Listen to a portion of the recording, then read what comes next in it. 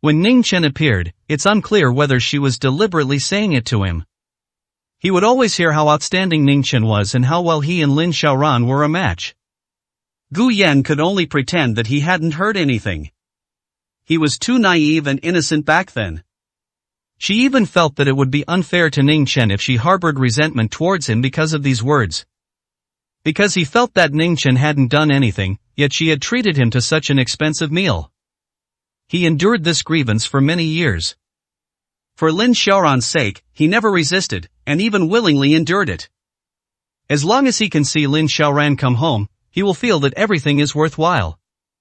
He will feel that he has not been abandoned. But now that he doesn't love her as much anymore, he realizes how foolish he was. Lin Xiaoran was already sitting in her office, holding a meeting with the documents in hand. The meeting lasted for more than an hour, and Ning Chen waited outside for more than an hour. When Lin Xiaoran came out, he had already brewed tea and served it to her. Have something to drink.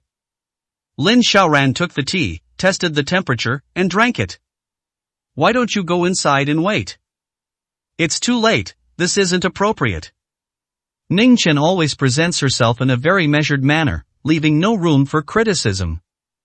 Lin Xiaoran put down her teacup and rubbed her temples. She had been feeling a bit panicked, as if she was about to lose something important. Shall we go? It's so late, how about we grab a late-night snack? Ning Chen said with a light laugh. Just as Lin Xiaoran was about to say something, her phone rang. He glanced at it, and his expression instantly turned serious. It was a call from Wujia village. He turned and went into his office to answer the phone. 227, Chapter 227. When has he ever given me a kind look?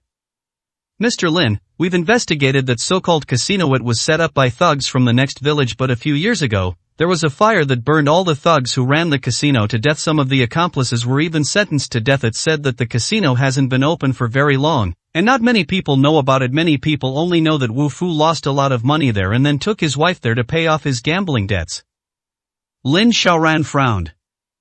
Those who dare to run casinos in villages are a group of people who bully and oppress the villagers. A fire broke out shortly after it was opened. All accomplices were sentenced to death? Lin Xiaoran did not believe that this was a simple case being solved. The method of killing to cover up the crime was too obvious. It is possible to erase all these traces completely in a seemingly reasonable way. This alone is enough to show that the person behind this matter is definitely not an ordinary person. How did Wu Fu find out about this casino that few people knew about? Why was it that he was the one who got tricked and had to take his wife to pay off the debts, and then the casino disappeared? The story behind this is definitely not that simple.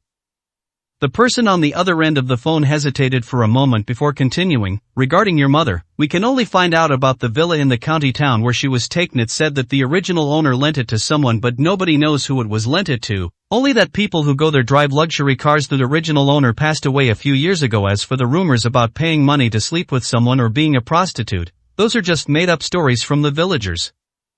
There have always been many rumors and gossip in the village. Whether it's a man or a woman, the slightest rumor can easily spread.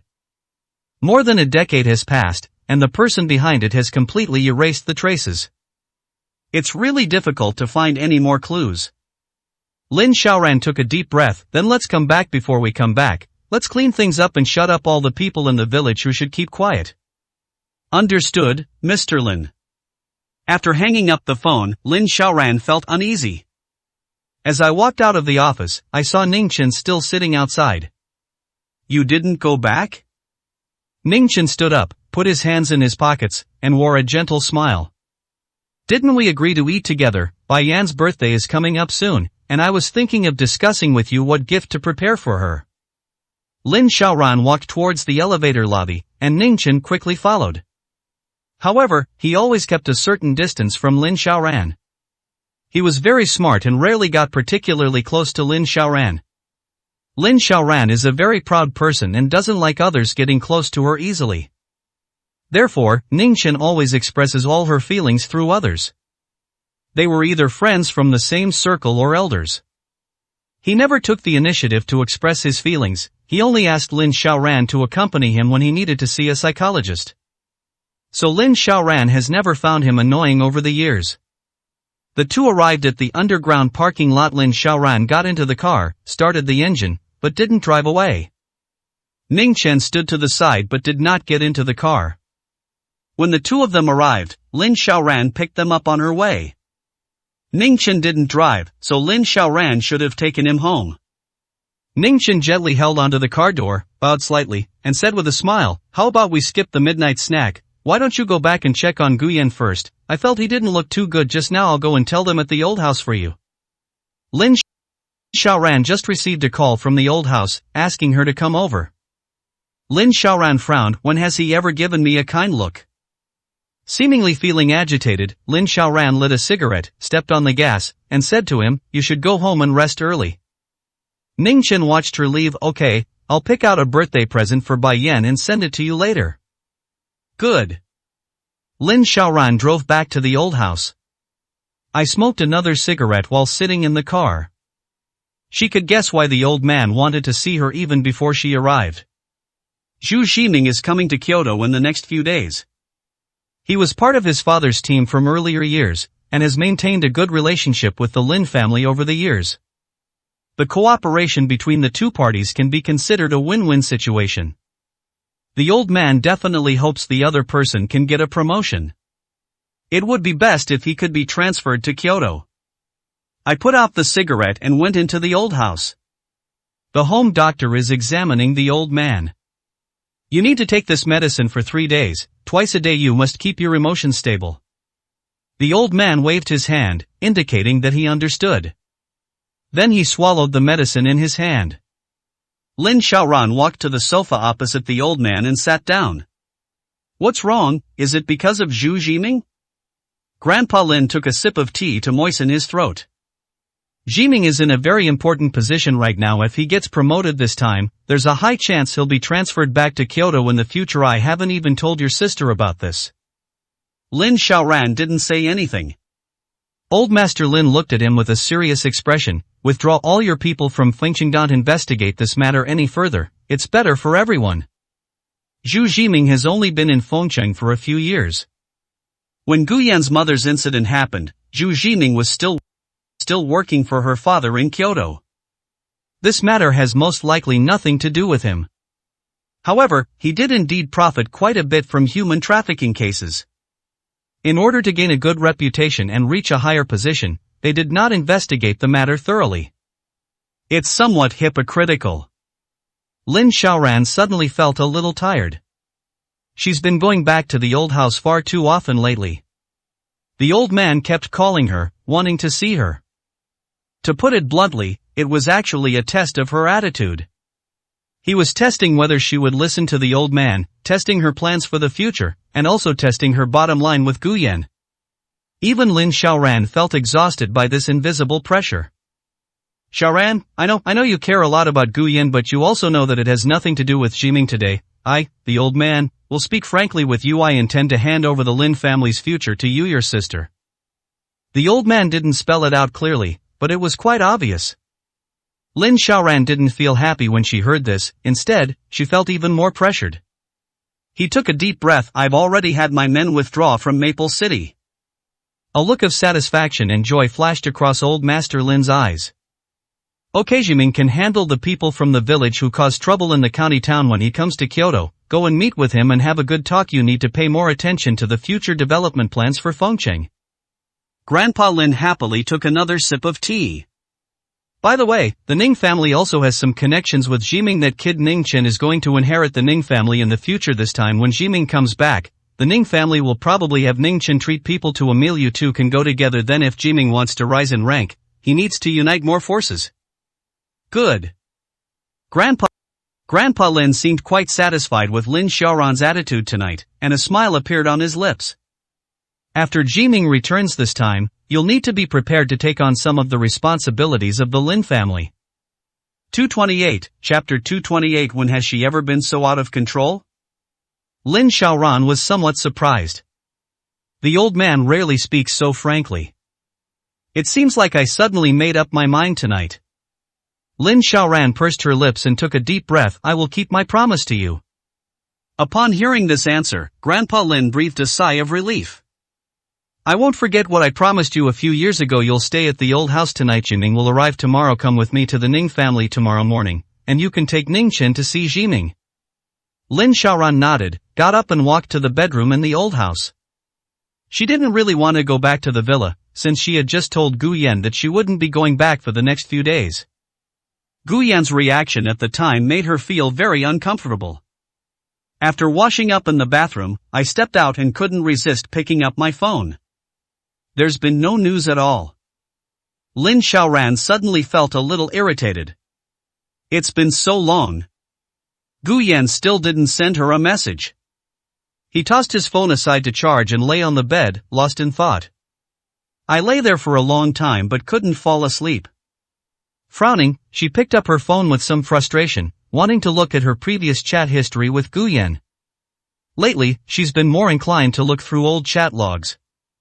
It seems that she can find beautiful memories of her past with Gu Yan in those records. I picked up my phone, only to find that the system was automatically updating and was almost finished. Lin Xiaoran watched as the system update progress bar gradually filled up. Unlock again and open your chat history with Gu Yan. A blank page. In just a moment, Lin Xiaoran's eyes widened, and emotions burst forth from them. He sat up straight in bed. Those who didn't believe it scrolled up. But I can't find even a single word of the chat history. Not only that, even the messages in the file assistant she used for temporary file transfers at work have disappeared. These documents are not important. He Qing still has backups. But the most crucial thing is her chat history with Gu Yan over the years. All gone. An intense anger rose within him. He gripped his phone tightly with both hands, his face filled with impatience. I called customer service immediately. But it's not during working hours, so there's no human customer service available to handle this. Lin Xiaoran paced anxiously back and forth in the room. Over the years, no matter what trouble she encountered in business, she had never been this impatient. Unable to resist, he slammed his fist on the table in front of him, knocking the glass on it to the ground and shattering it. He picked up his phone and called He Qing again. He Qing had just fallen asleep, but upon hearing Lin Xiaoran's voice, she instantly woke up. Lin Xiaoran's voice even trembled slightly. In all these years, she had never seen Lin Xiaoran so angry. Even when Lin Xiaoran's project, which she had poured half a year's effort into a few years ago, was snatched away by someone else, she wasn't this angry. Lin Xiaoran has always been emotionally stable, aloof, and arrogant in public. When has it ever been so out of control? He Cheng didn't dare to delay at all and hurriedly contacted the person in charge there. Lin Xiaoran hung up the phone, sat down in a chair, her mind blank. Looking at the laptop in front of him, his vision gradually blurred, and his eyes were filled with confusion. This was the first time she had ever felt so helpless. Suddenly, the phone rang again.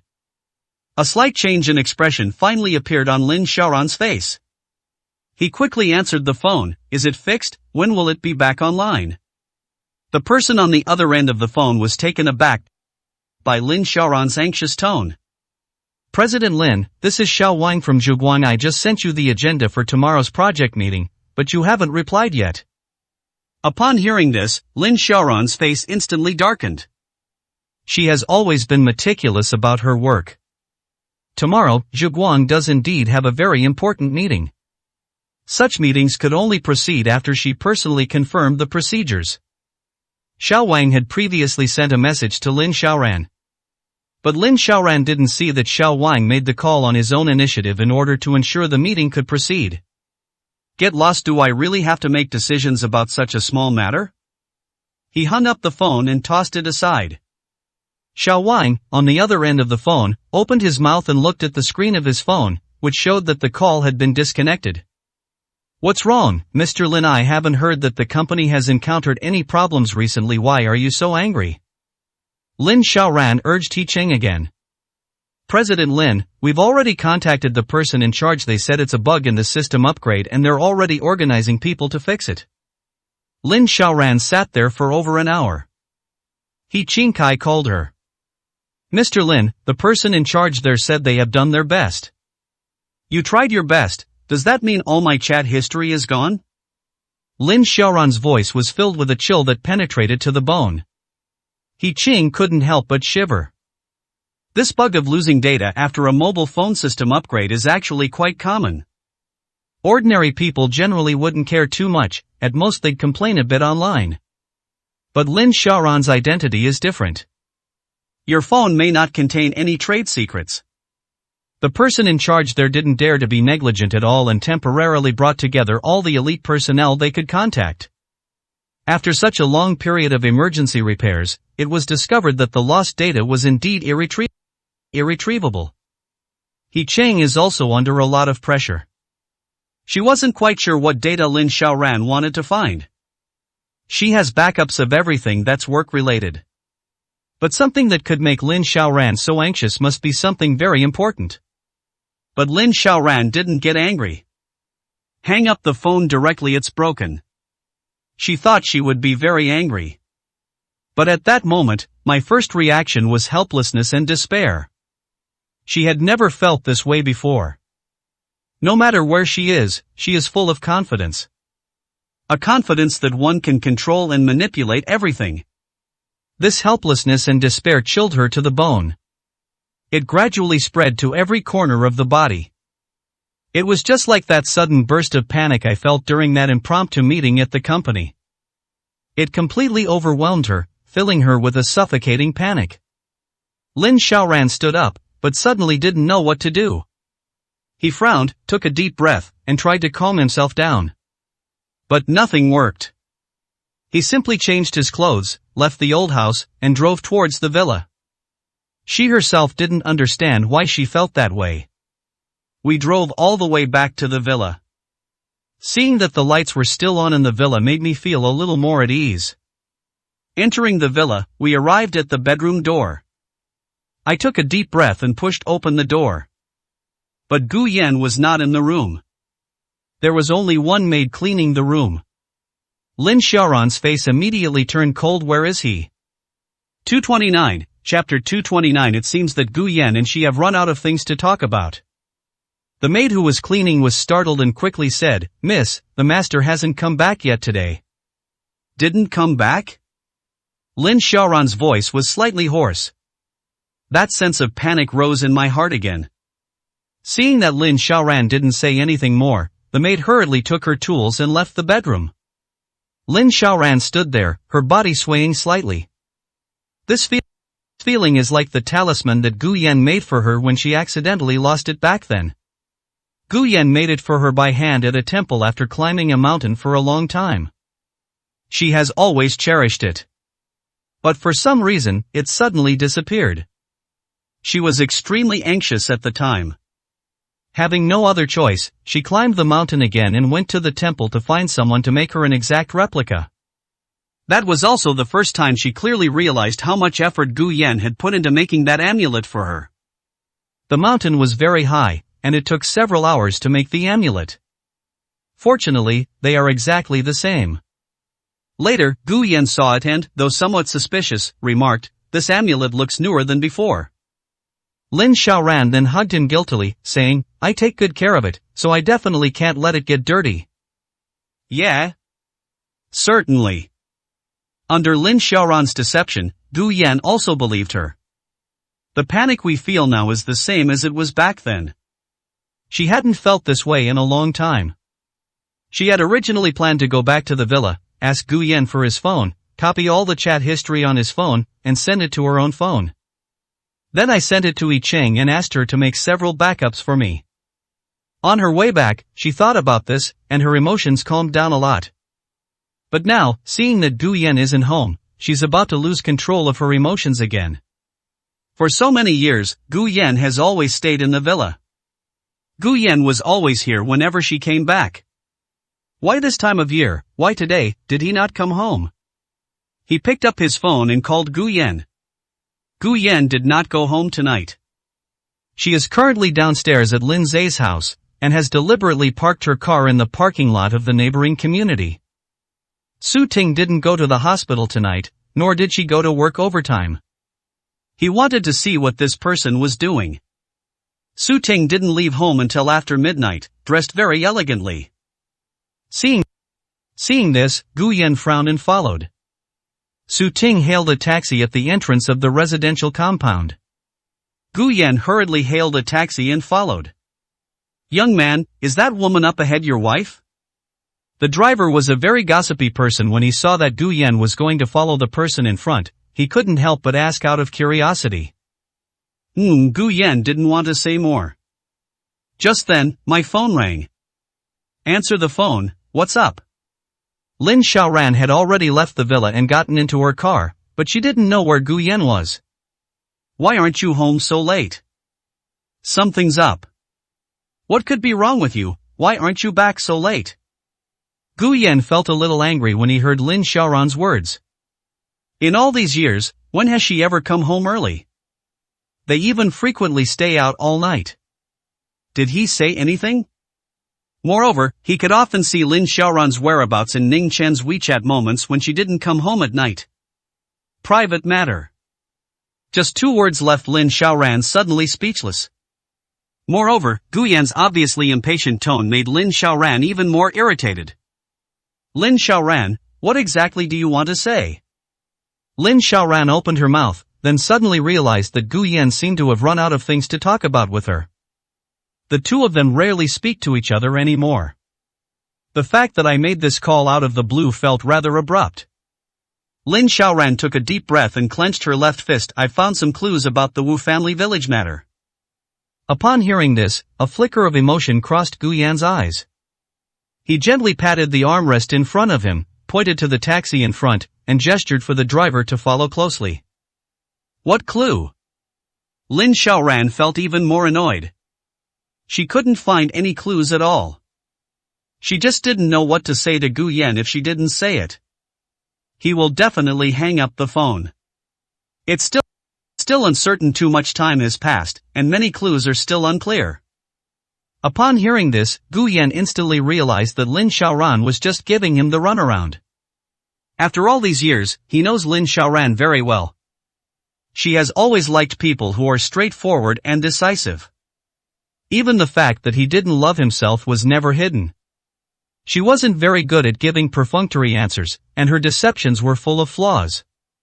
He hung up the phone immediately and continued to stare at the taxi Su Ting was in. Lin Xiaoran sat in the car, started the engine but didn't move an inch. My phone vibrated. I opened it and saw that it was a message from Yi Qing. Mr. Lin, I have already confirmed with the person in charge there that the repairs can be done, but it won't be completed in a short time. It will probably take at least a week. Lin Xiaoran glanced at the screen, didn't reply, turned off her phone, and slowly closed her slightly sore eyes. Yi Qing did not receive a reply. But she knew that Lin Xiaoran must have seen the message. The lack of a reply actually relieved her. With a sigh, the person in charge beside him hurriedly asked, "How is it? Are any important confidential documents missing?" The person in charge's face was filled with panic. Yi Qing gave him a deep look. "If it were just a file, that would be fine. You should hurry up and get someone to fix the bug. We can pay for your overtime, but this problem must be solved otherwise." The words weren't fully explained, but the person in charge's forehead was covered in cold sweat. Everyone knows that Lin Xiaoran has a bad temper and is very ruthless. Don't worry, it will be at most a month. We will definitely fix this bug. Lin Xiaoran sat in the car, wanting to find someone to check Gu Yan's current location. But after thinking about it, I still didn't dial that number. She sent another message to Gu Yan. When will you be back? Gu Yan felt his phone vibrate, but didn't even glance at it. My attention was focused on the taxi that Su Ting was sitting in not far away. Dressed so elegantly for such a late hour, Su Ting must be hiding something. The taxi stopped at the entrance of a residential complex. Su Ting got out of the car and walked into the residential area. The taxi that Gu Yan was in stopped about 50 meters away from the entrance of the residential area. Gu Yan paid the fare and got out of the car. He sighed deeply as he looked at the gate of the residential complex. Sure enough, things unfolded exactly as he had feared the worst.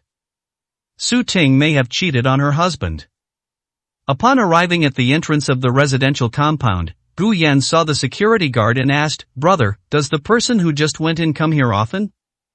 Upon hearing this, a hint of wariness flashed in the security guard's eyes. "Who are you? Why are you asking that?" Su Ting had an access card when she went in. In the eyes of the security guards, they are not only residents of the area, but also friends of the residents. Gu Yan thought for a moment, then bought a pack of cigarettes for over 800 yuan from the convenience store next door, walked back, and handed it to the security guard. The security guard looked at the pack of cigarettes, a hint of surprise flashing in his eyes. "Hey, Huazi, a young man, what brings you to spend so much money?" The security guards were noticeably more friendly than before. 230, Chapter 230. He's so handsome, yet he still got cheated on? The security guards in the community don't earn much, only a little over 4,000 yuan a day, and they never smoke cigarettes that cost more than 10 yuan. Sometimes, the food delivery guy would give him a pack of better cigarettes every month. I've only ever seen Huazi cigarettes in supermarkets, I've never actually smoked them. Seeing that Gu Yan had bought such expensive cigarettes, her goodwill towards him increased considerably. "Brother, the woman who just went in is my sister-in-law. She's probably not a resident. Her Remy brother is injured and hospitalized, and instead of taking care of him, she came here in the middle of the night. I am asking you for help." Upon hearing Gu Yan's words, the security guard's eyes lit up. This kind of gossip excited him even more than the cigarettes. "Young man, is your sister-in-law having an affair?" Gu Yan didn't care about the security guard's obviously excited tone. "This is only natural." "Brother, take this pack of cigarettes. I just wanted you to keep an eye out for her and see when she comes over. I'll leave you my contact information. If she comes here during the day next time, could you give me a call and let me know?" "My husband was injured and hospitalized, so I secretly ran away here." "If it wasn't infidelity, what was it?" The security guard took the cigarette and put it in the drawer of the guardhouse, smiling as he said, "Young man, don't worry, leave this to me. There's only one gate in this complex, and I'll let the other guys know if she comes again. I'll let you know immediately if you need any help, just let me know, and I'll help you catch her in the act." As they were talking, the security guard seemed to remember something, took out his walkie-talkie and said, Oldly, stop patrolling for a bit, come over here and help me keep an eye on things for a while." He put down the walkie-talkie and said to Gu Yan, "Young man, wait here for me for a while. That woman just went in not long ago. I'll go see which apartment she went to." After saying that, he left in a hurry. Watching the security guard jog away, Gu Yan opened his mouth, unsure of what to say. This security guard is so kind and righteous. Accepting gifts means you're actually doing something. A dozen minutes later, the security guard returned. After dismissing Oldly, who had temporarily come to cover for him, he turned to Gu Yan with a mysterious expression and said, "Young man, I saw everything clearly. That woman went to the 12th floor of building 3. I am not sure which apartment exactly, but—" "What's wrong, brother?" Gu Yan asked, a little anxious as he noticed the security guard's cryptic manner. "I remember there was a young man living on that floor a few years ago. Someone went to his house to catch him cheating. I reckon that woman might have gone there. TSK. That guy's got some nerve. I heard he bought that house with money he earned from dating a few rich women." Hearing this, Gu Yan's heart sank. "Brother, can you let me in now? I want to take a look." "It's no use for you to go in. You need an access card to get on the elevator. Everyone in the community has already gone home. You probably won't even be able to get into the building. Here's what we'll do. Next time you come during the day, I'll go to the cleaning staff and borrow an access card for you." Upon hearing this answer, Gu Yan knew that he wouldn't be able to catch them in the act tonight. He could only nod, "Thank you," and turn to leave. As Gu Yan walked to the roadside, he was about to hail a taxi when he discovered that the taxi he had taken on his way there was parked there. There was a taxi parked nearby, which seemed to be the one Su Ting had taken when she arrived. Seeing Gu Yan approaching, the driver rushed over. "Brother, how did it go? Did you catch him?" Gu Yan shook his head, his expression somewhat unpleasant. Sometimes, he even wished that Su Ting's distant relatives or friends lived there. But he couldn't lie to himself. This most likely means infidelity. Lin Zhe and Su Ting have known each other for so many years that he has long regarded Su Ting as his family. Besides himself, the person he trusted most was Su Ting. Lindsay is now injured and has encountered this situation. He was really worried that Lindsay wouldn't be able to handle such a blow.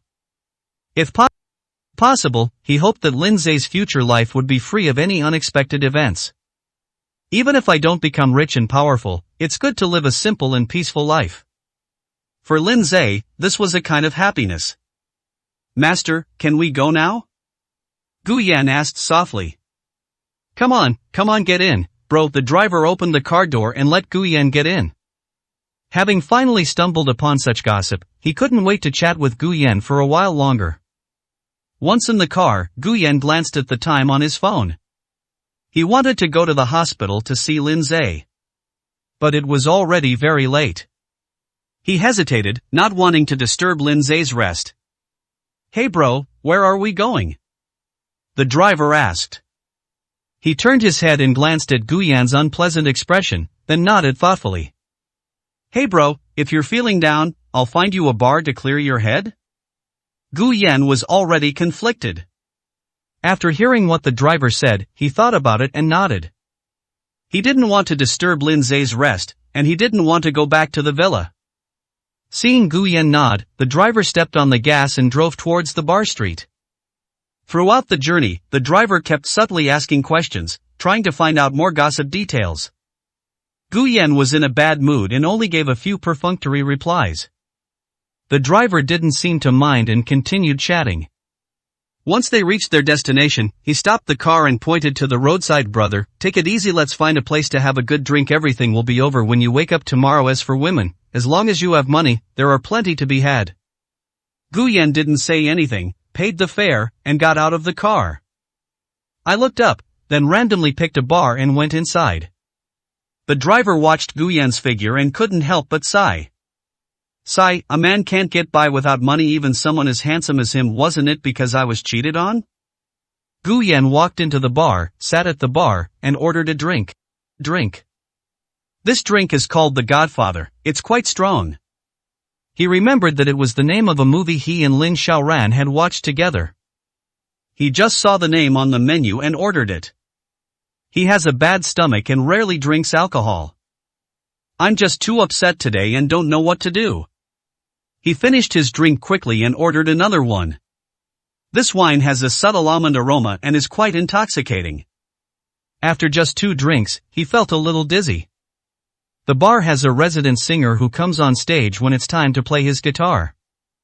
Guyan couldn't help but look up. The bar was quite crowded, and everyone turned their attention to the music.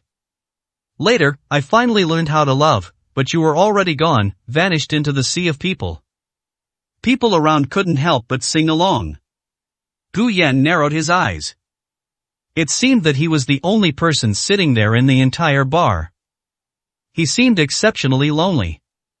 Suddenly, a figure sat down beside him and abruptly said, "Want to have a drink together?"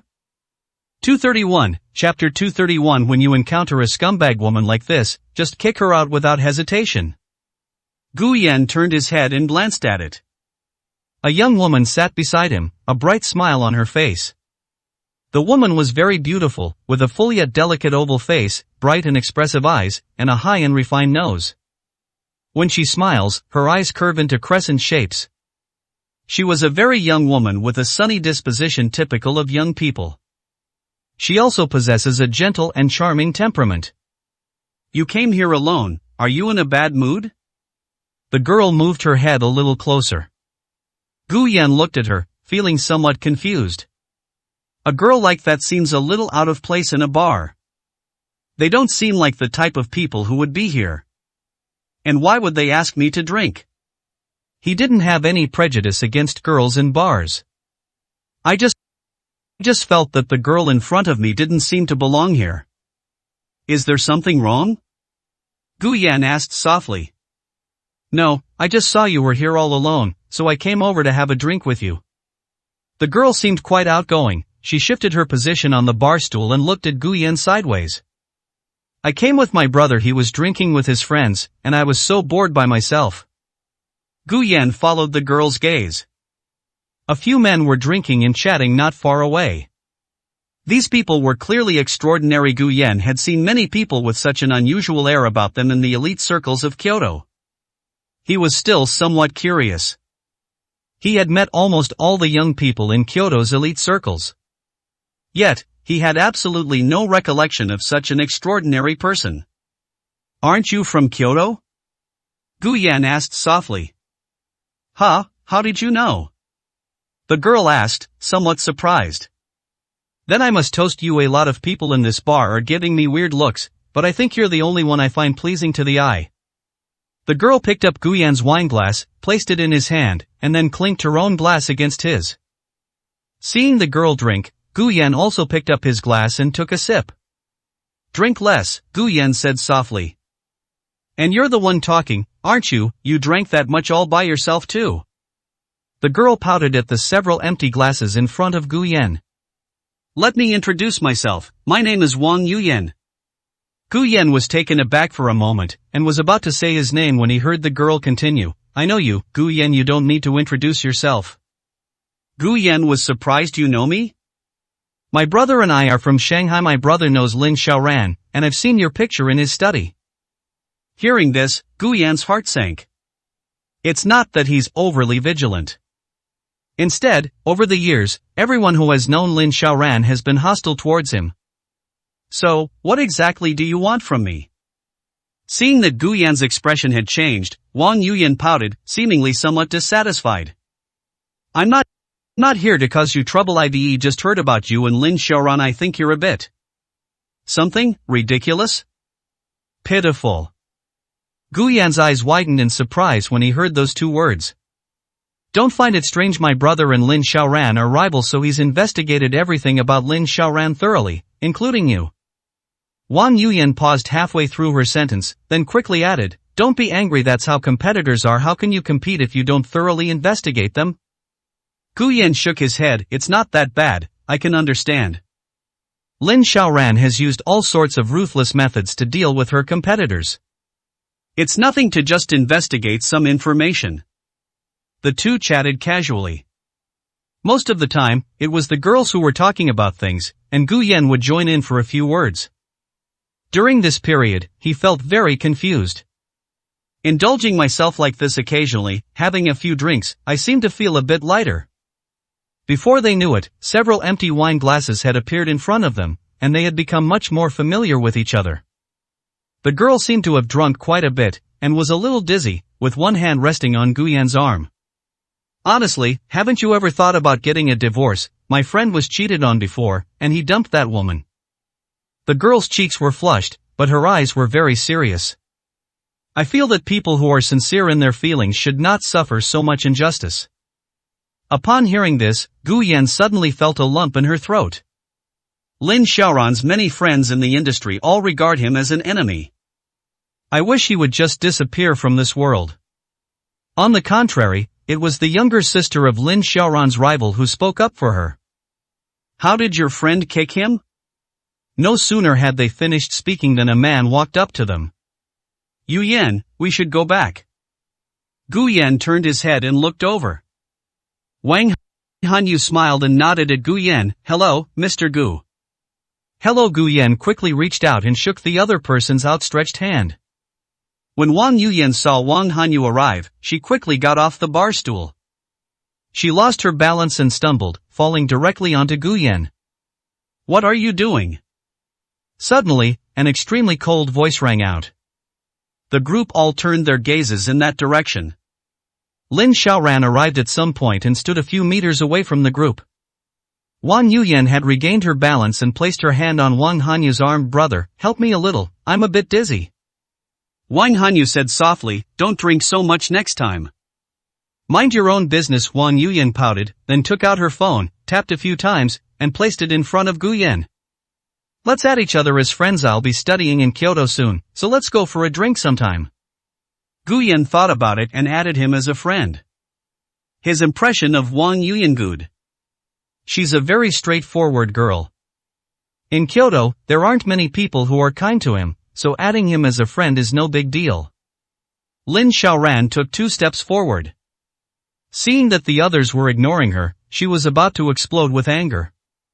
Wang Hanyu looked at Lin Xiaoran and said with a light smile, President Lin, it's been a long time. Lin Xiaoran ignored him and reached out to Gu Yan, saying, give me your phone. Gu Yan frowned. Why? Give me.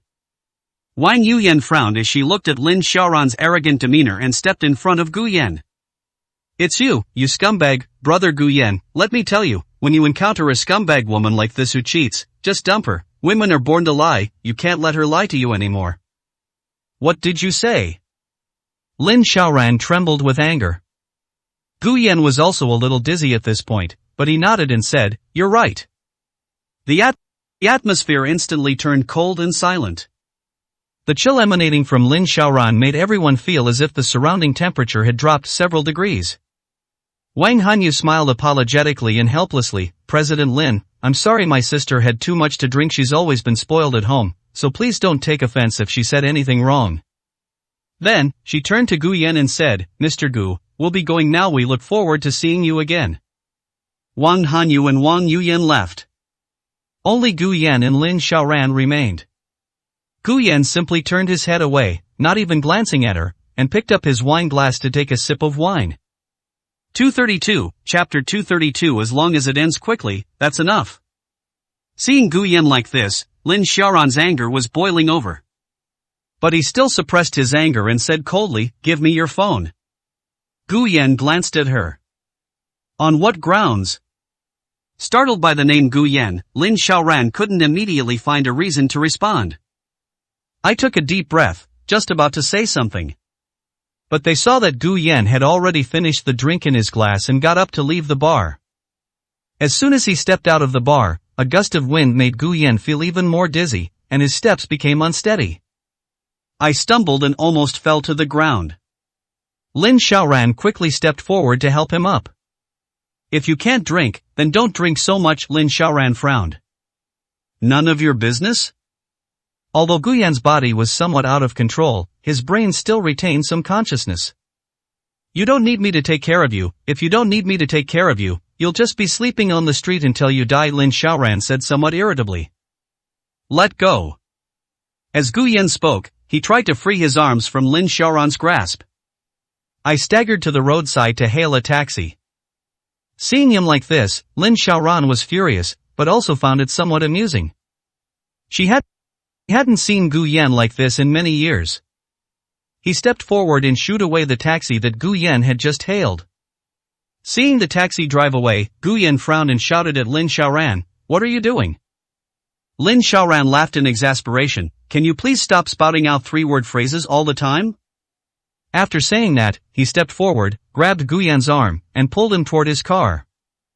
Gu Yan tried to struggle, but he was too drunk to control his body. Lin Xiaoran pulled him into the passenger seat. Lin Xiaoran was also sitting in the driver's seat. She was about to say something when she saw that Gu Yan had already fallen asleep. Lin Xiaoran paused, staring at Gu Yan's sleeping profile, lost in thought. After a while, he let out a long sigh, leaned over, and helped Gu Yan fasten his seatbelt. He then stepped on the gas and drove back to the villa. Lin Xiaoran had a maid carry Gu Yan into the bedroom, and then went to the bathroom to wash up. She was drenched in sweat just now trying to get Gu Yan into the car. After coming out of the bathroom, he saw Gu Yan lying on the bed, fast asleep. A complex emotion flashed in his eyes, and he also got into bed and fell asleep. The next morning, Lin Xiaoran vaguely heard a sound. She opened her eyes and saw Gu Yan sitting on the bed drinking water in large gulps, and then rubbing his head with his hand. I told you you can't drink, so don't drink so much. What, do you think someone will give you an award if you drink too much?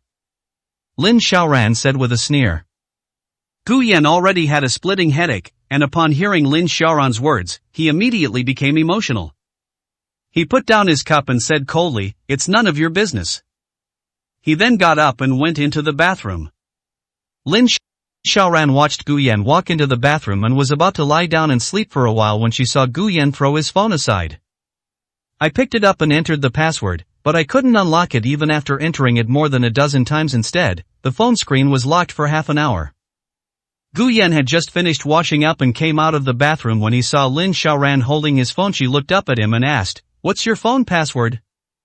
Gu Yan stepped forward and grabbed it. Don't touch my things without permission. Lin Xiaoran snorted coldly, as long as you're still my husband, I can do whatever I want. Give me your phone. Gu Yanqi's breath hitched. What exactly do you want to do with my phone? If he remembered correctly, Lin Xiaoran seemed to have tried to take his phone away last night. He could vaguely recall what had happened last night.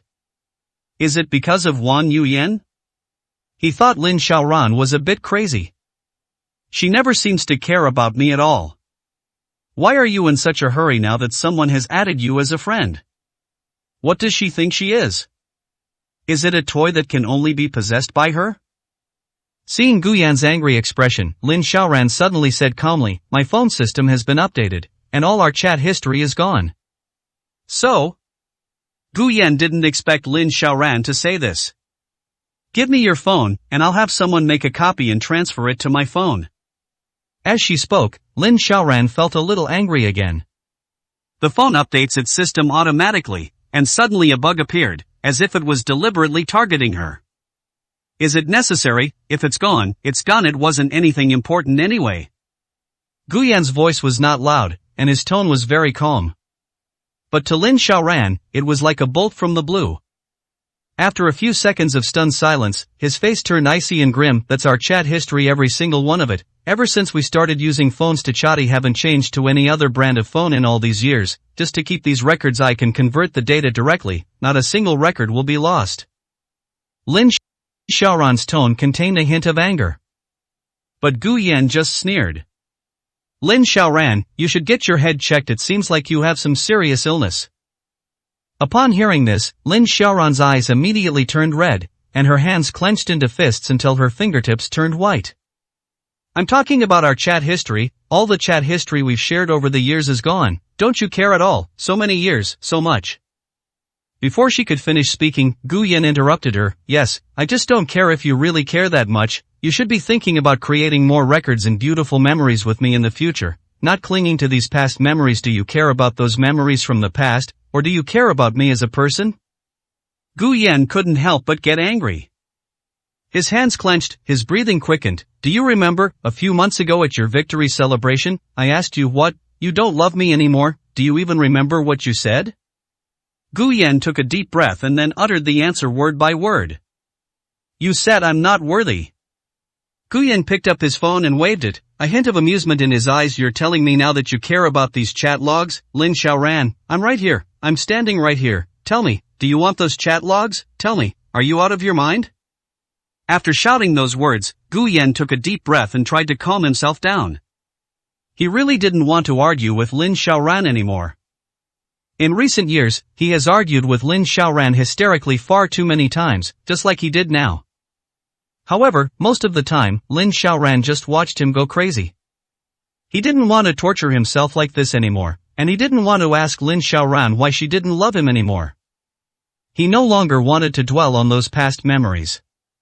This relationship no longer needs a resolution. As long as it ends quickly, that's enough.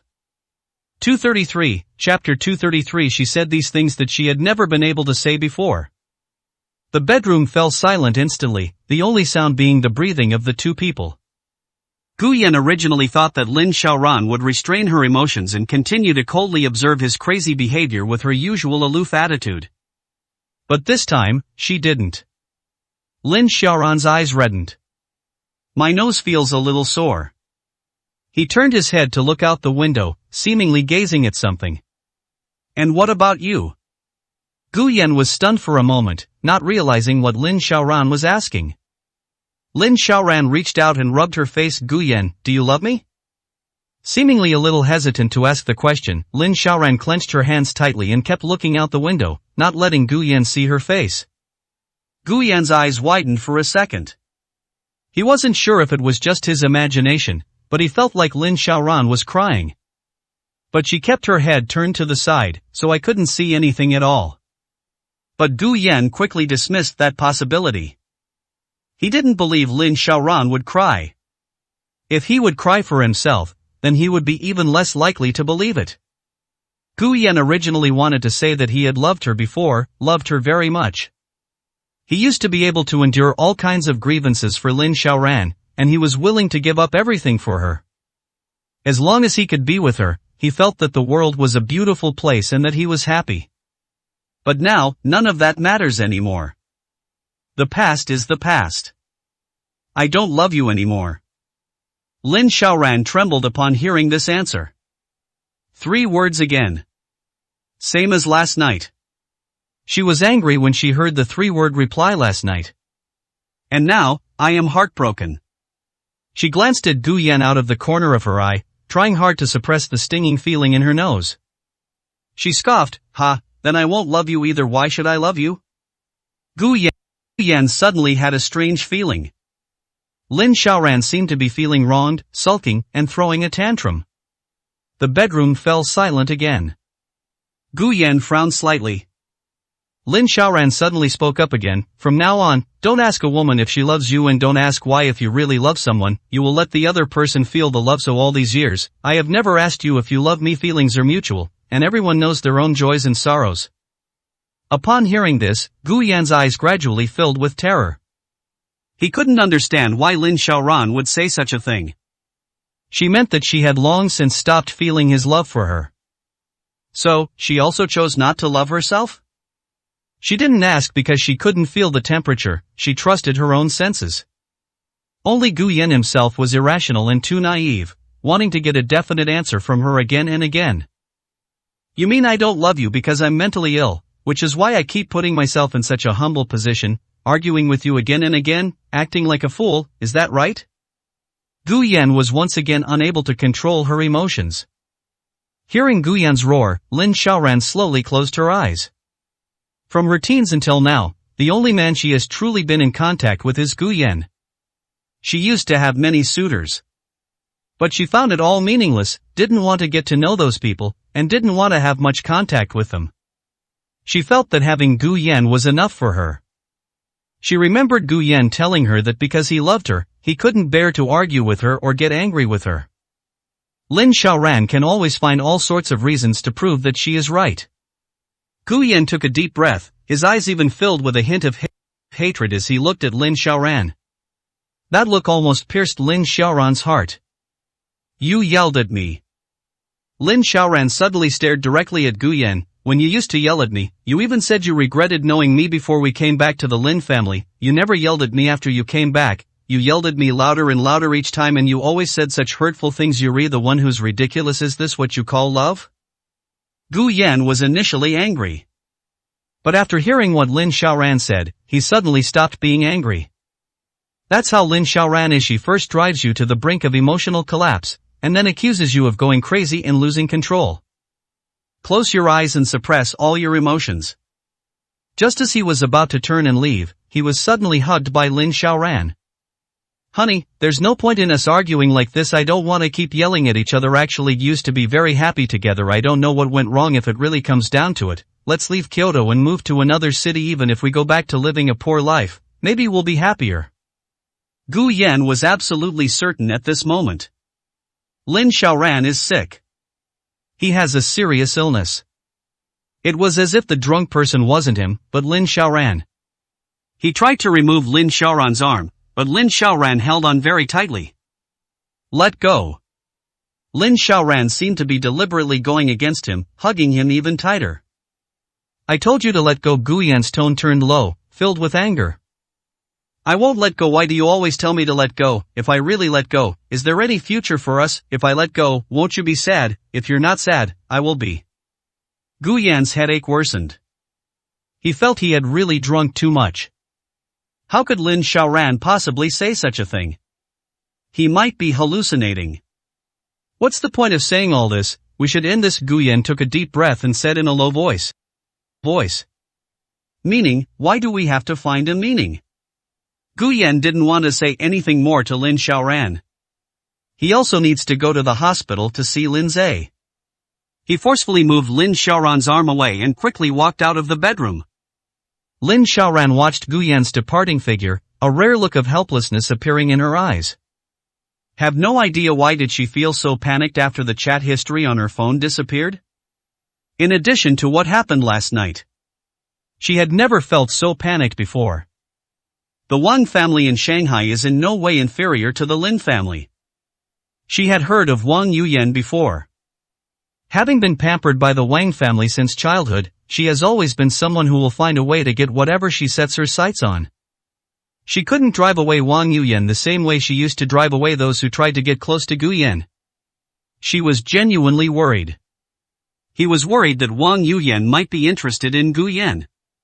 So much so that she was able to say things she would never have been able to say before. Lin Xiaoran's mind was in complete turmoil, and before she could come to her senses, her phone rang. It was a call from the old house. "Why did you suddenly leave last night?" Old Master Lin's voice rang out. Logically speaking, she should have had breakfast at the old house this morning. Something came up, Lin Xiaoran said softly. What's wrong with the phone? It caused quite a stir last night. Lin Xiaoran frowned immediately. Grandpa, I'm not the kind of person who will do things according to your arrangements. You should know that it's impossible for me to do things exactly as you want, so I don't want you to pay so much attention to my every move. Old Master Lin seemed to be angered, a fierce and ferocious glint flashed in his eyes, and his body trembled. Go back to the old house immediately, and don't forget what happened today. 234, Chapter 234. Women, well, they're not very loyal to one another. When Lin Xiaoran arrived at the Ning family home, Ning Qin was already waiting at the entrance of the Ning family's old residence. Seeing her arrive, he quickly walked over. Xiaoran, Grandpa Lin already told me. At this time, there were other people at the entrance of the Ning family's old house. They were all elders of the Ning family. When they saw Lin Xiaoran appear here, their eyes held a hint of appreciation and a strange meaning. This is like scrutinizing a daughter-in-law. Lin Xiaoran felt a little uncomfortable seeing this. She didn't get out of the car at all, and nodded to Ning Chen, get in the car. Ning Chen got into the passenger seat, and Lin Xiaoran immediately stepped on the gas, not staying at the Ning family's house for even a second longer. When they arrived at the restaurant, Zhu Jiming was the only person in the private room. Upon seeing Lin Xiaoran and Ning Chen, Zhu Jiming stood up and said, President Lin, President Ning, it's an honor to meet you. Logically speaking, Zhu Jiming should be considered Lin Xiaoran's elder. But Zhu Jiming had also heard about Lin Xiaoran's personality. This person was different from the other scions of the Kyoto elite circle. He never liked to talk about social interactions. I never discuss personal feelings when it comes to work-related matters. Moreover, although Zhu Jiming was Lin Xiaoran's father's former subordinate, this was the first time he had met Lin Xiaoran. The two met in a rather formal capacity this time. It has nothing to do with the relationship between Zhu Jiming and the Lin family. Lin Xiaoran sat down, and Ning Chen then called over the waiter to order the dishes. Although it's past breakfast time now. However, on such occasions, even if you don't eat, they will still order some good dishes and set them out. As the waiter left the private room, Ning Chen smiled and said, Uncle Zhu, it's great to finally meet you. I said I'd find a chance to visit you last time, but a lot of things happened at home, so it's been delayed until now. Zhu Jiming's expression was gentle as he took out two gift boxes from the side. These are specialties from Fengcheng, one for President Ning and one for President Lin. Ning Chen stood up and smiled as she accepted both gift boxes. He had heard from his family before he left home that Zhu Jiming was about to be promoted. It is very likely that he will be transferred back to Kyoto within the next few years. The Ning family already had some connection with the other party, and this time they wanted to solidify that connection and try to win them over further. A glint flashed in Ning Chen's eyes. Zhu Jiming is currently in charge of Fengcheng. Even if he is to be promoted, he will still have to stay there for a while. Guyan's childhood orphanage was located in Fengcheng, and Wujia village also belongs to Fengcheng. Perhaps we can take advantage of this. The three chatted casually, and the topic gradually shifted to the project they were going to collaborate on. Lin Xiaoran had to admit that Zhu Jiming was indeed very capable and shrewd to have achieved what he had. They made their stance clear from the beginning, but didn't appear particularly assertive. He clearly explained the policy advantages he currently has. It just so happens to be a point that the Lin family is willing to accept, and that can also greatly improve Fengcheng. If the project progresses smoothly, this will definitely be a win-win situation. However, Lin Xiaoran did not agree immediately after discussing the general direction. She stopped talking about the project and instead asked about the local customs and culture of Fengcheng. It's both a way of changing the subject and a way of subtly asking for information. Zhu Jiming was smart enough to understand Lin Xiaoran's thoughts, so he didn't press her further about the project. The dinner party ended a little over an hour later. As the group prepared to leave, Zhu Jiming warmly invited Ning Chen, Xiaochun, if you have time in the future, you can come to Fengcheng with President Lin. Fengcheng has developed quite well in recent years, although it's not as luxurious as Kyoto. You can try some farm-style meals, which have a unique flavor. Okay, Uncle Zhu, I'll find time to go over. A joyful smile appeared on Ning Chen's face, his eyes constantly fixed on Lin Xiaoran. The love in Lin Xiaoran's eyes was not concealed in the slightest. But Zhu Jiming saw it all. After the two men left, Zhu Jiming got into his car. His secretary was sitting in the driver's seat. Boss, how's the situation? Zhu Jiming rubbed his forehead, a worried look on his face. This is difficult. This Lin Xiaoran is very capable. She just withdrew her men from Wujia village. Didn't you say before that her husband's hometown was Wujia village? Is it Hatwoman's child? Are you sure there are no traces of what happened back then? The secretary nodded. That's what they said. The casino was burned to the ground. Everyone related to the village was killed. There shouldn't be any clues left. Zhu Jiming lit a cigarette. He hadn't smoked a single cigarette at the dinner table earlier, but now he was extremely agitated. Although rumors circulated that Lin Xiaoran did not love her husband, Gu Yan. But he found it strange. If you truly don't love someone, you won't care anymore. Why would she go to Wujia village specifically for him? Lin Xiaoran had never been to Fengcheng when the Lin family decided to invest there. Let alone Wujia village? That desolate place couldn't even be marked on a map more than a decade or so ago. If it weren't for the human trafficking case that occurred there, the people in Fengcheng wouldn't even know that such a dilapidated village existed. Even the connection to electricity and the internet was the last village in Fengcheng to be completed. A dark look appeared on Zhu Jiming's face. I hope Lin Xiaoran doesn't take this too seriously. As long as there's no evidence, I can still put in a good word for her with old Master Lin. Upon hearing this, the secretary thought for a moment and then spoke up. Boss, I heard that old Master Lin is very dissatisfied with Lin Xiaoran's husband. It seems he's already plotting to kill him. Not only the Lin family, but the Yan and Ning families in Kyoto also want him dead. If Lin Xiaoran insists on investigating thoroughly, it will definitely be because of this man. If she wants this man, then Lin Xiaoran probably shouldn't pursue the matter any further. The secretary didn't put it too bluntly. But the meaning is very clear. He didn't think Gu Yan would live long enough for Lin Xiaoran to investigate everything. So many powerful families in Kyoto have decided to kill him. How could he possibly live any longer? Upon hearing this, Zhu Jiming's expression softened considerably. Women, they don't stay in relationships for very long. There's still someone else. Meanwhile, Gu Yan arrived at the hospital with breakfast. Lin Zhe had already woken up and was looking out the window, seemingly lost in thought. Hearing someone push the door open and enter, a look of surprise instantly appeared on her face. Old. When he saw Gu Yan, he swallowed his voice again.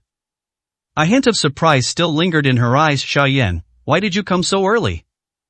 I came to see you. Where's your sister-in-law? Didn't she come? Gu Yan couldn't help but want to talk to Lin Zhe. Lin Zhe shook his head. Not yet. She should be at work by now.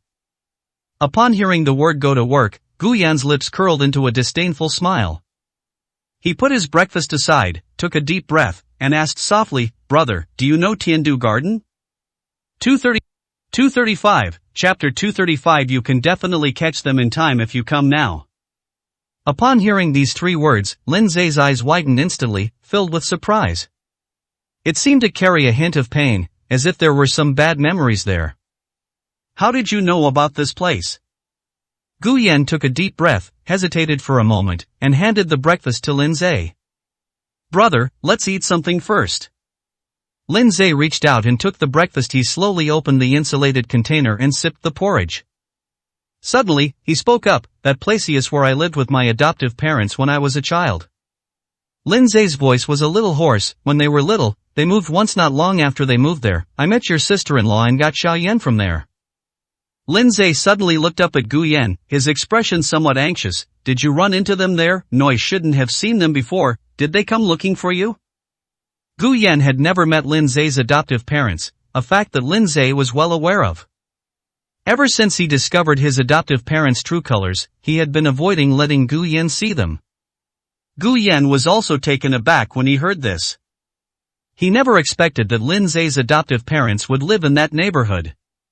Perhaps Su Ting didn't cheat on Lindsay, but went to see his adoptive parents? But what did she want with them? Seeing that Gu Yan didn't speak, Lindsay hurriedly grabbed his hand and asked, "Xiaoyan, what's wrong?"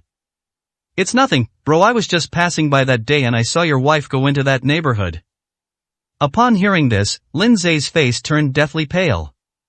She was so anxious that she was about to get out of bed, muttering to herself, "My adoptive parents must have said something nasty, and my sister-in-law couldn't stand it and went to settle scores with them." She always had a terrible temper when she saw those two people, and she'd pointed her finger at them and yelled at them a lot. Once she almost pulled out a knife and attacked them.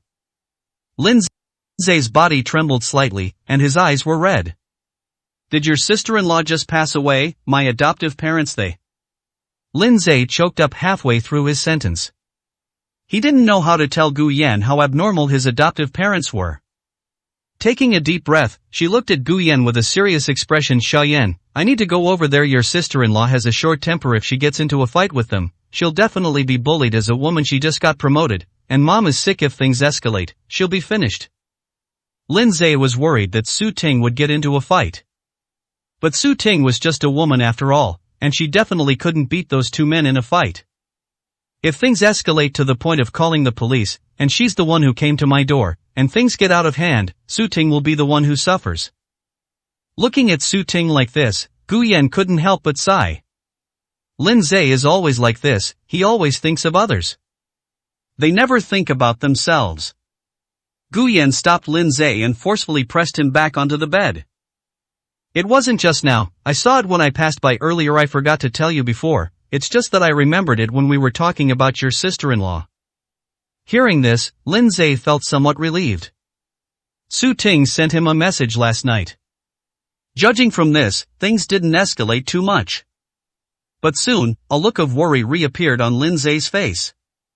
"Xiaoyan, did they beat up your sister-in-law? Is there any injury on her face? Otherwise, why hasn't she come to see me these past 2 days? Xiaoyan, if you go to the company later, could you go and check on her for me?"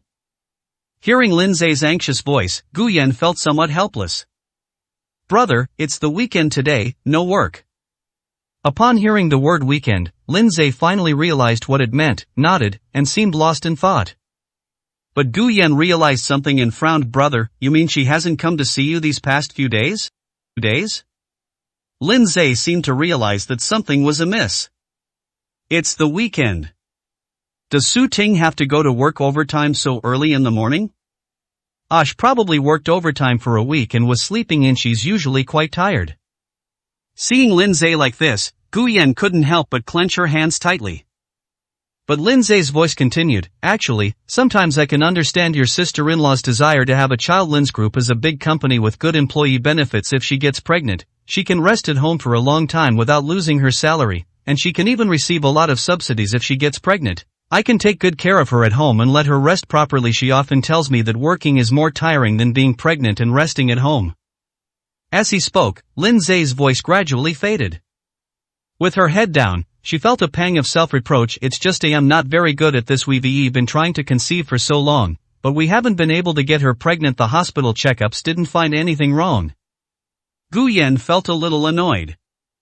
"What problem could you possibly have? Maybe it's your sister-in-law who has the problem." Lindsay shook his head upon hearing this. "Your sister-in-law also had a checkup. She was the first one. She's fine too. Maybe you're just not lucky enough to have that kind of luck." Looking at the expression on Gu Yan's face, Lindsay had a vague idea in his mind. He knew Gu Yan too well. Even if Gu Yan's face was expressionless, he could roughly guess what he was thinking.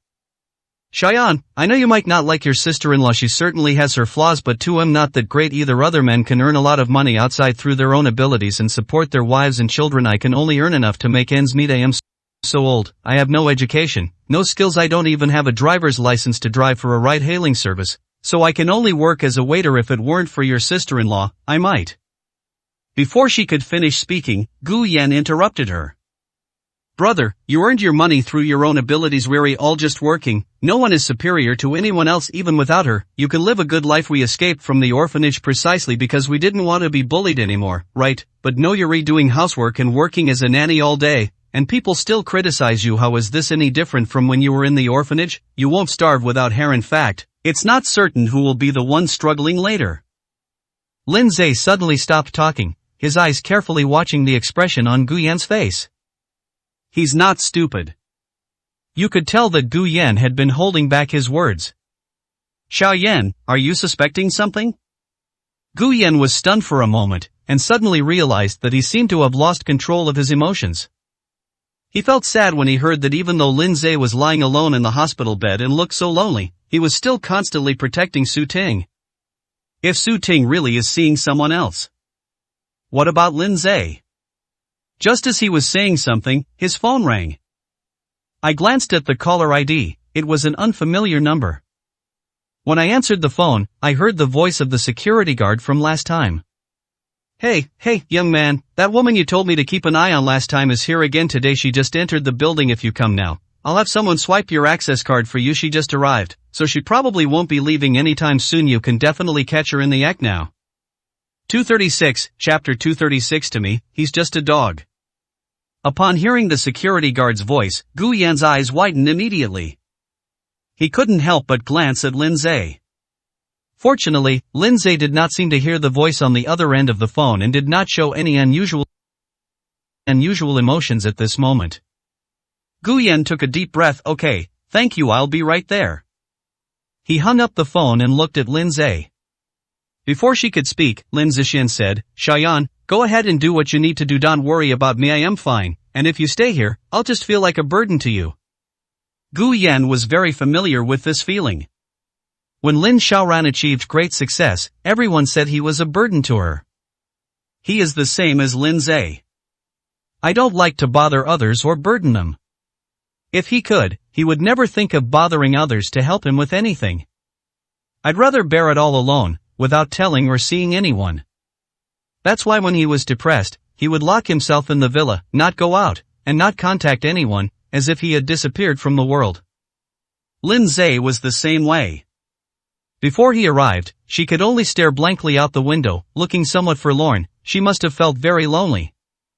But she never sent him a single message, choosing to bear it all alone. Gu Yan pursed her lips and said softly, Brother, I'll go take care of my work first, and I'll come see you later after you're discharged from the hospital. I'll help you find a school, and we can go to school together. Once you're in school, you'll be able to find better jobs. After saying that, she walked out of the ward without waiting for Lindsay to say anything. Lindsay opened his mouth as he watched Gu Yan's departing figure. He knew Gu Yan meant well. But he also understood in his heart. I was a bad student when I was young. What good would it do to find him a school to attend now? He's already this old, what use is he now? I drove to Huanliyuan, parked the car at the entrance of the community, and went to the gatehouse. The security guard came over and opened the gate to the residential area for him. Young man, please don't act impulsively. After all, it's someone else's home. If you start a fight and they call the police, you'll be in big trouble. Gu Yan nodded and thanked him. The security guard smiled and said, No need to thank me, young man, you're too kind. We'd help anyone in need, and besides. The security guard patted his pocket, revealing half a box of cigarettes. All right, go ahead, it's the second building up ahead. Gu Yan nodded and hurriedly ran over. I asked a cleaning staff member to swipe my card for me. The cleaning lady didn't think much of it. Many residents here often forget to bring their access cards. She can't remember everyone clearly whether they are residents here.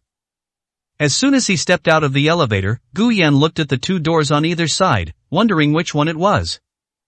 Just as I was about to knock on a door to take a look, I heard the door of the house next door open. He turned his head and looked over. A man and a woman, both around 50 years old, came out. Upon seeing Gu Yan, both of them couldn't help but frown. The two exchanged a glance, and suddenly, the man with the somewhat fierce appearance had a sudden flash of inspiration. Pointing at Gu Yan, he said, You're Gu Yan, right? Gu Yan frowned. He didn't recognize the two people in front of him. But he recognized himself and could even say his own name. The man took a step forward and quickly walked up to Gu Yan. "You are Gu Yan, right? Your brother Lin Zhe is my adopted son. Do you know where he is now? He hasn't come back to see me and his mother for many years." Upon hearing this, Gu Yan immediately took a step back to distance himself from the person. The woman with a somewhat harsh appearance, thin lips, and narrow eyes also came up. Pointing at Gu Yan without any politeness, she said, "Yes, you bring that brat back here, he's gone too far, he actually dared to run away." Upon hearing the woman's words, Gu Yan suddenly felt a sense of disgust. Are these Lin Zhe's adoptive parents? Whether you look at their faces or hear what they say, it's clear that these two are not easy to get along with. The life Lin Zhe lived after being adopted by them was probably worse than he had told them. The man suddenly turned around, chased the woman home, and then looked at Gu Yan. With a nauseating smile on her face, she said, "Gu Yan, your aunt may not be nice, but she's telling the truth. Lin Zhe is someone we raised. It's not right for him to just run away like that, is it? Why don't you tell him to come back quickly, so he can come back and take care of us in our old age?" Since Gu Yan knew that this person had treated Lin Zhe badly in the past, he naturally wouldn't give him a friendly look. Roll. Upon hearing this word, the man's lewd smile vanished instantly, and his entire demeanor darkened. That look was almost exactly the same as the expression of those psychopathic killers that Gu Yan had seen on TV before. He even felt a chill run down his spine. The man's lips curled into a sinister smile. "Looks like you have no idea what kind of life your brother had with Mei. He was nothing but a dog to me. When your own dog runs away, it's considered a heinous crime, and he should be killed. If it weren't for him, would I have been detained for over 2 years? What kind of bullshit child abuse is this? If it weren't for him, would I be banned from adopting children now? Gu Yan, you'd better be sensible, or I'll let you taste what it's like to be a dog." Hearing the man's words, Gu Yan felt as if she had been struck by lightning. "What did you say? Don't you understand what I mean? Lin Zhe used to live in a dog cage, crawling on the ground like a dog on a leash, eating and drinking from a dog bowl, all for a bite to eat. I was even rewarding him with beatings. I heard he's now with his wife. Couldn't have children. Guess why? Because I beat her. You have to spay or neuter your dog if you want to own one, understand? I beat him. Not neutering him is already letting him off easy." The man's tone was indifferent, as if it were a very commonplace matter. His gaze gradually fell on the door across the street. "What a pity, this dog is useless, but there will always be someone more capable." Hearing the man's words, Gu Yan's face turned extremely ugly. He clenched his fist and punched the man in the face. The man was old and had been a heavy drinker for years. His health had deteriorated significantly. Before he could react, Gu Yan punched him to the ground, and he almost passed out. Hearing the noise outside, the woman opened the door and rushed out again. "You dare hit my man, I'll kill you." While shouting, he reached out and scratched at Gu Yan. Gu Yan didn't hold back and slapped her across the face. This woman was also involved in treating Lin Zhe like a dog. The commotion outside quickly attracted the attention of the people in the room across the hall. Su Ting is embracing a man on the balcony. Su Ting's breathing was a little rapid and hoarse. "Brother Pang, can you hear any noise outside?" 237, Chapter 237. Lin Xiaoran won't come, she'll only feel like she's lost face. At this point, Zhang Peng couldn't care less about anything else. Who could care about what was happening outside? She hadn't felt this way in years. Zhang Peng is younger than Lin Zhe and is also more muscular. She possesses a special charm for Su Ting. This is something she couldn't feel from Lin Zhe. The noise outside had no effect on the two of them. At this moment, Lin Zhe's adoptive father had been knocked to the ground, and his adoptive mother had also been slapped down by Gu Yan. Anger surged within her, but seeing Gu Yan's murderous expression, she dared not stand up to resist. She had no choice but to shout, Su Ting, you come out here right now, come out and help." Logically, finding a man to help at this time would be the right choice. But Lin Zhe's adoptive parents and Zhang Peng were just neighbors. They didn't even have a very good relationship on a regular basis. All she could do was call Su Ting out. Because Su Ting has something on them that they can use against her. Moreover, Su Ting knows Gu Yan. Her help might be more effective. Even as Su Ting was enjoying herself, she heard the woman's shouts. He frowned and muttered a curse under his breath. So annoying, always interrupting other people's good time. She came here some time ago and only then did she learn that Zhang Peng and Lin Zhe's adoptive parents were neighbors. In the past, Su Ting would curse at Lin Zhe's adoptive parents whenever she saw them. After all, she knew very well how Lin Zhe's adoptive parents had treated him. However, Lin Zhe's adoptive parents witnessed her secret rendezvous with Zhang Peng. To shut them up and prevent them from spreading the word, she gave them 30,000 yuan. She felt she couldn't live without Zhang Peng anymore. Sometimes, she even considered divorcing Lin Zhe. But Lin Zhe treated her very well after all, and worked hard without complaint. She felt a little reluctant. They couldn't bear to give up such a good nanny. Most importantly, Zhang Peng disagreed. He enjoys the added prestige that comes with being married. Lin Zhe has already suffered so much injustice in the past, so what's a little more? Besides, she felt that not divorcing Lin Zhe and giving him a nominal family was already a great favor to him. Lin Zhe's adoptive mother's voice grew louder and louder, prompting the neighbors upstairs and downstairs to open their doors and listen. Su Ting and Zhang Peng were having a great time chatting when this matter interrupted them. Su Ting's face was filled with resentment. He said to Zhang Peng, "Go out and see what that old woman is up to." Su Ting is still unable to go out and see anyone. Her condition is obvious to anyone who looks at her, and she needs to calm down first. Zhang Peng glanced at her and said, "Okay, wait for me here, I'll chase that old woman away, and then we can continue our conversation." Upon hearing this, Su Ting gave Zhang Peng a shy glare. Zhang Peng walked to his doorstep, opened it, and his eyes widened in surprise. "Gu Yan, what are you doing here?" In the office, he was the one who disliked Gu Yan the most. Moreover, he had been beaten by Gu Yan before. He hated Gu Yan to the core. At this moment, Lin Zhe's adoptive father had already fainted, and his adoptive mother was slumped next to him, cursing at Gu Yan incessantly. Zhang Peng was covered in sweat, his face flushed. Anyone can see what he was just doing. Gu Yan's gaze fell on him, and her heart sank when she noticed the hickeys on his neck. "You and your girlfriend are at home?" Hearing this, Zhang Peng sneered. "What's it to you? Let me tell you, I've already called the police. Hitting someone, TSK, let's see if you can still work at this company." Gu Yan didn't waste any words with him, simply pushed him away and walked into the room. He had just heard Lin Zhe's adoptive mother call out Su Ting's name. He wanted to see who Zhang Peng's girlfriend was. Who exactly was that woman he had a secret rendezvous with at the company? Upon entering the room, a foul odor immediately greeted me. Gu Yan wasn't someone who hadn't experienced much, so he could naturally tell what kind of smell it was. He frowned and looked around the room, but couldn't find anyone. Only 2 rooms remained closed. He was about to go forward and open the doors to take a look when Zhang Peng suddenly blocked his way. "Gu Yan, this is trespassing. Believe me or not, I'll report you for burglary." Gu Yan looked at Zhang Peng and said coldly, "Your girlfriend is Su Ting, isn't she?" Zhang Peng was stunned for a moment. Su Ting had told him that no matter what, they should not let anyone else know about their relationship. Especially people in the company. She just got promoted, and who knows, she might be able to climb even higher in the future. If anyone finds out, she's finished.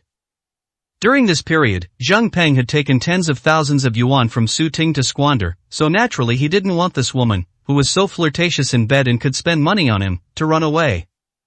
He crossed his arms, raised his head, and said, "Who is Su Ting? I don't know her. I advise you to leave now, or I won't be polite." Gu Yan ignored him and directly took out her phone to call Su Ting. The call was answered instantly. "Hey, Xiaoyan, is something wrong?" Her voice was a little breathless. "Sister-in-law, where are you now?" "I'm at the restaurant where your brother works. Was he hospitalized? I'm here to ask for leave for him." "Yes, ask for leave." Gu Yan could immediately tell from Su Ting's words that she was guilty and flustered. Just as he hung up the phone and was about to push Zhang Peng aside and open the door to see if anyone was inside, 2 policemen walked in from outside. "Officer, I called the police. It was him. He beat up an old man and forced his way into a house. I think he was going to commit burglary." Upon hearing Zhang Peng's words, the 2 police officers immediately tensed up and rushed over to subdue Gu Yan. One person took Gu Yan into the police car, while the other stayed behind to find out what was going on and comfort the victim. Lin Zhe's adoptive mother was still slumped on the ground on one side. She loudly accused Gu Yan while demanding a medical examination. When he arrived at the police station, someone offered to help him contact his relatives or a lawyer.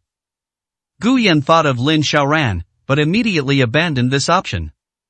Lin Xiaoran won't come, she'll only feel that she's lost face and caused trouble. After thinking for a moment, he took out his phone and found Lin Xiaoye's number. At least, Sister Xiaoye can help him find a lawyer. When I handed the phone to the policeman, it suddenly vibrated. Gu Yan was about to take a look when the police confiscated his phone, just as he saw that it was a message from Lin Xiaoran. He didn't see the message Lin Xiaoran sent him. Professor Gu is awake. Where are you now? I'll come pick you up. 238, Chapter 238. Xiaoran, although she is your wife, she is first and foremost a member of the Lin family. Gu Yan originally thought that Lin Xiaoye would hire a lawyer. But I didn't expect her to come over in person. Gu Yan felt a little embarrassed. She quickly stood up, bowed slightly, and said, Sister Xiaoye, thank you for your trouble. Lin Xiaoye told the lawyer behind her to handle the formalities and discuss compensation with the victim. Then someone walked up to Gu Yan. She glanced at him a few times, but her face showed no sign of blame. He took out a tissue and gently wiped the dust that was stuck to Gu Yan's forehead with sweat. Why did you suddenly start a fight? Gu Yan opened his mouth, wanting to explain but not knowing how to say it. He didn't want to tell anyone else about Lin Zhe's situation. That was Lin Zhe's past pain, and he shouldn't go around publicizing it.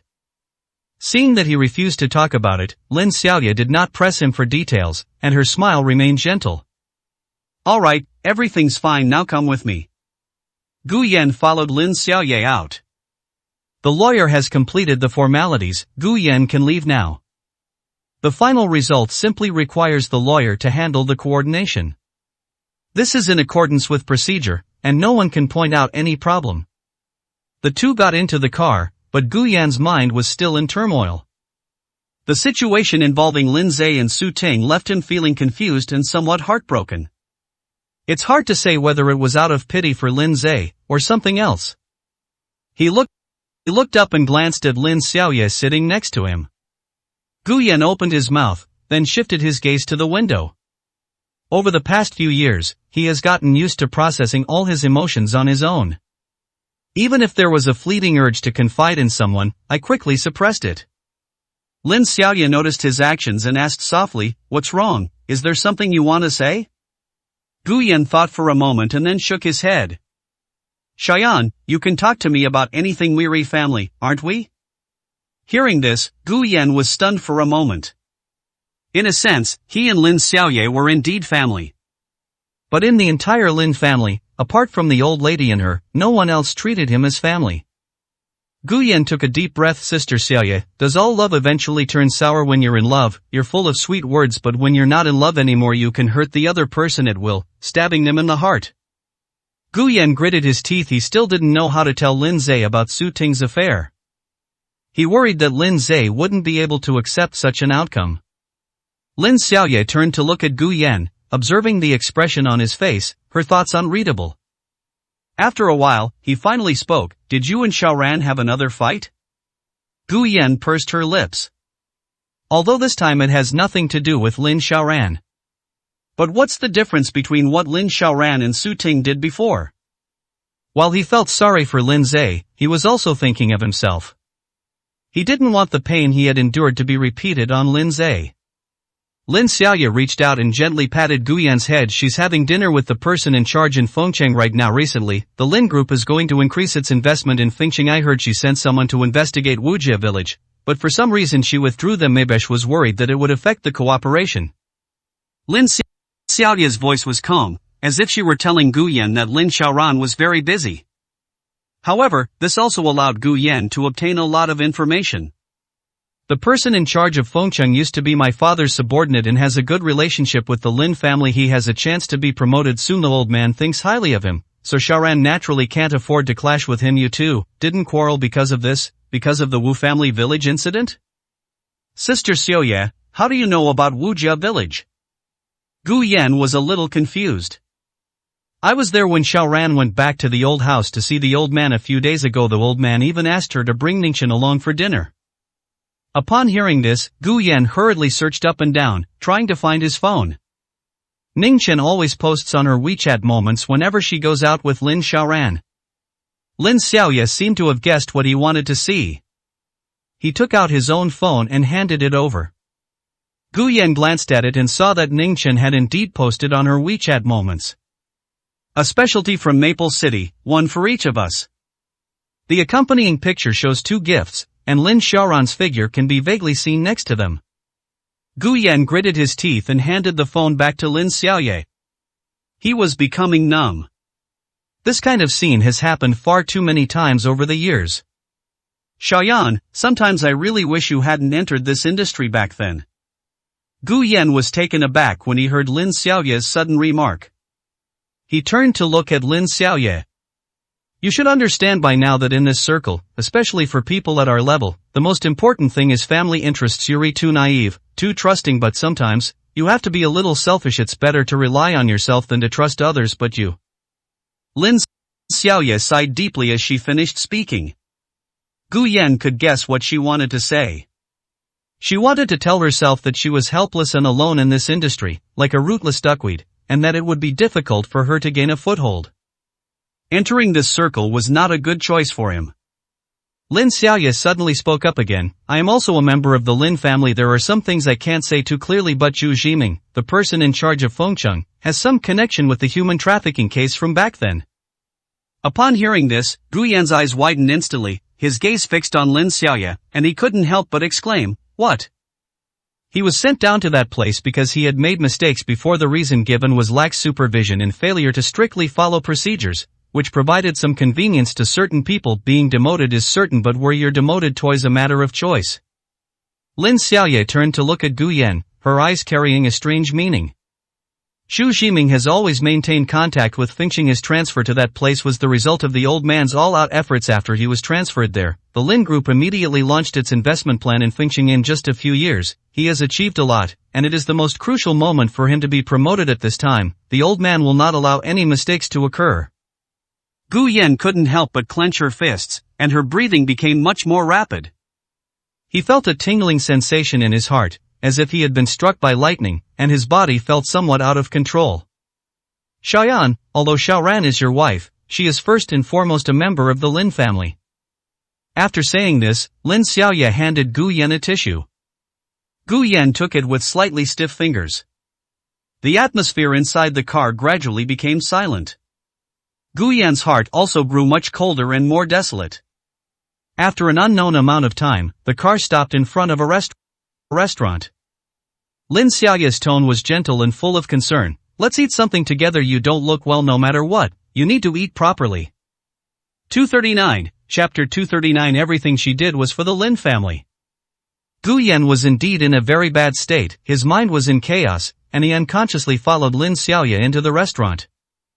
The restaurant is very upscale, with its luxurious decor evident even from the entrance. But Gu Yan had no interest in observing these things. Even Wang Lin, who was standing not far away, was not noticed. Wang Lin often socializes with these wealthy women. The group always had smiles on their faces. When Wang Lin saw Gu Yan and Lin Xiaoye appear there, her smile froze for a moment, and a hint of hatred and ferocity flashed in her eyes. He then chatted with several wealthy women around him with a smile. After noticing Gu Yan and Lin Xiaoye enter a private room, she pointed to the next private room and said, "Let's go to this one." The waiter led the group into the private room. Wang Lin stood at the door but did not go in. "You guys order first, I'm going to the restroom." Several wealthy women couldn't help but tease, "Your Xiaoran has been quite impressive lately. I heard the investment project with Fengcheng is going very smoothly. With Xiaoran in charge of the Lin Group in the future, there's nothing to worry about." "That's right, unlike my kids, all they do is play all day long. They don't know how to study or take on the responsibilities of the family at an early age.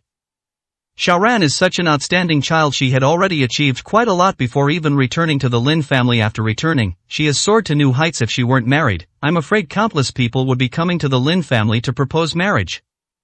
Oh, doesn't the Lin family still have a daughter who isn't married yet? Xiaoye is also a very outstanding girl. The private room fell silent instantly. They all realized that their topic of conversation was inappropriate and quickly changed the subject. It's not that Lin Xiaoye isn't good enough. It's not that Lin Xiaoran is so amazing. From the moment she returned to the Lin family, every project she undertook was a great success. They always managed to secure the greatest possible benefits for the Lin family. Moreover, projects that Lin Xiaoye couldn't understand were successfully completed after being handed over to Lin Xiaoran. The Lin group now appears to be a power struggle between the two sisters, who are equally divided in the business. But everyone knows that this was Lin Xiaoran's deliberate act. If she wanted, she could pin Lin Xiaoye to the ground at any time, making it impossible for her to compete with her for power. She can make Lin Xiaoye lose her chance to compete for the Lin group's inheritance at any time.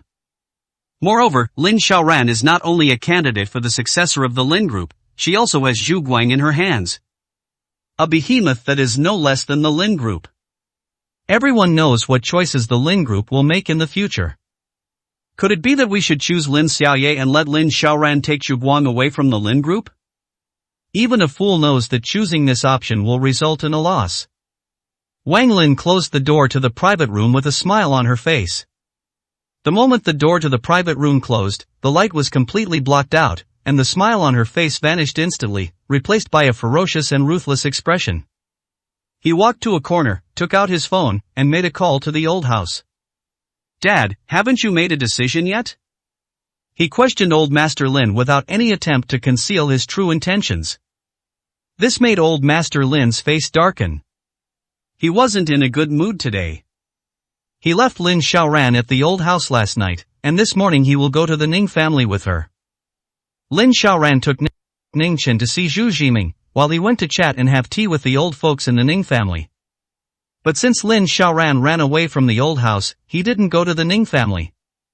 He was drinking tea alone in the old house when he heard Wang Lin's question, and his expression turned somewhat unpleasant. "What do you mean, are you here to force me to resign?" The old man was actually quite satisfied with his daughter-in-law, Wang Lin. Over the years, Wang Lin has made many contributions to the Lin family and also maintains good relationships with other wealthy women from other families, subtly positioning herself as the most central figure among them. She is a model daughter-in-law of a wealthy family. In comparison, Gu Yan, whom Lin Xiaoran found, was far inferior. He had a lot of opinions about Gu Yan. Especially after learning that Gu Yan's mother was a woman sold to the countryside and had done those sordid and shameful things in the village, he wanted nothing more than to kill Gu Yan. To erase the only stain on Lin Xiaoran's reputation. He had previously discussed this matter with his butler. No action has been taken yet. He couldn't tell everyone his true thoughts until he got Gu Yan away from Lin Xiaoran. Therefore, Wang Lin's sudden questioning made him somewhat furious. Wang Lin bit her lip and took a deep breath. "Dad, I can only have one of my two daughters as an heir. I love Xiaoye, but I also feel sorry for Xiaoran. She had to make a living on her own when she was little, and it still breaks my heart to think about it now. Even though she's not that close to me, I still favor her a little. So hard for me to make this decision as a mother." Listening to Wang Lin's incoherent words, old Master Lin frowned. "What are you trying to say?" Wang Lin clenched her fists tightly, as if she had made a very difficult decision.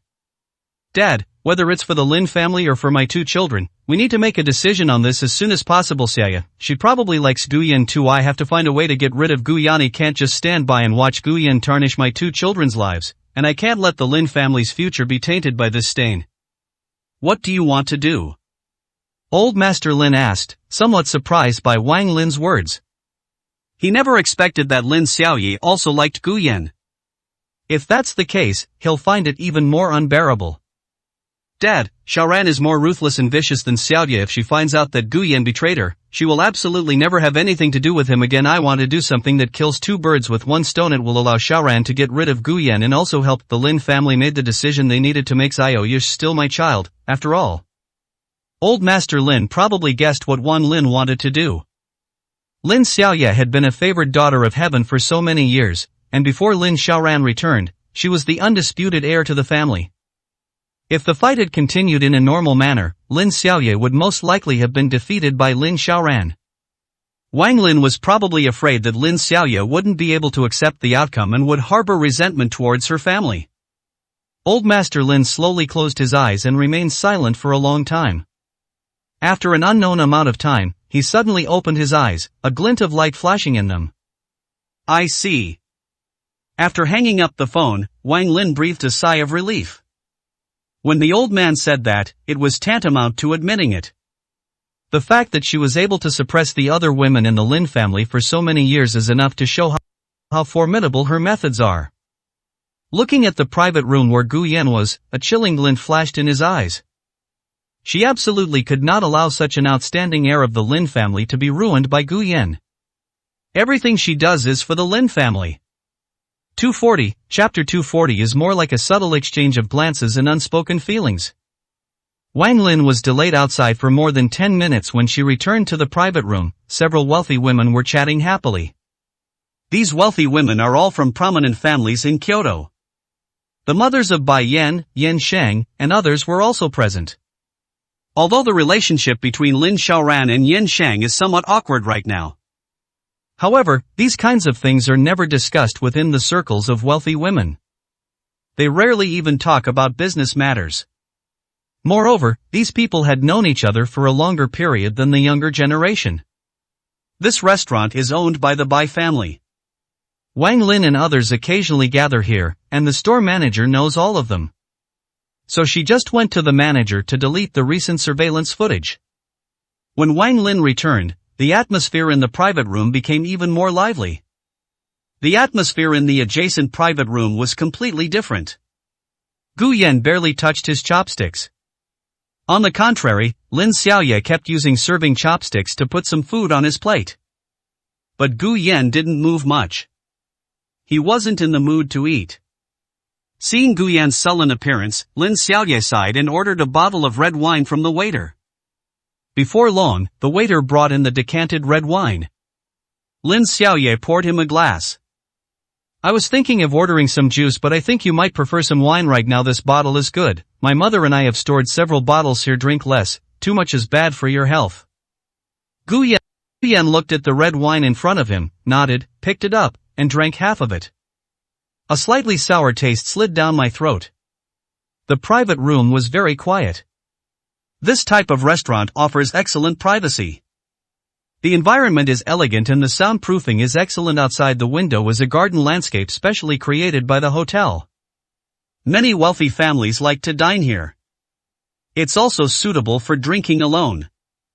Before he knew it, Gu Yan had drunk most of the red wine. Lin Xiaoye also drank quite a bit.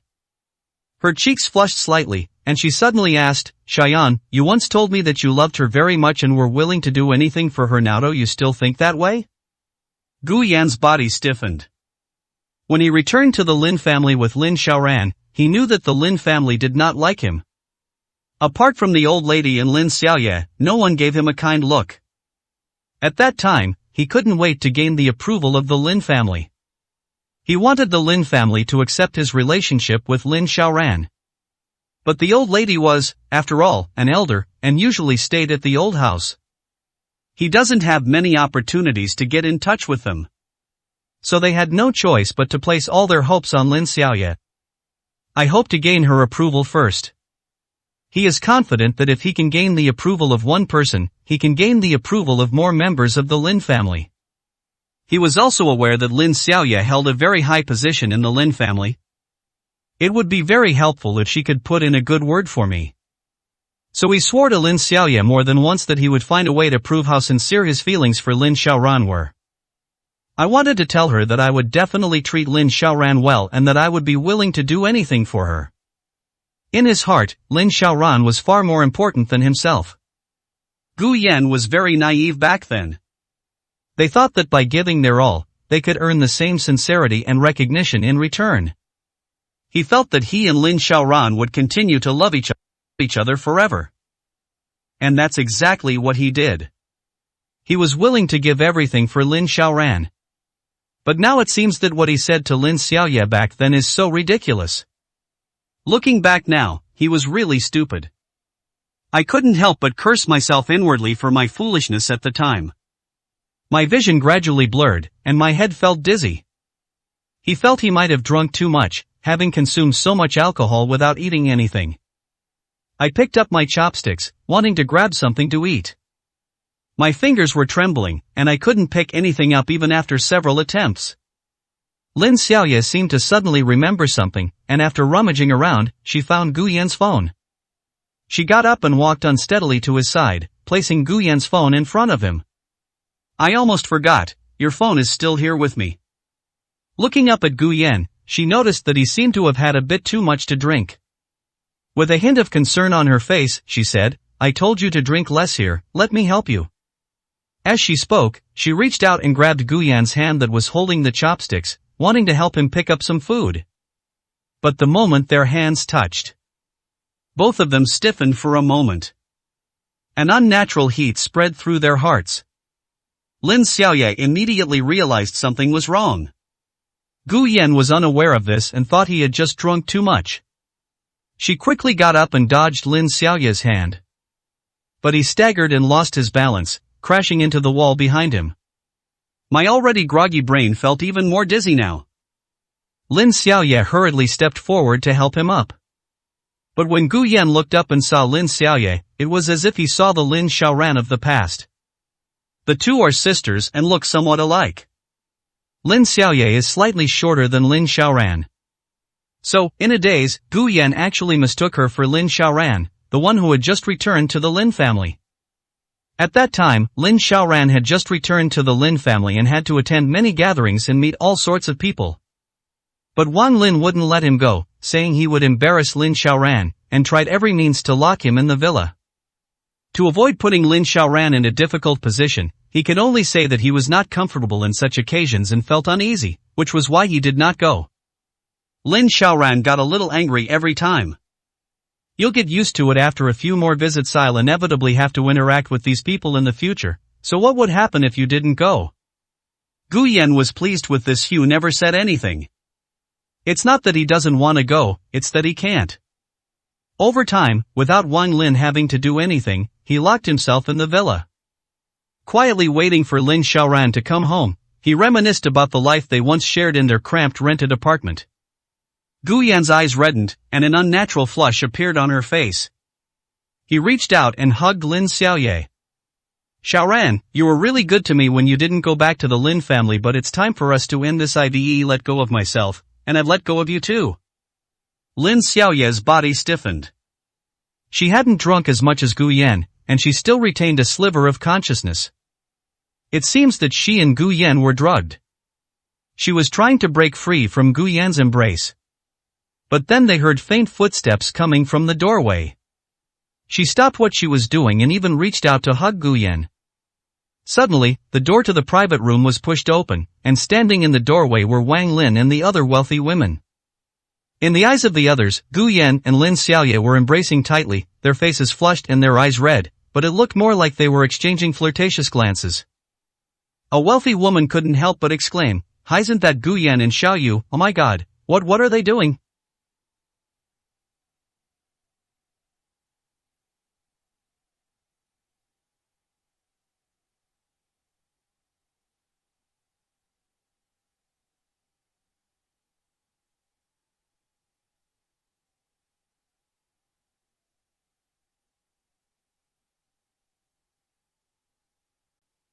Chapter 241. Sister Xiaoye is right, I want to be with her too. Lin Xiaoye hurriedly pushed Gu Yan away forcefully, but Gu Yan was unaware that someone was behind him, and Lin Xiaoye was unable to break free. This caused both of them to stagger. Wang Lin took a deep breath, her face extremely pale. He lowered his head slightly, concealing all the emotions in his eyes, and said in a deep voice, "Call Xiaoran and tell her to come over immediately." Gu Yan's head was spinning.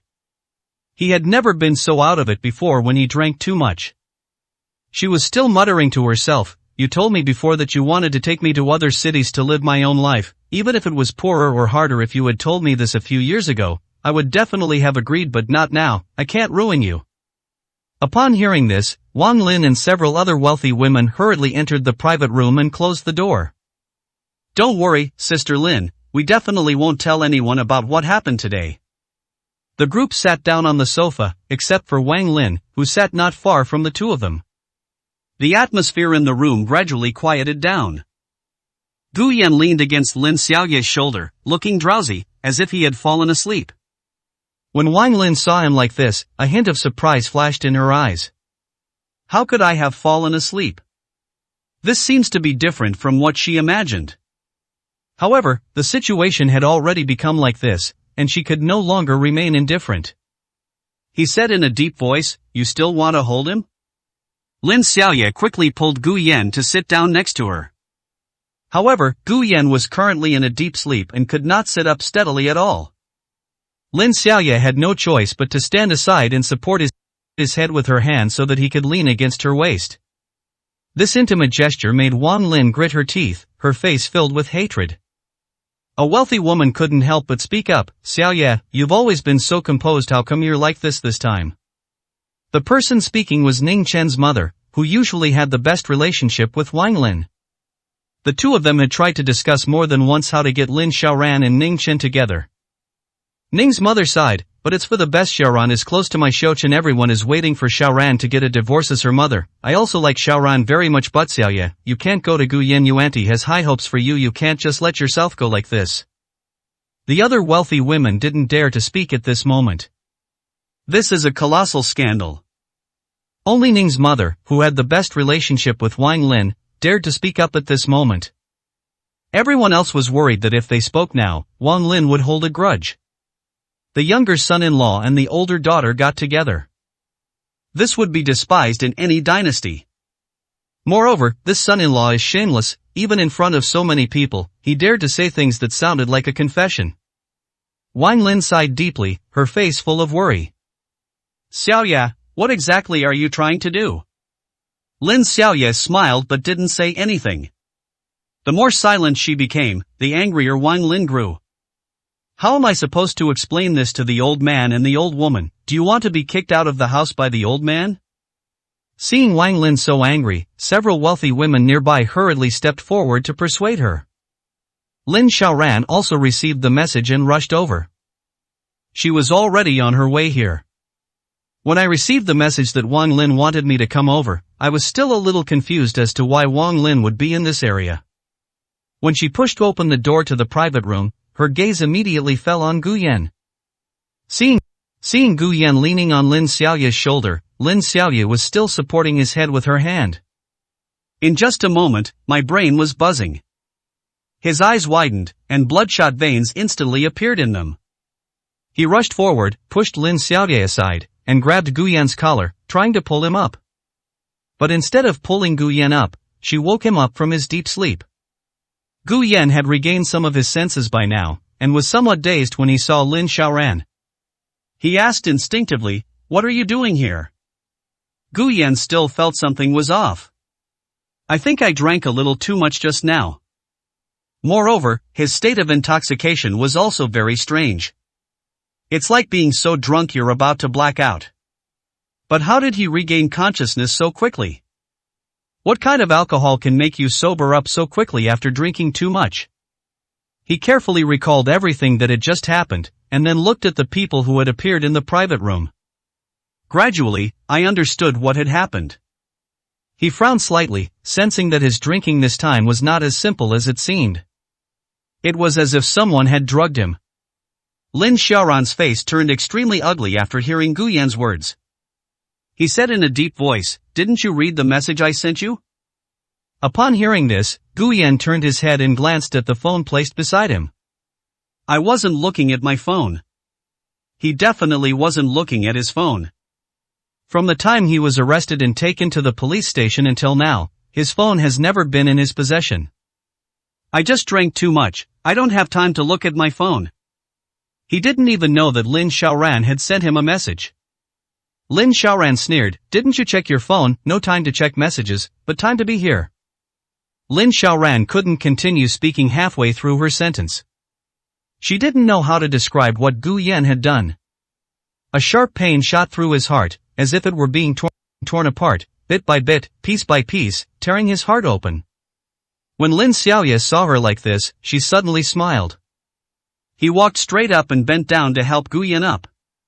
Gu Yan was now awake, although he didn't know why Lin Xiaoye wanted him to stand up. He didn't want to sit there and have to look up at the others. After Gu Yan stood up, Lin Xiaoye suddenly reached out and hugged Gu Yan's arm. Pulling herself, she rested her head on his shoulder. Mom, didn't you just ask me what I wanted to do? My thoughts are very simple. I want to be with Xiaoyan. She had barely finished speaking when she was slapped across the face. Lin Xiaoran reached out and grabbed her collar, her eyes red and her body trembling with anger. Lin Xiaoye, do you have a death wish? Lin Xiaoye, a woman who grew up in a wealthy family, almost never fights with others. Not to mention compared to someone like Lin Xiaoran who climbed up from the bottom. Young and beautiful women like this can't make it in the lower classes unless they're ruthless. No one in the entire industry is as ruthless as her. Lin Xiaoran picked up the wine bottle next to her and smashed it hard on the table. The wine bottle shattered instantly, leaving only a broken bottle covered in spikes in my hand. Without any mercy, Lin Xiaoran thrust the spiked end directly into her neck. If that prick had hit her, Lin Xiaoye would most likely not have survived. Gu Yan pulled Lin Xiaoye behind him and stood in front of the spikes himself. Lin Xiaoran hurriedly withdrew her hand, her voice hoarse as she roared, Gu Yan, get out of my way. Gu Yan stared intently at Lin Xiaoran, showing absolutely no fear of the sharp spikes. He showed no tolerance whatsoever towards Lin Xiaoran.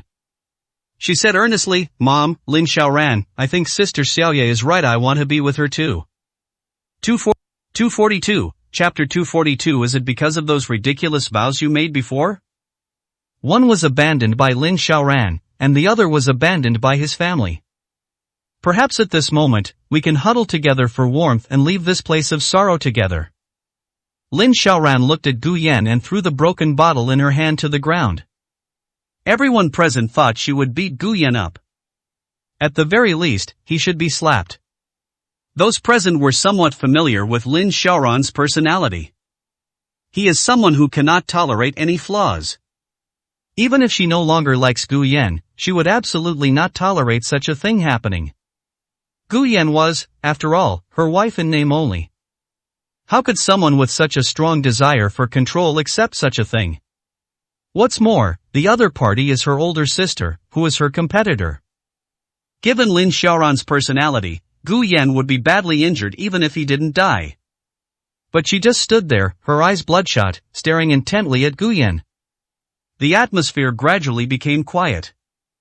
Looking at the way the others were, Wang Lin seemed to be thinking something. He took a deep breath and said in a low voice, Xiaoran, did you hear that? Did you hear what he said?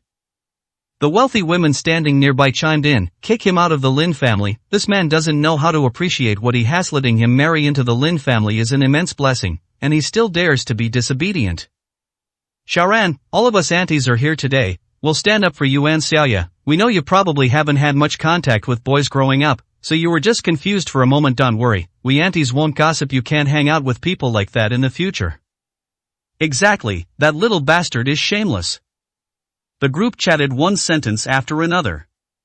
At first, they were trying to persuade the two sisters, Lin Xiaoran and Lin Xiaoye. Later, it turned into condemnation and abuse of Gu Yan. Gu Yan was already numb to these words. There have been far too many of these kinds of insults over the years. In comparison, these wealthy women are considered to be of good character. Compared to their children, the insults weren't filthy enough. He was now certain that he had just been drugged. The person who administered the drug was most likely Wang Lin. There's no reason for anyone to drug him.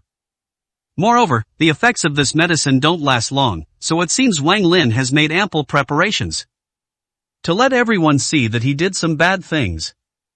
But it can also bring him back to his senses quickly. This is enough to show that Wang Lin's plan is very comprehensive and meticulous.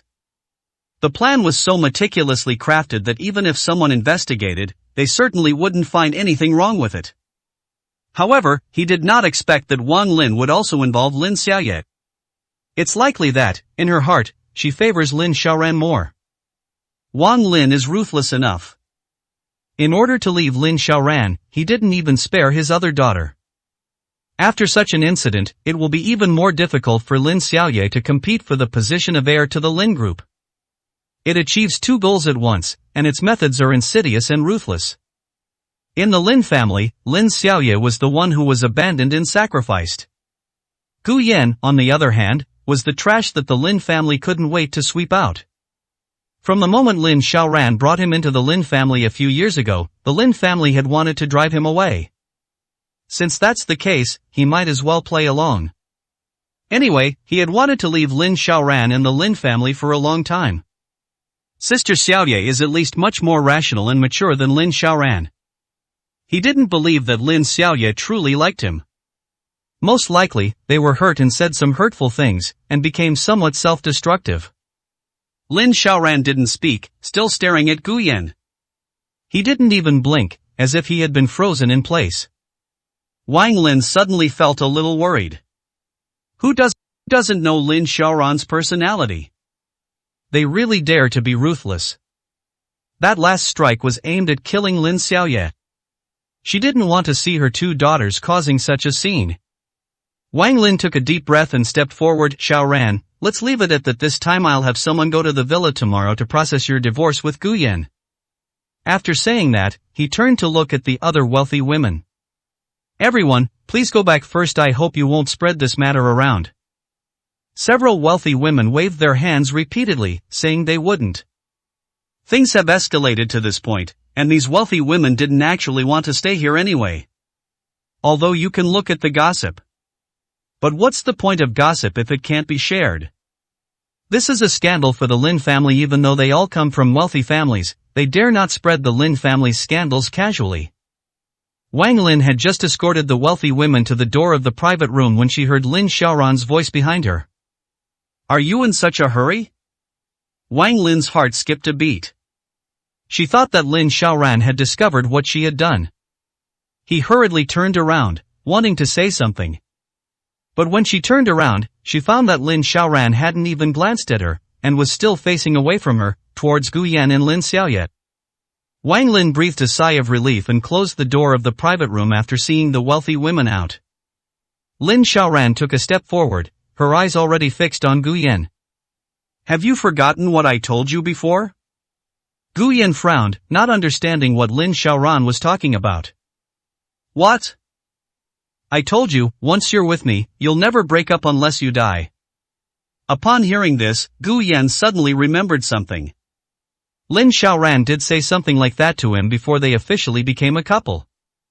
In her love life, she doesn't accept breakups or divorces. If they absolutely have to separate, the only way is for one of them to die, and for the household registration book to show that they are widowed. Gu Yan didn't think there was anything wrong with it at the time. At that time, he loved Lin Xiaoran to the core. I never imagined I would break up with her. Later on, he simply dismissed Lin Xiaoran's earlier words as nonsense. After all, she herself had betrayed the relationship. What's the point of saying all this now? Lin Xiaoran found a small knife on the table next to her and handed it to Gu Yan with the handle end out. Gu Yan frowned even more deeply. What do you mean? Go ahead and do it. Either you end it yourself, or you send me off with your own hands. Lin Xiaoran's voice was unusually cold. Gu Yan could tell she wasn't joking. Wang Lin's expression immediately changed. Xiaoran, what are you trying to do? She was genuinely worried that Gu Yan might take a knife and do something to Lin Xiaoran. Gu Yan took a half step back. Lin Xiaoran, can you stop messing around? Is this fun? I don't want to play with you. You don't dare to make a move. Don't worry, even if you kill me, I will give the order, and no one will hold you accountable. Upon hearing this, Gu Yan felt a surge of anger. Don't you think what you're saying is ridiculous? You say you won't pursue it and that's it. Do you think the law is a joke? Why should I play games with you? Why should I commit suicide? And why should I become a murderer, just because of those ridiculous vows you made before? 243, Chapter 243. What he wanted was never money. After hearing Gu Yan's words, Wang Lin's expression softened considerably. She was genuinely worried that Gu Yan might impulsively take the knife. Now it seems that although Gu Yan is trash, at least he still has a little bit of rationality. Wang Lin walked to Lin Xiaoran's side and reached out to take the knife from her hand. Xiaoran, why are you playing this pointless game with him? Who do you think you are? What is he anyway, that he's not worthy of risking his life for you? Listen to me, Xiaoran, let's stop this nonsense. Gu Yan has been cheating on you for a long time, and it was your sister he cheated on with. If it weren't for the fact that you're from the Lin family, he probably wouldn't have cared so much, wouldn't have kept putting up with it, and would have told the truth long ago. Upon hearing these words, Lin Xiaoran slammed her fist on the table next to her. The plates on the table made a crisp sound. Endure it, I'll endure it for the rest of my life, I'll endure it for the rest of my life. Wang Lin was stunned when she heard this. What's the meaning? Tolerate him for the rest of your life? Even though they already know about this, why are they still putting up with it? Could it be that Lin Xiaoran already knew about Gu Yan and Lin Xiaoye's affair? But she still didn't want a divorce. Are you planning to keep enduring this indefinitely? What is she after? Is this still the Lin Xiaoran she knows? Suddenly, a very outrageous guess came to Wang Lin's mind. If this hadn't happened today, if so many people hadn't seen this scandal. It seems that Lin Xiaoran will continue to entangle herself with Gu Yan like this. She didn't care at all even though Gu Yan had already cheated on her. Wang Lin couldn't understand why she was doing this. Is the intention to keep Lin Xiaoye as a mistress, unable to have the love for Gu Yan? Or is it that she just can't let go of Gu Yan, and is unwilling to let Gu Yan leave her grasp no matter what? In an instant, Wang Lin's gaze toward Gu Yan was filled with boundless hatred. She never imagined that Gu Yan had ruined her two daughters to this extent. She originally thought that if Lin Xiaoran saw this, given Lin Xiaoran's personality, she would definitely not tolerate it. She would definitely divorce Gu Yan immediately. Moreover, Gu Yan will also suffer Lin Xiaoran's revenge. She will no longer have to worry about Gu Yan causing any trouble for Lin Xiaoran or the Lin family. But what if Lin Xiaoran knew all this all along and still endured it? How can she get Lin Xiaoran to give up her marriage with Gu Yan? Wang Lin suddenly felt a wave of despair and subconsciously took half a step back, her face drained of all color. Lin Xiaoran was still staring at Gu Yan, seemingly ignoring Wang Lin's situation. If you won't do it, then I will. Lin Xiaoran picked up a knife and slashed her wrist. A streak of blood appeared on his wrist. When Wang Lin saw this scene, her scalp tingled and her heart stopped. You're insane, quick, someone come here, someone come here. Wang Lin frantically tried to find something to press down on the wound on Lin Xiaoran's wrist. But Lin Xiaoran was perhaps too emotional. The cut did not sever the most critical artery, blood continued to flow, but not in a gushing manner. Lin Xiaoran's expression was not good, clearly, the cut had also hurt her. But she raised the knife again, wanting to strike once more. She has always been ruthless. Whether it's towards the enemy or towards oneself. I have never shown any mercy. Once they started, they used ruthless methods. One cut isn't enough, so let's do another.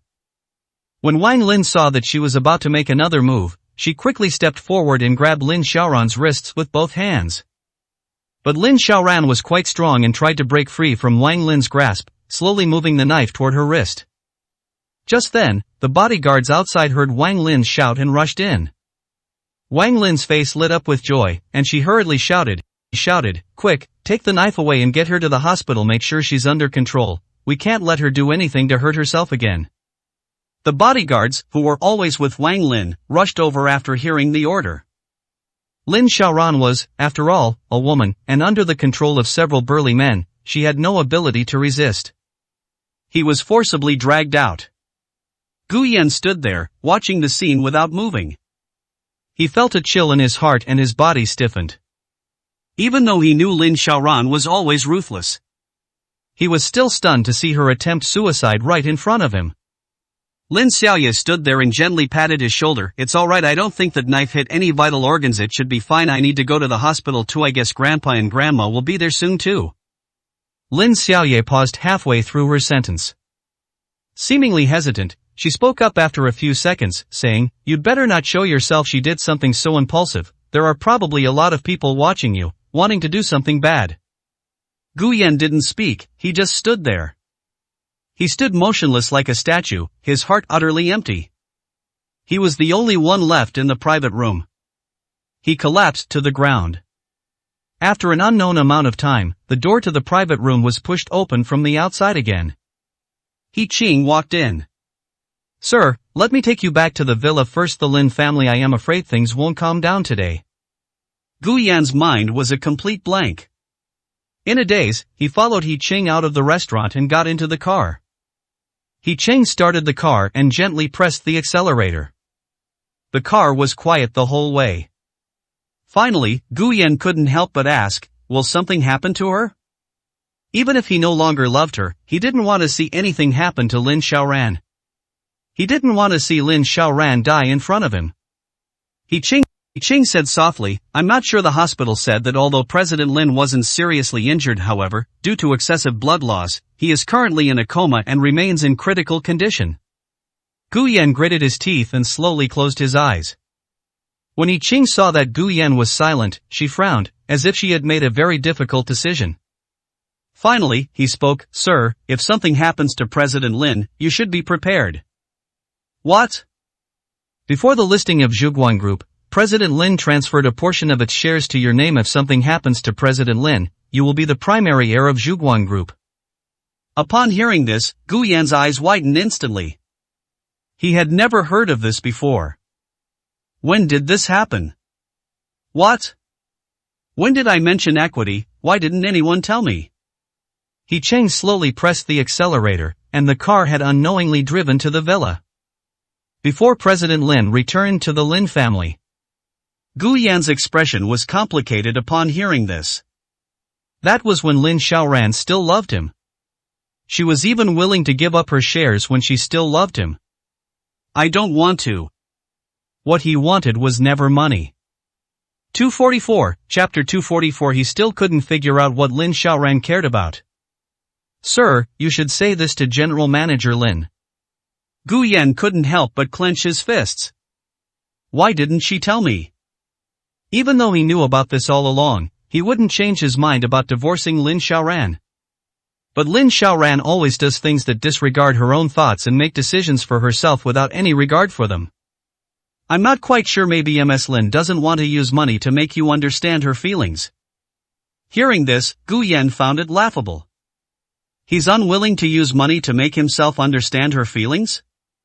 Hasn't she already given her heart to someone else? In her heart, wasn't she just a vain and greedy person? Suddenly, Gu Yan seemed to understand why. Is she worried that if she tells me about this, I won't think about divorcing her, and that it will hinder her relationship with Ningchen? He Qing was taken aback when she heard this. Before she could say anything, Gu Yan continued, in her heart, isn't my relationship with her just for money? Tell her I don't want any of that. I can transfer all the shares back to her so she doesn't have to worry anymore. No wonder Lin Xiaoran has always disagreed with the divorce. Once they actually get divorced, half of the business that Lin Xiaoran has worked hard to build over the years will be taken by me. Based on Gu Yan's understanding of Lin Xiaoran, she would never agree to such a thing happening. At that moment, Gu Yan finally understood. While she still loved him, he impulsively made the decision to transfer the shares to himself. Now I regret it, but there's nothing I can do but keep putting it off. No wonder he just tried to commit suicide. If I die, the shares will revert to her hands. If she couldn't die herself, she simply took her own life. This way, you won't have to watch helplessly as half of your hard work is taken away. For Lin Xiaoran, her career is even more important than her life. The initial shock I felt when I saw Lin Xiaoran cut her wrists finally subsided at this moment. He Qing took a deep breath. Sir, President Lin probably won't agree. Why, in her heart, am I just a vain man who only married her for money? He Qing pursed her lips. Sir, even if you really are that kind of person, President Lin won't care. You seem to have never understood what President Lin cares about. What is it? Gu Yan truly couldn't understand what He Qing was saying.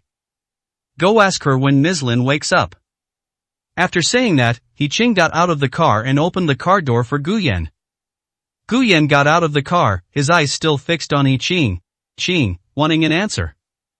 But He Qing didn't say, until President Lin is out of danger and regains consciousness, No one will be allowed to enter the villa, sir. You shouldn't go to work either. Old Master Lin was furious when he heard the news. You'd better stay in the villa and not go out. After saying that, He Qing got into the car. Gu Yan didn't say anything and walked heavily into the villa. He locked himself in his bedroom and stared blankly into space. He couldn't help but recall everything that had happened between him and Lin Xiaoran over the years. They started as a couple, relying on each other for survival, and struggled together in a big city. Later, after getting married, he discovered that Lin Xiaoran no longer loved him. After accepting this fact, he wanted to escape from Lin Xiaoran's side. He still couldn't figure out what Lin Xiaoran cared about. Anyway, it's definitely not me. Otherwise, why would she have hurt herself time and time again over the years? Only those who have truly loved each other know how to hurt each other in the most painful way. Over the years, he has suffered excruciating pain, feeling as if his heart and liver were being torn apart. There was a time when he and Lin Xiaoran dreamed about their future life together. By that time, Lin Xiaoran's career had already started to take off. He and Lin Xiaoran lived together in a cramped rented apartment, fantasizing about what life would be like for the wealthy in the future. At that time, Gu Yan could only rely on what she saw in TV dramas to imagine. I fantasize that once I'm rich, everyone around me will be low-key, cultured, and well-mannered. But later, he went back to the Lin family with Lin Xiaoran. All the wealthy people I've met are sharp-tongued and mean-spirited. He wants to kick himself whenever he gets the chance. All the filters I had imagined in the past have shattered. He had his worries before. He even asked Lin Xiaoran, what if we become very rich in the future, and I develop a taste for a luxurious lifestyle and become someone who only knows how to squander money and indulge in debauchery? He had read too many novels and TV dramas about the changes that occur when poor people suddenly become rich. He lived a life of poverty since childhood, and had been poor for far too long. He didn't know what he would become once he had money. What was Lin Xiaoran's answer at that time? You'd drive an extra 2 kilometers just to buy groceries, all to save a little money. How much could you possibly spend? Gu Yan had a very poor childhood and was always very careful with money. Even later, when their lives improved, he remained very frugal. When Lin Xiaoran made that joke, he deliberately provoked her by asking, what if I change my mind one day? Lin Xiaoran buried her head in his chest and banged it hard. If you change your mind, I'll win your heart back. If you dare to be with someone else, I'll kill you, and then kill myself. Gu Yan smiled at that moment. How could he possibly change his mind? He didn't believe Lin Xiaoran would change her mind at the time. Looking out the window, Gu Yan's eyes gradually became lost. The phone rang, and I answered it. The call was made by the bodyguard who was waiting outside Lin Zai's hospital room. Sir, it seems Mr. Lin ran into his parents at the hospital, and there's a huge commotion there. Would you like to want to come and take a look? The people who came said they were Lin Zai's parents, and the bodyguards didn't dare to stop them. They didn't stop the woman until they saw Lin Zai being hit. But the woman immediately knelt on the ground and started making a scene. These bodyguards didn't dare to do anything. After all, Lin Zai did not deny that they were not his parents. Gu Yan took a deep breath, hung up the phone, walked out of the villa, and drove straight to the hospital. The journey to the hospital went smoothly. At the entrance to the ward, Lin Zai's adoptive mother was sitting on the ground, pointing at the bodyguards blocking the door and cursing loudly. Lin Zai, you ingrate, get out here right now. I only slapped you twice and you had me kicked out. You think you're so tough now? Haven't I slapped you enough before? Upon hearing these words, Gu Yan's face immediately darkened. He stepped forward, grabbed Lin Zai's adoptive mother, and slapped her twice across the face. Lin Zai's adoptive mother originally brought Lin Zai's adoptive father to get a medical examination. You can only claim compensation after you receive the medical examination results. She never expected to run into Lin Zai here. He tried to rush into the ward but was stopped by the bodyguard. She was only allowed in after she said she was Lin Zai's mother. Upon seeing Lin Zai, her anger flared even more, and she slapped him twice across the face. Before he could even utter 2 words of abuse, he was dragged out by bodyguards and blocked outside the ward. Suddenly, she was pulled up and slapped twice, leaving her completely stunned. But when she saw that the person who hit her was Gu Yan, her face instantly turned ferocious. It's you, how dare you lay a hand on me, I'll kill you. 245, Chapter 245. It was just like when Lin Zhe helped him escape from the orphanage back then. Gu Yan just stood there watching her.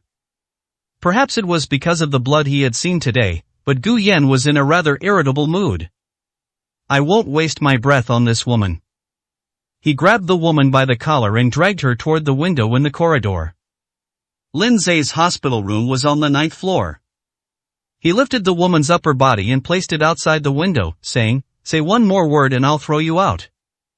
The woman was terrified and turned pale. She had wanted to shout for help. Upon hearing Gu Yan's words, she quickly shut her mouth and didn't dare to say a word. The bodyguards behind Gu Yan were somewhat surprised to see this.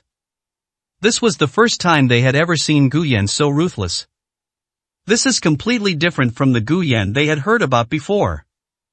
The patients and their relatives in the surrounding wards already found the woman noisy, and no one came out to stop her at this point. The woman trembled with fear, feeling her upper body floating in the air. Coupled with the fact that her husband had been brutally beaten by Gu Yan earlier, she now clearly realized that Gu Yan was not someone to be trifled with. He really dares to throw himself down. Gu Yan certainly wouldn't actually throw her down, he was just trying to scare her. He said in a deep voice, "Don't bother my brother again if you understand, just say so. If you don't, go to hell." 3 can understand. I dare not come. The woman was so frightened she could barely speak. Gu Yan carried her back. The moment the woman touched the ground, her legs gave way and she collapsed to the floor. He didn't dare say another word, hurriedly propped himself up, and scrambled away into the distance. Gu Yan turned and walked into the ward. Lin Zhe's face turned deathly pale. His face turned extremely pale the moment his adoptive mother appeared. Gu Yan sat down by the hospital bed, and Lin Zhe finally realized what was happening. Xiao Yancha's gone? Okay, I'm leaving. That's good. Your sister-in-law just said she was going to come see me. If we run into each other, we're bound to have a big fight. Lin Zhe is still thinking about preventing Su Ting from getting into arguments with others. Even if the other party is someone who bullied him in the past. Gu Yan pursed his lips, wanting to say something. But before I could even open my eyes, the ward door was pushed open. Su Ting walked in, her expression somewhat unnatural. Honey, I think I just saw your adoptive mother.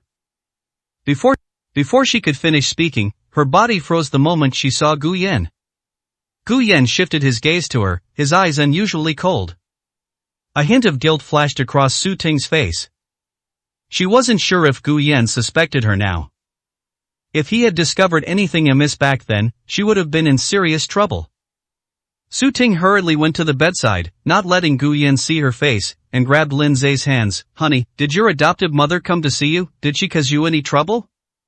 Before Lin Zhe could speak, Gu Yan asked, Sister-in-law, what have you been doing at Huanliu in these past few days?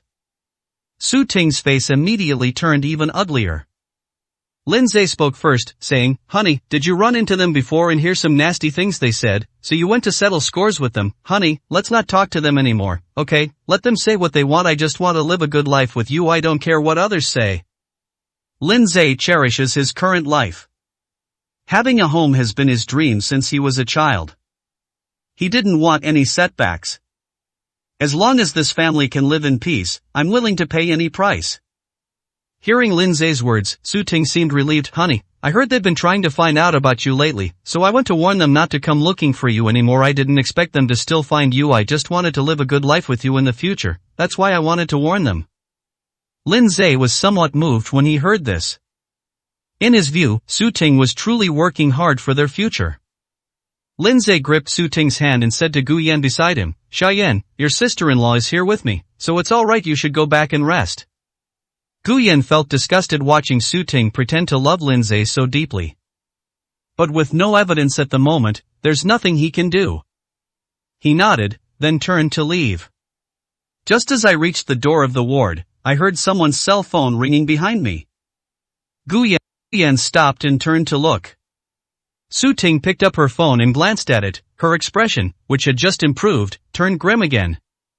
In those few short minutes, Su Ting practically became a master of face-changing. Even Lin Zhe felt that something was not quite right.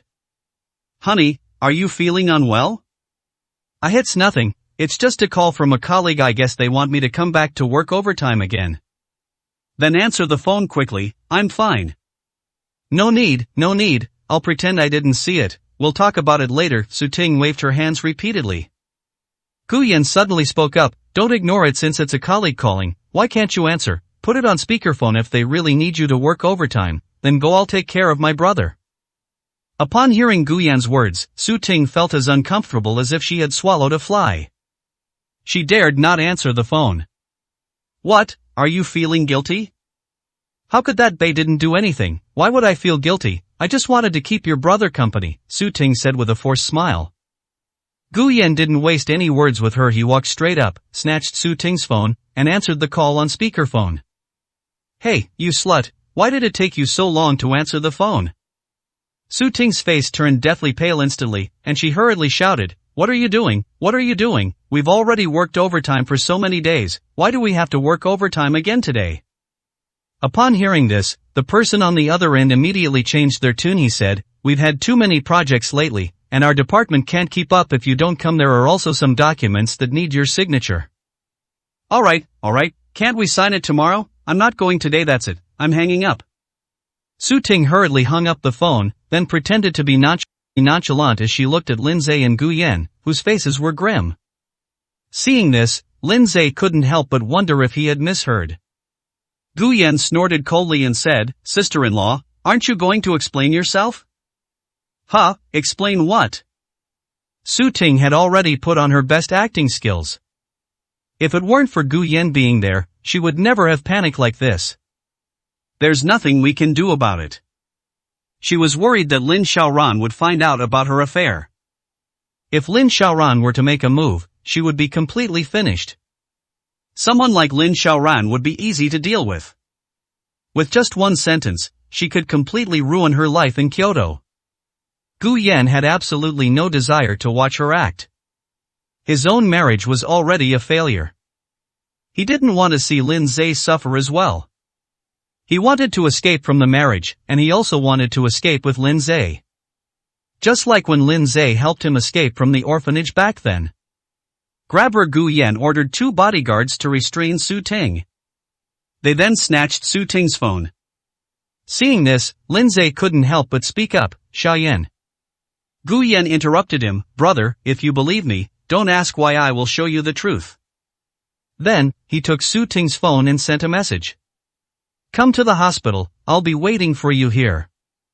246, Chapter 246 I've satisfied your wife, shouldn't you thank me? Su Ting had saved that man's contact as boss. No one who saw this would have guessed that this was the person she was having an affair with. The message was replied to very quickly. Why would I go to the hospital for no reason, are you crazy? Upon seeing this reply, Su Ting, who was standing to the side, visibly breathed a sigh of relief. He hurriedly said, This is the leader I mentioned before, whom I've always disliked, is always making things difficult for me, so his attitude is always bad. She looked up at Gu Yan halfway through her sentence. Speaking of which, I have to thank Xiaoyan for speaking up for me to get promoted, otherwise, his attitude towards me would be even worse now.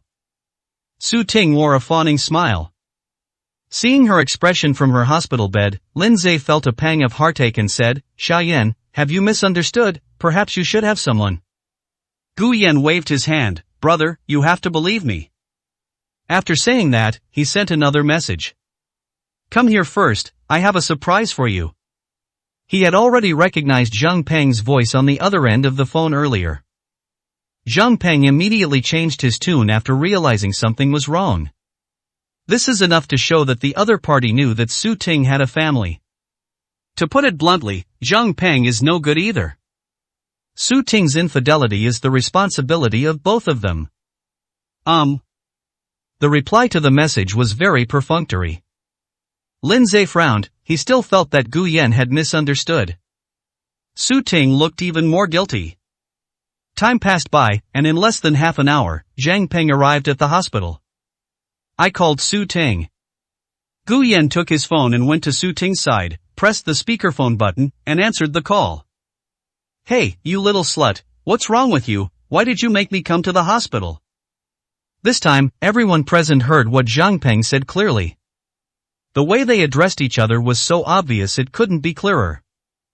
Lin Zhe's face immediately changed, turning deathly pale. His eyes instantly filled with despair.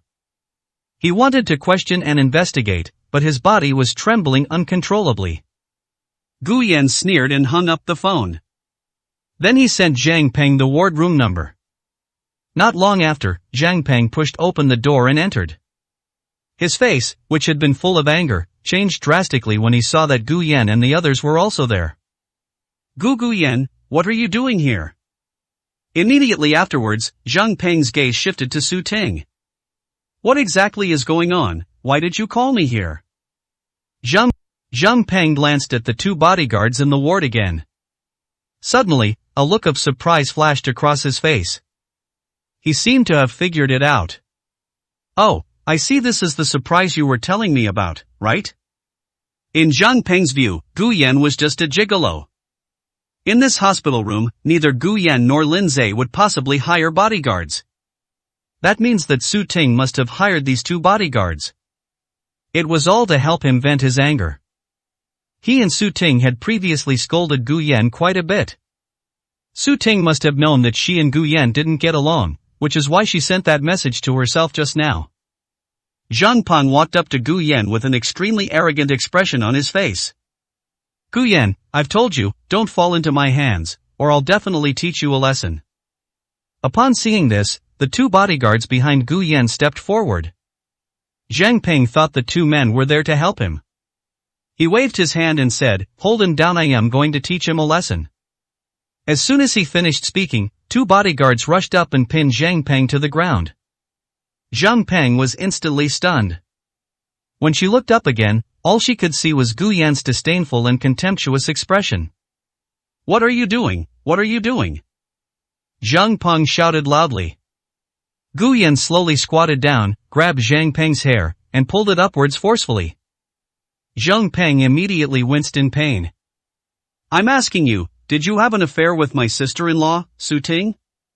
Zhang Peng was taken aback when he heard Gu Yan's words. He never expected that Su Ting and Gu Yan had such a relationship. So that means Lin Zhe is Gu Yan's brother?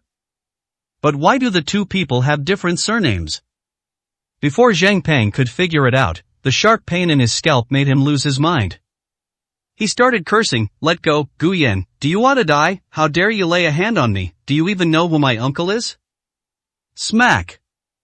With a loud bang, Gu Yan slapped him across the face. Too much has happened today. He really has neither the mind nor the energy to waste words with Zhang Peng. Answer my question. Zhang Peng was so slapped that he completely lost his senses. He shouted, "I did it, so what? Go ahead and kill me if you dare. Damn it, Lin Zhe is a useless piece of trash. What's wrong with me satisfying her?" Upon hearing this, Gu Yan simply slapped Zhang Peng across the face repeatedly, knocking out one of his teeth and leaving his cheek swollen like a pig's head. At this moment, Su Ting had collapsed to the side, trembling with fear. She wasn't afraid that Gu Yan would hit her. She was afraid that she would be fired from the Lin group. Zhang Peng has a good uncle, so there's nothing to worry about. But she didn't. He was able to become the team leader because of his relationship with Lin Xiaoran. Gu Yan seemed to be getting tired of fanning. She slowly got up and came to Lin Zhe's side. "Brother, I know you cherish this marriage, but Su Ting's infidelity is a fact. We can't keep lying to ourselves like this. It's time to end it. From now on I'll protect you." Lin Zhe took a deep breath, his eyes already brimming with tears. Tears streamed down his face so much that he could no longer see the person in front of him. The voice was extremely hoarse. When did this begin?" Su Ting didn't dare to say a word at this moment. Zhang Peng spat out a mouthful of blood, his mouth still hardening. "A few months, I guess these past few months I've given your wife the absolute best. You should be thanking me." Upon hearing this, Gu Yan simply kicked him. Zhang Peng was kicked over, and his phone fell out of his pocket. Gu Yan picked it up and used Zhang Peng's finger to unlock the phone. Su Ting must have wiped all the chat history clean on her phone.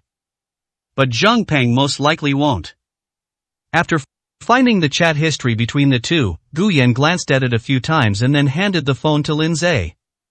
He didn't expect that Su Ting not only cheated on him, but also transferred tens of thousands of yuan to Zhang Peng intermittently.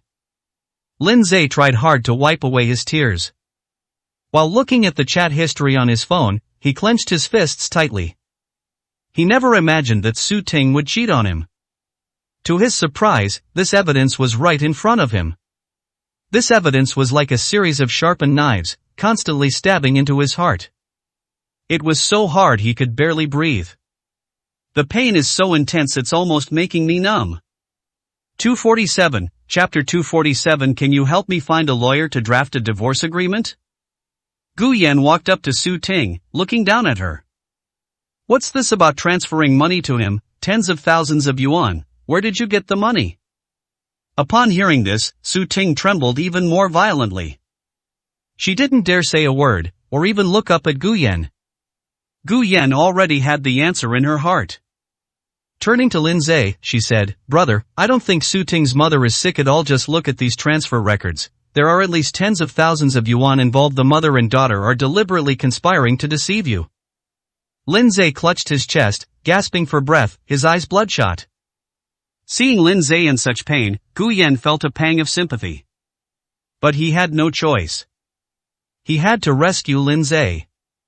After an unknown amount of time, Lin Zhe was covered in cold sweat, and his emotions seemed to have calmed down a little.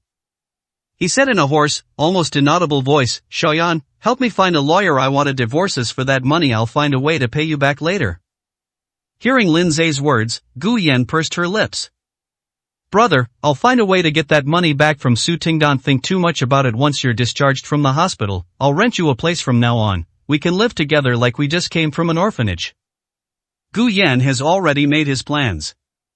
After helping Lin Zhe escape, all that's left is for myself. He was destined to divorce Lin Xiaoran. After the divorce, he can be with Lin Zhe. It was just like when the two of them had just run away from the orphanage. Now, at least the two of them don't have nowhere to live. It will be much better than my previous life.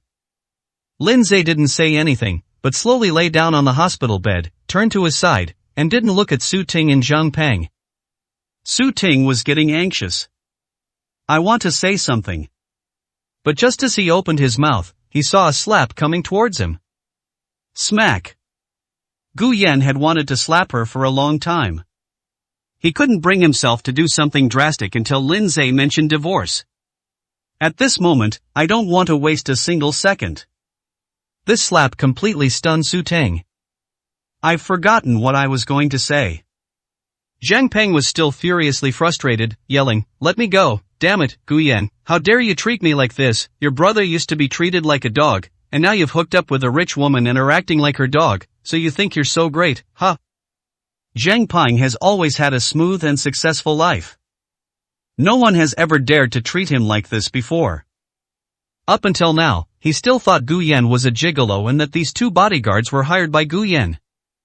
So he cursed at Guyen without any restraint. His uncle is a high-ranking executive in the Lin Group. Guyen wouldn't dare to cripple or disable himself, would he? Take him out and beat him, as long as he doesn't die. Guyen shouted with a gloomy face. Two bodyguards quickly dragged the two men out of the ward. Soon, the faint screams of two people could be heard outside the ward. Walking back to the bedside, he could clearly feel Lin Zhe's body trembling. Xiaoyan Su Ting told me before that she wouldn't care about what I'd been through in the past and she would never tell anyone about it. For Lin Zhe, this was the last bit of dignity he had left. He used to love Su Ting very much and trust her completely. So he entrusted her with protecting this last bit of dignity. As a result, she trampled on it so wantonly. She even told the man she was having an affair with about these things. If Lin Zhe's initial statement about wanting a divorce was somewhat impulsive, then at that moment, he truly decided to end the marriage.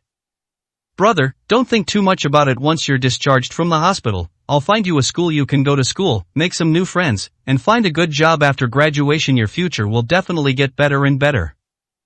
I will talk about it later, I'm already so old." Brother, you're only in your 20s. What do you mean by that, old? Some people who repeat their senior year for over 10 years before going to university don't even realize they're old. Just listen to me on this matter, I'll arrange it for you. Lin Zhe has always been a person with low self-esteem. Unlike Gu Yan.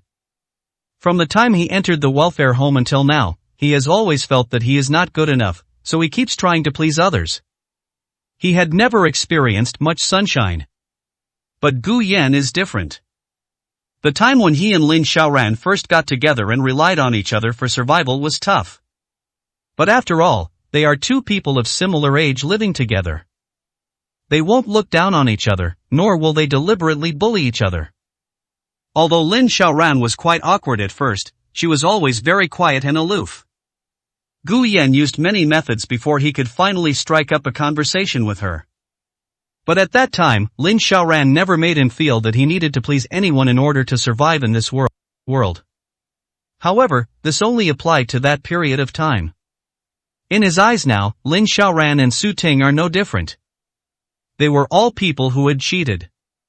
Gu Yan took a deep breath. Brother, it's okay if you really don't want to go to school. I have a friend who's an actor now, and he keeps telling me he needs an assistant. As long as you're attentive and trustworthy, it'll be fine. It's much better than being a waiter like you are now. An actor's assistant, what do they do? Where did you meet your actor friends? Seeing that Lin Zhe's thoughts had been stirred by her own actions, Gu Yan breathed a slight sigh of relief. He was genuinely worried that Lin Zhe might not be able to accept Su Ting's infidelity and might do something rash. We've known each other for a long time. The job of an assistant is to take care of people. You'll definitely be fine. He trusts me, and you're the person I trust most in the world. You're the best candidate for this job. Upon hearing this, Lin Zhe couldn't help but feel I hesitated a bit. He is certainly capable of doing the job of taking care of people. Can I think about it? Okay, you rest first, I'll go find you a lawyer. Gu Yan got up and left the ward. He knew that Lin Zhe needed to be alone for a while. I walked out of the ward, took out my phone, and thought for a moment. He originally wanted to call Lin Xiaoye. Lin Xiaoye had helped him find a lawyer many times before, so she was quite experienced in this area. But now Lin Xiaoye must also be in a lot of trouble. After thinking about it, I called He Chung. Could you help me find a lawyer to draft a divorce agreement? He Chang, on the other end of the phone, was stunned when she heard this. Sir, Mr. Lin has just escaped danger and has just woken up. It's probably not appropriate to discuss divorce now. Awake? Gu Yan suddenly breathed a sigh of relief. He wanted to divorce Lin Xiaoran. But I never expected to see her die in front of me. It's not for me. Is this Mr. Lin Zhe? He Qing knew the people around Gu Yan very well. Gu Yan was well aware of this as well. Right. Okay, I'll have someone deliver the divorce papers to Mr. Lin Zhe's hospital room in a bit, He Qing replied readily. Gu Yan hummed in agreement and prepared to hang up the phone. But before my finger could touch the hang-up button, it stopped again. Which hospital is Lin Xiaoran in? 248, Chapter 248. Lin Xiaoran told him in person that she wanted to have a child with him. Gu Yan originally intended to stay in the villa as He Qing had suggested. The news that Lin Xiaoran had an accident was like an earthquake for the Lin family and even for the entire capital. The Lin family, the Ning family, the Huang family, and many other wealthy families in Kyoto probably all wished they could kill him. But after resolving Su Ting's matter, he changed his mind. Lin Zhe has already escaped from that abyss. But he hasn't yet. Now that Lin Xiaoran is awake, he doesn't want to wait any longer. Things have already escalated to this point, what's the point of dragging it out any longer? After leaving the villa, I drove towards the hospital. Lin Xiaoran and Professor Gu work at the same hospital. But as soon as the car drove out of the villa area, it saw several cars blocking the entrance and not moving. Upon seeing Gu Yan's car approach, several men got out of the other cars and surrounded Gu Yan's vehicle. Gu Yan frowned. He hadn't even left the villa area when someone came to cause trouble? He gripped the steering wheel tightly with both hands, and his breathing became slightly more rapid. Another young woman got out of the car directly in front of them. He walked to the passenger side door of Gu Yan's car. He gently knocked on the car window, then opened the door and got into the passenger seat. Gu Yan looked at her carefully, but he didn't recognize the woman. I've heard so much about you, Mr. Gu. Gu Yan was very wary. Who are you? The woman crossed her arms, her gaze not falling on Gu Yan. My name is Fang Ying, and I am a psychologist, Mr. Gu. You have suffered from depression. The person who gave you the diagnosis was my former classmate. Gu Yan had never told anyone that he had depression. But Ning Chen knew. The psychologist also knows this. These two are most likely in cahoots. This woman was even Ning Chen's psychologist, and it was she who told Ning Chen that she had depression. Fang Ying crossed her arms and said to herself, you know what, Brother Chen is my best friend. When I was desperate, he helped me. He gave me a sum of money so I could study at the best schools abroad. That's how I was able to return and have the career I have now. Fang Ying's eyes were shining with a hint of light at that moment. It's clear that she has deep feelings for Ning Chen. That was many years ago. I had just received an offer from a foreign university, but my parents died in an accident. My relatives took all the compensation money and even occupied my house, kicking me out of the house. I was desperate at that time and could only ask for help online, but no one believed me. Only one person transferred a large sum of money using the bank card number I left, but that person didn't tell me anything, not even his name. I just told her to keep working hard, study well abroad, and never give up on herself. Only by completing your studies and returning strong can you avoid being bullied. Fang Ying was very lonely abroad at that time. Especially when I see my classmates complaining to their parents about how difficult it is to live abroad. She met Ning Chen while she was abroad. Only then did she realize that the money had been transferred to her by Ning Chen. Ning Chen comes from such a good family, yet her life is still unsatisfactory. The person you love has been taken away from you. The talented and gifted older sister was kidnapped and became a vegetable. At first, he would occasionally wake up, but he couldn't even say a word. In recent years, he hasn't even had a moment of lucidity. He's been in a coma the whole time. Fang Ying had heard Gu Yan's name from Ning Chen quite a few times. That hatred was something she, as a professional psychologist, could easily detect. She saw Gu Yan's photo. She originally thought that Gu Yan looked like a villain. But he was unexpectedly handsome. But thinking about it, it's understandable. If Gu Yan is ugly, how could he possibly steal the person Ning Chen loves? The darkness in a person's heart cannot be fully revealed by their appearance. Ning Chen has been in a bad mood for the past few years and often asks her about it. Tell me, am I really that bad? Am I really not as good as Gu Yan? Is that why Xiaoran treats me like this? Fang Ying was furious. Ning Chen is such a good person, yet she feels inferior because of Gu Yan. Ning Chen is a person of good character, comes from a good family, and is highly capable. Every aspect of her was far superior to Gu Yan's. Yet she felt inferior because of someone like Gu Yan. This is something Fang Ying absolutely cannot accept. That's why she appeared in front of Gu Yan today. Gu Yan, I know you've been with Lin Xiaoran for a long time. You're unwilling to accept that Lin Xiaoran has fallen for someone else, but Lin Xiaoran has accompanied Brother Chen to my place many times. I've also asked her if she still loves you. Fang Ying finally turned her gaze to Gu Yan.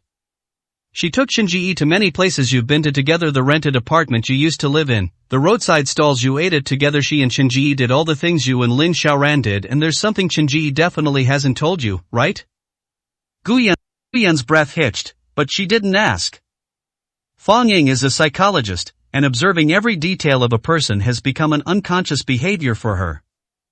Noticing Gu Yan's change in mood, she couldn't help but smile. During the years they were abroad, Lin Xiaoran told him in person that she wanted to have a child with him. Impossible. Gu Yan's face turned deathly pale instantly, and he gripped the steering wheel tightly with both hands, the veins on his hands bulging. But Fang Ying took out her phone and played him a video. Lin Xiaoran in the video appears to be drunk, with her arms crossed, eyes closed, and muttering softly. Although her voice wasn't loud, the room was very quiet, and the phone clearly recorded what she said. I want to have a child with you. Once we have a child, then everything will be alright. Everything will be alright. Ning Chen sighed deeply. Children'll have them in the future. It can't be. No, it's too tragic if our relationship and future can only rely on a child. The video is short. Gu Yan didn't want to watch it, but she couldn't help but finish it anyway. Fang Ying's eyes were now filled with disdain and contempt as she looked at Gu Yan. Brother Chen told me that what he wants is for Lin Xiaoran to truly love him. He also knows that Lin Xiaoran's heart is already leaning towards him, but you are different. Lin Xiaoran said that when she is unhappy, she can't help but look at your chat history. It makes her feel a lot better sometimes. Brother Chen can't figure out whether Lin Xiaoran loves you or the memories of the two of you who once depended on each other. Ning Chen is very clever. She knows how to stab someone in the heart. Fang Ying is a psychologist. She's even more professional at stabbing people in the back. Gu Yan was trembling all over, and her heart ached terribly. Even though he had made up his mind to end things completely with Lin Xiaoran, he still couldn't help but feel heartache. But Fang Ying hadn't finished stabbing him with the knife she had extended. 249, Chapter 249. This beast, doesn't it just like to bark wildly when it sees people? Fang Ying shifted her gaze away from Gu Yan, her tone even carrying a hint of pity. Gu Yan, you may think that Brother Chen is a mistress who came to interfere in your relationship with Lin Xiaoran, but back then, Lin Xiaoran herself agreed to get engaged to him. This was Lin Xiaoran's hope for Brother Chen. She also told Brother Chen herself that she wanted to have a child with him. She was drunk when she said that, but you should understand the principle that drunk people speak the truth. There has never been any theoretical basis for drunkenness in this world. Fang Ying suddenly let out a long sigh. You should feel fortunate. Be fortunate that Brother Chen is a good person. If he really wanted to end your marriage with Lin Xiaoran completely, he could have done it when Lin Xiaoran was drunk that day. He is a person of high moral character and someone who cherishes relationships. Gu Yan, you and Lin Xiaoran always dwell too much on the past together. You've almost shattered the heart of a proud man. You have no right to blame Ning Chen. All of this was done voluntarily by Lin Xiaoran. You should also know how big the gap is between you and Lin Xiaoran. That's why you don't dare to take the initiative to find Lin Xiaoran, and can only wait for her in this villa. You've waited for several years, only to find that she has changed her mind and fallen for another man. You two should have ended things long ago. Stop struggling. You should let her go, and you've also wronged yourself. Gu Yan didn't speak, but just sat there quietly. The expression on his face alone was enough to show how unsettled he was. Fang Ying opened the car door and slowly stepped out. She glanced at Gu Yan's car, then looked at Gu Yan himself. There wasn't a trace of disgust on his face. After all, she had also experienced poverty. But he didn't give Gu Yan any face at all when he spoke. Gu Yan, you should know how big the gap is between you and Lin Xiaoran. Lin Xiaoran and Ning Chen are the real kind of people. The height they stand at is beyond the reach of ordinary people like you and me. I am not here to do anything to you. I just want you to face reality now that Lin Xiaoran is in trouble. Brother Chen can give her the best care at the hospital. What can you do? Why bother causing trouble for others and for yourself? Think about it carefully. After saying that, Fang Ying closed the car door and got back into the car. The men then got into their cars and left. Only Gu Yan's car remained at the entrance of the villa area. But he didn't move. His mind was in turmoil, and he felt completely numb. He didn't know how much time had passed before he finally stepped on the gas. They drove slowly towards the hospital. What Fang Ying said was actually not wrong. That's precisely because there's some truth to it. That's why Gu Yan is in such a bad mood. But he still had to go to the hospital. He went there to end it all. What Fang Ying wanted to persuade him to do was the same thing. However, before all of this was over, Fang Ying's words still pierced his heart to pieces. When Gu Yan arrived at the hospital, there were many people gathered there. People from all the Kyoto elite circles have come. Most people didn't know what had happened to Lin Xiaoran, they only knew that she was injured and hospitalized. Therefore, many families send people here hoping to become familiar with the Lin family and establish a good relationship with them. They can't even not come. No one knows if the Lin family will remember who came. But it's too obvious and easy to remember who didn't come. Gu Yan's appearance instantly attracted the attention of countless people. Hey, isn't that the Lin family's son-in-law? Yes, that's the one. I heard that his mother was sold to the village to do those disgusting things before she gave birth to him. Isn't that just a bastard, a mixed-race child? Sho, are you crazy, saying things like that here? If the Lin family hears you, do you think you'll live? What are you afraid of? Didn't you see that the Lin family members didn't give him a good look either? Everyone knows that the Lin family hates him and wishes he were dead. Sigh, how could a woman as privileged as Lin Xiaoran end up with such a bastard? Someone like her should at least find someone of equal social standing, right? Ning Chen from the Ning family is taking care of Lin Xiaoran in the hospital right now. If you ask me, those two are a perfect match. Unlike this thing, it's just bad luck to look at. These people in Kyoto's elite circles didn't try to hide Gu Yan's voice, and almost all of them heard it. He simply pretended not to hear. He'd heard about this kind of thing far too many times over the years. Hey, did you guys know that Gu Yan has an older brother? I heard that when he was little, he was kept in a cage on a dog leash. I think Gu Yan is pretty much the same as his brother. They're both animals. Upon hearing this, Gu Yan paused, his expression shifting between anger and uncertainty. He doesn't care what others say to him. But where did they hear these words? They were actually cursing Lin Zhe. This is something Gu Yan cannot tolerate under any circumstances. I stopped and looked at the person who had just spoken. The man noticed Gu Yan's gaze, smiled contemptuously, and said to the person next to him, "Oh, this little bastard dares to glare at me. What, does he want to lay a hand on me? A bastard is a bastard, he has no manners at all." Hey, what are you saying? It's not just a bastard, it's a beast. How could a beast possibly have human qualities? Doesn't it just like to bark wildly at people? Gu Yan took a deep breath, clenched his fists, and prepared to walk towards the person. He Qing suddenly appeared in front of him. "Sir, please come with me." He Cheng looked at Gu Yan with a complicated expression. She couldn't understand why Gu Yan would dare to show up here. He is here now's universally hated within that circle. They are even more hated than in previous years. If I were to appear here at this time, I might actually die here. She didn't dare let anything happen to Gu Yan here, so she could only come and take Gu Yan away first. After seeing Yi Qing, Gu Yan calmed down a bit. If we make a move here, these people will probably all join in. He definitely can't beat so many people. Moreover, his purpose in coming here today is not to fight. Follow Yi Qing inside. They walked all the way to Lin Xiaoran's hospital room. At this time, many members of the Lin family were present. Only the old man and the old woman were not there. It is said that after hearing about Lin Xiaoran's situation, old Master Lin almost fainted from anger. I was with the old lady in the old house, where a professional doctor was helping her with her medical checkup, so I didn't come over. Wang Lin was standing at the door of the ward at that moment. The moment he saw Gu Yan, he flew into a rage. The voice was shrill, "You dare come here!" Wang Lin shouted as she rushed towards Gu Yan. Before Yi Qing could react, Wang Lin had already rushed in front of Gu Yan, raised her hand, and was about to slap Gu Yan's face. Smack!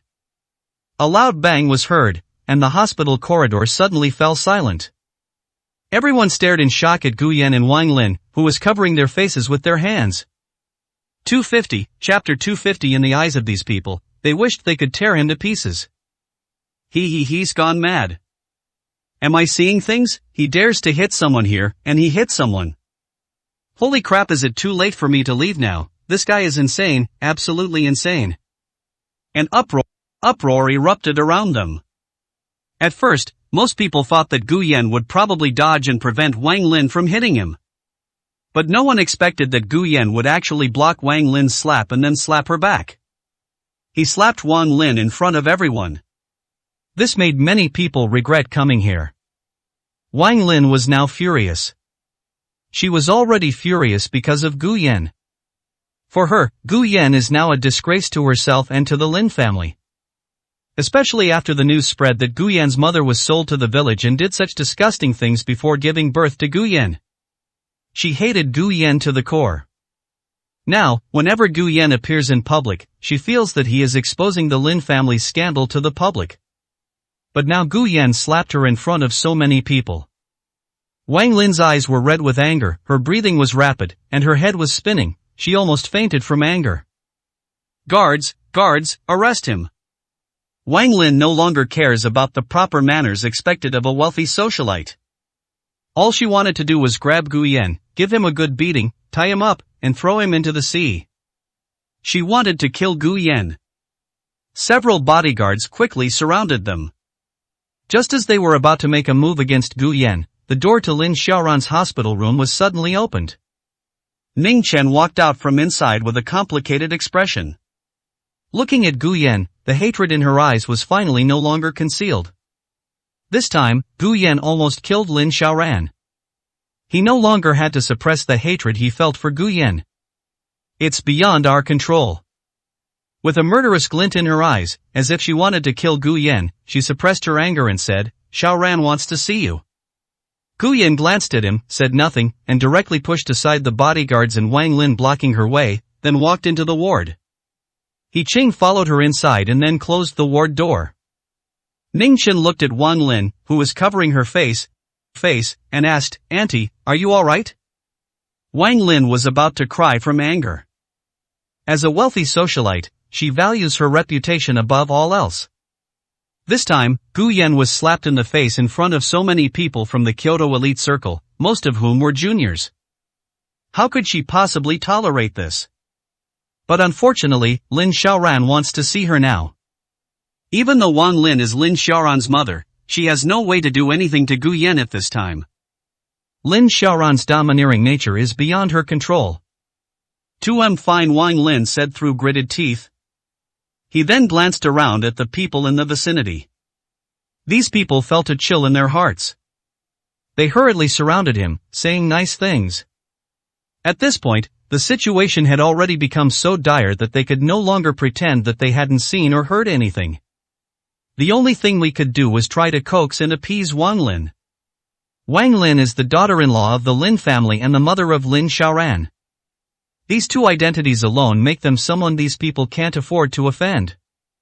Otherwise, they wouldn't have bothered to come and curry favor with the Lin family. "Auntie, don't be angry, Gu Yan deserves to die, we'll deal with him for you when he gets out."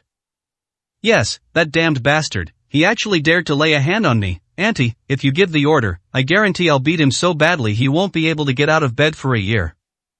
"That beast is a beast, auntie, please calm down and hand him over to the Wen family, we will definitely help you get revenge." While trying to appease Wang Lin, the group began to hurl insults at Gu Yan. Words like bastard, wild child, and beast are not even considered the worst. At this moment, the people in Kyoto's elite circles were hurling far more vulgar and offensive insults than those hurled by uneducated women in the countryside. They lacked any of the poise expected of someone from a wealthy or aristocratic family. At this moment, Gu Yan has become the target of everyone's hatred in their eyes. They wish they could tear him to pieces. This was done to curry favor with the Lin family and Wang Lin. Perhaps Wang Lin didn't wield much power in the Lin family. But don't forget, old Master Lin was also quite annoyed by Gu Yan. If Wang Lin could get old Master Lin to know that they had helped the Lin family get revenge, then for these people, their efforts wouldn't have been in vain. The insults hurled by these people had already reached the ward. Even with the door closed, Gu Yan could still hear most of it. But he didn't care. He just stood there watching Lin Xiaoran. She seemed very weak, and her face was pale. "How are you?" Lin Xiaoran propped herself up and sat up, and Bai Yan quickly stepped forward to help her. "What's wrong? Are you disappointed that I'm not dead?" Gu Yan didn't want to argue with her. He didn't come here to argue. Moreover, he was also worried that Lin Xiaoran might do something even crazier. He had known Lin Xiaoran for so many years, he wouldn't be surprised by anything she was capable of. Especially after this wrist-cutting incident. Cold sweat had already seeped out of Lin Xiaoran's forehead. Even just sitting on the bed like this was a considerable burden for Lin Xiaoran, who had just escaped death. Even so, she refused to lie down and just sat there, propping herself up on her hips. It's as if showing weakness in front of Gu Yan is something unacceptable. Bai Yan felt strange watching this scene. These two were acting like they had a love-hate relationship last time. But this time, those 4 words have become a reality. They made a huge fuss. But unfortunately neither of them seemed to care about the other at all. Gu Yan's first words were of concern for Lin Xiaoran. Even though Lin Xiaoran was so weak, she refused to let Gu Yan see that she was uncomfortable and forced herself to stay strong. It's like a stubborn child throwing a tantrum. Gu Yan stood there and said softly, "Assistant He, do you still have the divorce agreement printed by the lawyer?" Upon hearing this, He Qing immediately turned her gaze to Lin Xiaoran. Lin Xiaoran frowned. Didn't you already send it to your brother? Those two have already been beaten up and released. Why do you still need the divorce papers? Lin Xiaoran knew perfectly well that Gu Yan had asked He Qing for help. In fact, Lin Xiaoran knew many things even earlier than he did. For example, Lin Zhe and Su Ting have already signed their divorce agreement. Su Ting and Zhang Peng have been released after being disciplined. No wonder those people were talking about Lin Zhe. It's most likely that Zhang Peng was angry after being beaten up and spread the news. Such gossip spreads the fastest, no matter where it is. Gu Yan took a deep breath, his eyes fixed on Lin Xiaoran. It's for me. I've said it many times, I want a divorce. 251, Chapter 251. Professor Gu was here. Lin Xiaoran sat there, her eyes shifting, lost in thought. After a long while, she slowly closed her eyes and whispered, I'm hungry. Over the years, whenever the two had any arguments, or perhaps recently, he proposed a divorce, Lin Xiaoran would always brush past them lightly, acting as if she hadn't heard anything, and change the subject with a casual remark like, I'm hungry, or what should we eat later? This attitude, which could be considered ignoring, sometimes made Gu Yan feel somewhat hopeless. This time, however, Gu Yan was unwilling to let her continue down this perfunctory path. Lin Xiaoran, it's good that you're alright, but as you've seen, your mother wants me to be with Sister Xiaoya. This is probably the result that your entire Lin family hopes to see. A cold smile curled at the corner of Gu Yan's mouth. The smile contained disdain and sarcasm. Everyone thinks your marriage is the only stain on your life. Everyone wants to see you always shining brightly and doesn't want any blemishes in your life. That's why they've gone to such lengths to get rid of me. Gu Yan was interrupted by Lin Xiaoran before he could finish speaking. What exactly are you trying to say? Lin Xiaoran opened her eyes, and the look in her eyes gradually became as resolute as ever. Is it still that same nonsense you spouted at the restaurant about wanting to be with Lin Xiaoya? Do you even know what kind of person she is? Do you know why she said those things? Gu Yan, I think you're really sick in the head. You should get your brain checked instead of coming here and spouting this nonsense. Gu Yan knew very well that Lin Xiaoran had always harbored deep hostility towards Lin Xiaoya. Gu Yan took a deep breath, and his anger surged up again. As he traveled along the way, his anger grew stronger and stronger. I don't know what kind of person Sister Xiaoya is, but she would never tell another man that she wants to have a child with him after getting married. The room fell silent the moment those words were spoken. The insults directed at Gu Yan outside the ward became even clearer. Damn it, Gu Yan, that bastard, is no match for the Lin family's young lady. What kind of status does he have that he dares to occupy this position for so many years? Exactly, only someone from a wealthy family like Ningchen is worthy of President Lin. A bastard born of a pheasant should stay obediently in the garbage dump. Does he really think he can transcend social classes? He's a stain on our Kyoto elite. I support getting rid of Gu Yan. Let President Lin and Ningchen be together. Hearing the insults from the people outside, Lin Xiaoran frowned, pretending not to hear them. A hint of confusion still lingered in his eyes. Your sister-in-law is pregnant with that man's child?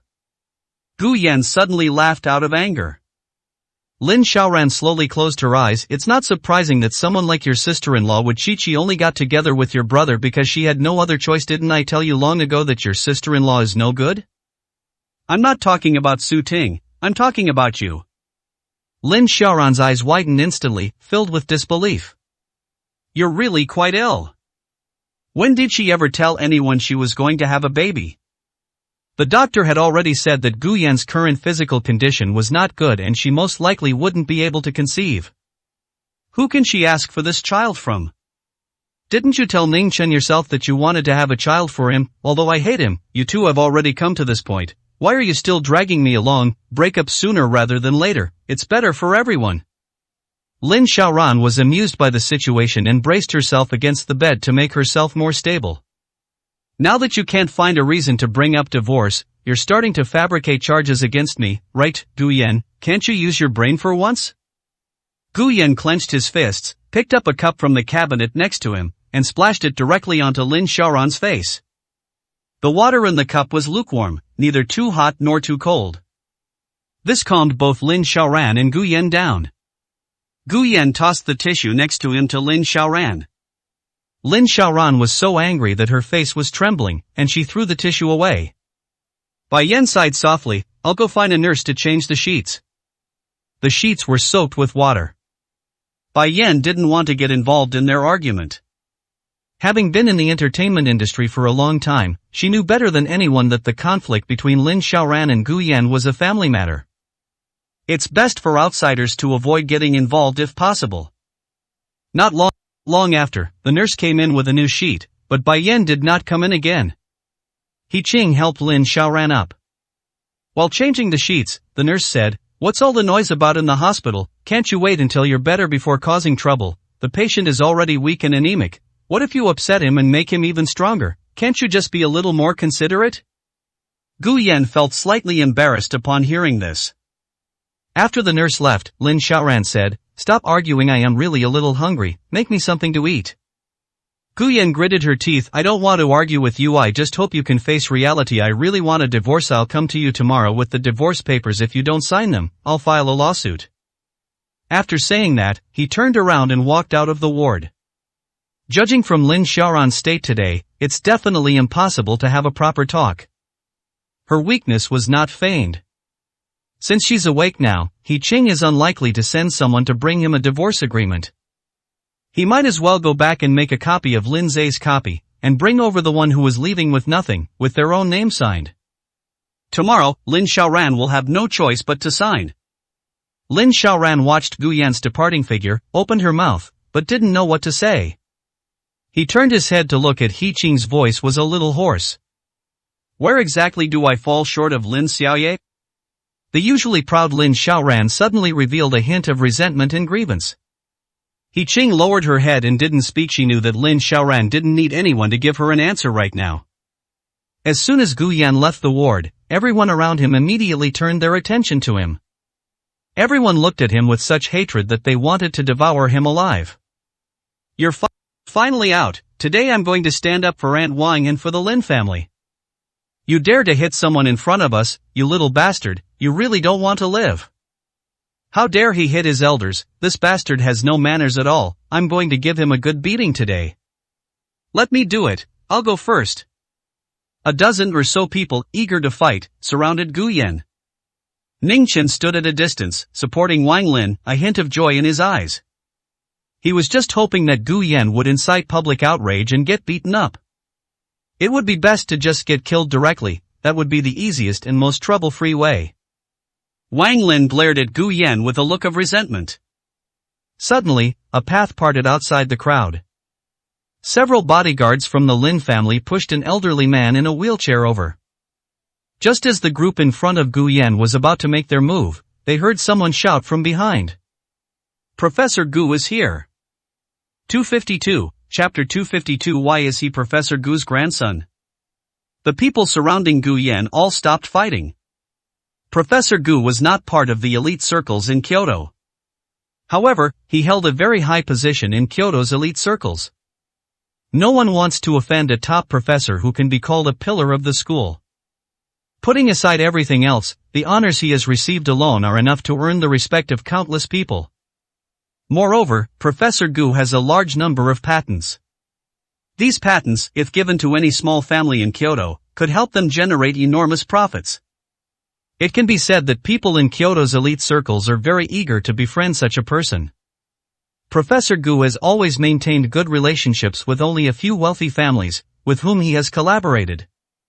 Making friends with him and obtaining the relevant patents is not an easy task.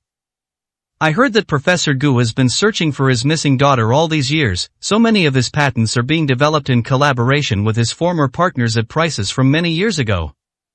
These prices would be considered dirt cheap today. Because his mind wasn't on making money, even when some families offered astronomical sums, they couldn't sway him to change his choice of partners. These people were well aware that he was hospitalized in this hospital. Although they didn't know why Professor Gu was here, they didn't dare to lay a hand on him in front of him. Professor Gu is here to see Lin Xiaoran, right? I heard that Professor Gu has a good relationship with the Lin family. He granted the Lin family several patent licenses back then. It must be in the elite circles of Kyoto, there are a few young people that Professor Gu values. Aunt Wang is going to be very happy from now on with such a good daughter as Lin Xiaoran. She won't have to worry about anything for the rest of her life.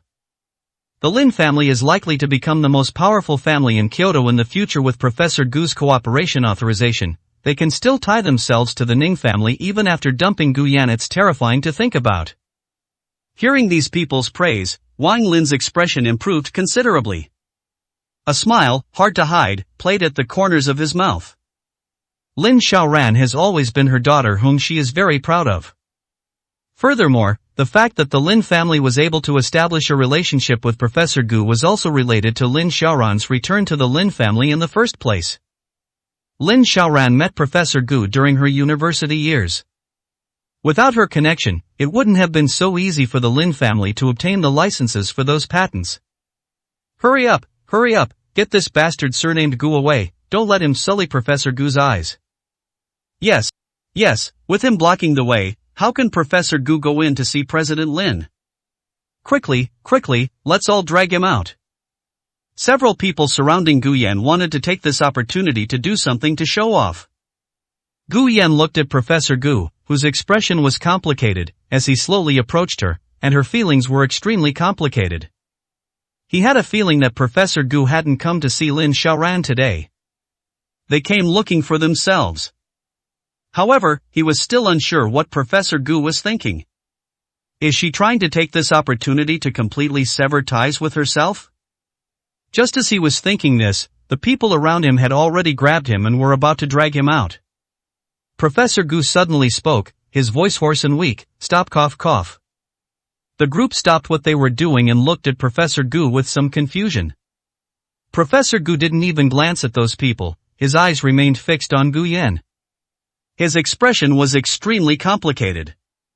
For so many years, he had always thought he might never find any news of his daughter. Unexpectedly, this trip to Wujia village, which he hadn't held much hope for, led to news of his daughter. Although it's not good news. But over the years he had also mentally prepared himself for the possibility that his daughter was no longer alive. It's just that I'm getting old, and I can't quite accept such a shock all at once. He almost didn't survive the rescue attempt. But he persevered. Because his daughter also left him a grandson. This is the only memento his daughter left him in this world. Professor Gu was pushed in front of Gu Yan. He struggled to get up. The bodyguards behind him quickly stepped forward to help him up. She slowly walked up to Gu Yan, raised her hand, and gently placed it on Gu Yan's shoulder. Her voice trembled slightly. It really does look like you. Your name is Gu Yan, right? Gu Yan pursed her lips and hummed in agreement. My child, you have suffered all these years. It's my fault, I came too late. Upon hearing this, Gu Yan's nose instantly stung with tears. He understood that the old man in front of him did not, as he had feared the worst, regard him as a disgrace. He has feelings for me. He may finally stop being all alone. He probably has family now. Unbeknownst to her, tears began to stream down Gu Yan's face, one drop after another falling continuously. From childhood to adulthood, he had fantasized countless times about how wonderful it would be if he had family. The first time he learned that Wu Fu was his father, he felt despair and panic. The first time I learned about my relatives, I never imagined that they would throw me into the abyss of an orphanage. And now, this is the old man in front of me. He didn't care whether this person was a nationally renowned professor or whether he had any assets. As long as he has good feelings towards you and treats you as family or relatives. He was moved. Child, would you be willing to call me grandpa? Upon hearing this, the entire hospital corridor fell silent instantly. These powers present, everyone in the circle stared wide-eyed at Gu Yan and Professor Gu with disbelief. What? Wang Lin couldn't help but exclaim in surprise. Professor Gu, tell Gu Yan to call him grandpa. Does that mean that Gu Yan's mother is Professor Gu's daughter who has been missing for many years? This earth-shattering news exploded at this moment, so shocking that Wang Lin lost her balance and collapsed to the ground. If Gu Yan really is Professor Gu's grandson, then there's no question of whether Gu Yan is good enough for Lin Xiaoran. Professor Gu's grandson, in some ways, is even more noble than Lin Xiaoran. The Lin family is wealthy. Professor Gu's patents could easily create a massive conglomerate no less powerful than the Lin families. Wang Lin couldn't understand it and was unwilling to accept it. This Gu Yan, whom she had always looked down upon, was actually Professor Gu's grandson. What makes him worthy of being Professor Gu's grandson? What gives him the right? Wang Lin's expression gradually became ferocious, while her hands trembled uncontrollably. Things seemed to be developing in a direction beyond her control. 253, Chapter 253. With this old man here, no one will dare to bully you anymore. Wang Lin opened her mouth, wanting to say something, but found her throat so dry that she could barely make a sound. Swallowing hard, with an unpleasant expression, she stood up with difficulty, walked to Professor Gu's side, and asked softly, "Professor Gu, are you sure you're not mistaken? This Gu Yan, is he your grandson?" Upon hearing this, Professor Gu's expression turned somewhat displeased. He didn't want to deal with these people. All he wants to do right now is have a good talk with his grandson. Professor Gu doesn't usually have much contact with his relatives. He originally intended to pass everything on to his daughter. Now my daughter is gone. In the future, the only one who can inherit everything from him will be his grandson, Gu Yan. He is old. Having finally found her grandson, she now only wants to use her remaining time to take good care of Gu Yan, so that he can enjoy a peaceful and happy life in the last part of his life. When I go down to the underworld and see my daughter, I can tell her that I have found her child and taken good care of him. In this way, he can at least give his wife and daughter an explanation. What, can't he be my grandson? Do I need to show you proof of our blood relation? Upon hearing Professor Gu's clearly displeased question, Wang Lin's face instantly turned ashen. Gu Yan was actually Professor Gu's grandson. If that's the case, how could she possibly find a way to force Gu Yan and Lin Xiaoran to divorce? As Professor Gu's grandson, how could she possibly use her power to coerce Gu Yan? That's not right. If Gu Yan is Professor Gu's grandson, then we absolutely cannot let Lin Xiaoran divorce Gu Yan. Gu Yan would no longer be the only stain on Lin Xiaoran's life. On the contrary, it will become a highlight of her life. In the future, all of Professor Gu's patents will be inherited by Gu Yan. At that time, Lin Xiaoran and the Lin family can rise to prominence completely with these patents and become the strongest family in Kyoto, unmatched by anyone. Wang Lin tried her best to force a smile when facing Gu Yan. But in all these years, when has she ever given Gu Yan a kind look? For a moment, he couldn't even muster a smile. She didn't even know how to face Gu Yan. The things she did to Gu Yan over the past few years. Others may not be aware of this. But she and Gu Yan knew it all too well. Gu Yan, do you not have any resentment in your heart? At this moment, Wang Lin had completely forgotten about Ning Chen, who was supporting her. Ning Chen stood to the side, her expression completely broken. Gu Yan is actually Professor Gu's grandson. He never found out about this. His former pride in his identity and his utter contempt for Gu Yan now became a complete joke. Gu Yan doesn't need to try to compete for the title of family heir like he did. In an instant, his eyes were filled with despair and helplessness. He originally thought that after Lin Xiaoran's hospitalization, he would be close to getting rid of Gu Yan. Soon, he will be able to be with Lin Xiaoran. But now everything is over. Ning Chen wasn't stupid, he could naturally notice the change in Wang Lin's emotions beside him. At this moment, the other person probably no longer had any intention of being with Lin Xiaoran. All his efforts over the years have come to naught. The hospital corridor was so quiet you could hear a pin drop. No one spoke, one after another, they swallowed hard, trying to process this shocking news. Finally, someone in the crowd broke the silence. He's actually Professor Gu's grandson. Damn it, so when I just insulted him, wasn't that the same as insulting Professor Gu, and Professor Gu's daughter? This is insane. Who told me he's just a piece of trash from the countryside? No wonder Lin Xiaoran has always refused to divorce him. It turns out he is Professor Gu's grandson. Oh no, did Professor Gu hear everything I just said? The Lin family has really gone mad. They don't want Professor Gu's grandson, and they want to kick him out? I originally thought the Lin family was pitiful for finding such a son-in-law. Turns out they don't know how lucky they are. The people who were originally surrounding Gu Yan were now even more pale-faced. They originally wanted to curry favor with the Lin family. That's why I try to step forward and show off. But who would have thought that something like this would happen? At this moment, their efforts were no longer about currying favor with the Lin family. Instead, they offended Professor Gu. These people all wished they could disappear from the scene immediately so that Professor Gu wouldn't notice them. She hurriedly moved away from Gu Yan's side, inching her way out, afraid that Professor Gu would notice her. At this moment, Gu Yan had no interest in paying attention to these people. He opened his mouth and vigorously wiped the corner of his eye with his hand. Wipe away your tears and look at the old man in front of you. A feeling of warmth rose in my heart. He opened his mouth, wanting to shout out those two words. But I don't know why. At this point, he found himself unable to say it. Over the years, he has suffered too many grievances, cold looks, and ridicule. I finally encountered a sliver of warmth, but I felt somewhat out of place. There was even a slight sense of panic. Gu Yan took a deep breath and whispered, "Grandpa." Although the voice was very soft, Professor Gu still heard it clearly. The wrinkles on her face instantly smoothed out, and tears welled up in the corners of her eyes. Good, my good child, come on, come with Grandpa." Professor Gu stepped forward, grabbed Gu Yan's hand, and turned to walk out. His body, which had been very weak before, was now full of strength. It doesn't look like someone was needed just now at all. It looked like they were being pushed over in a wheelchair.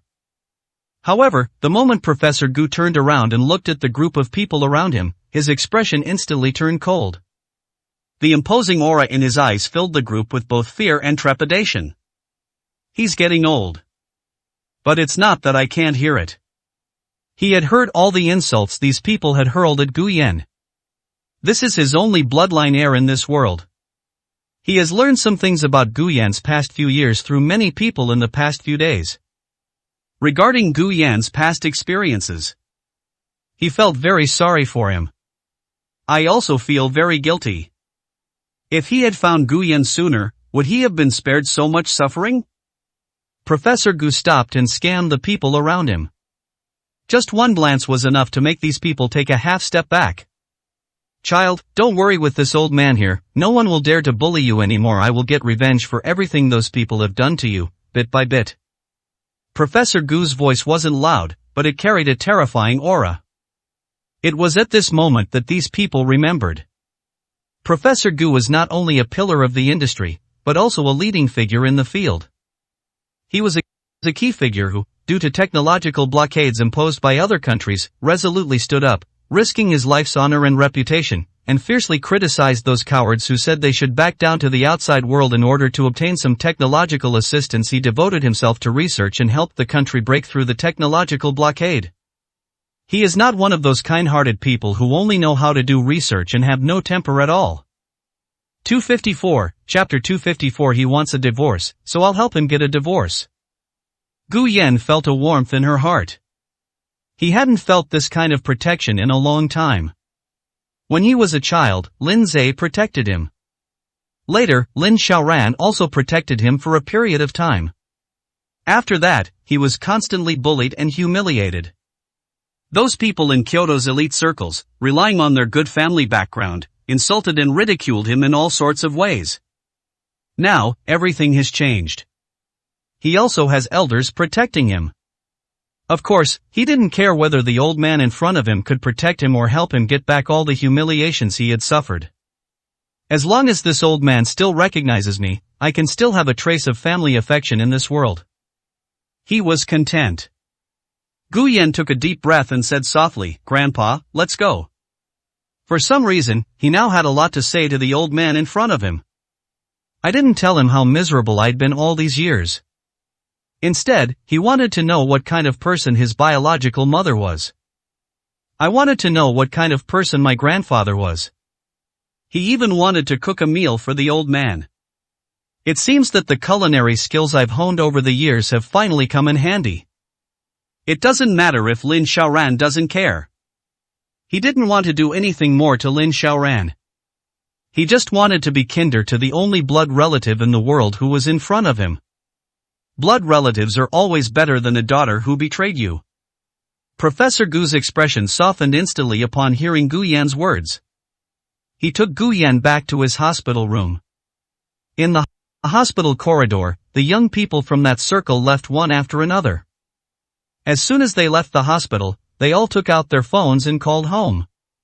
The news that Gu Yan is Professor Gu's only grandson must be communicated to the family immediately. This is a major piece of news that could change the future of Kyoto. Some people even harbored a certain expectation. They hoped to obtain the licenses for the patented technologies that have been held by the Lin family and other families from Gu Yan in the future. Perhaps in 8 or 10 years, they will be able to replace the Lin family and become a prominent and influential family in Kyoto. Meanwhile, after Gu Yan and Professor Gu arrived at the ward, Gu Yan helped the old man to lie down on the bed. The two were silent for a while, and then talked for a long time. We talked about Gu Yan's mother and maternal grandmother. They also talked about Gu Yan's experiences over the years. The two of them started crying as they talked. They then looked at each other and laughed again. For this grandfather and grandson, the other is one of the few sources of warmth they have in this world. They talked until late at night. Even though Professor Gu was very excited, his face showed signs of fatigue. Xiaoyan, if you have time in the future, come and visit this old man more often. Professor Gu's voice was a little hoarse, but he still sounded very energetic. Clearly, Gu Yan's appearance has put him in a very good mood, and his physical condition has also recovered well. Gu Yan hesitated upon hearing this. For a moment, Professor Gu felt a little flustered. He was even a little worried that Gu Yan might not agree. Grandpa, if you don't mind, can I move in with you from now on? I can take care of you. Gu Yan will have to move out of the Lin family sooner or later. I used to think about renting a house with Lin Zhe. But now, Grandpa is willing to acknowledge him. He also hoped to spend more time with the old man. Professor Gu is not young. To put it bluntly, I don't even know how many more years I'll live. Every time the two meet, it's the last time they'll see each other. Upon hearing Gu Yan's words, a look of joy flashed across Professor Gu's face. But then a hint of doubt appeared between his brows. I don't mind you moving in with me, but didn't you marry Xiaoran? Will she be willing to? Hearing this, Gu Yan pursed his lips. Grandpa, didn't you ask me before if I needed help getting revenge for all the bullying I've suffered over the years? Professor Gu nodded. He just asked that. I asked it more than once. Every time he thought about what people had told him about Gu Yan's life over the years, he felt a pang of heartache. I failed to protect my daughter before. Now, he doesn't want to be unable to protect even his own grandson. Grandpa, I call you Grandpa not because you are a nationally renowned professor, nor because you have a lot of wealth. Gu Yan's expression was exceptionally serious. I don't call you Grandpa for any reason. It's because you are my family, my maternal grandfather. It's because of this blood relationship. Therefore, I don't want to rely on your status or wealth to do anything, nor do I want to inherit any of your property. Gu Yan gradually shifted his gaze to the window, his eyes deep, his pupils filled with a trace of pain and sorrow. There is only one thing I want to ask you to help me with. Upon hearing this, a look of surprise flashed across Professor Gu's face.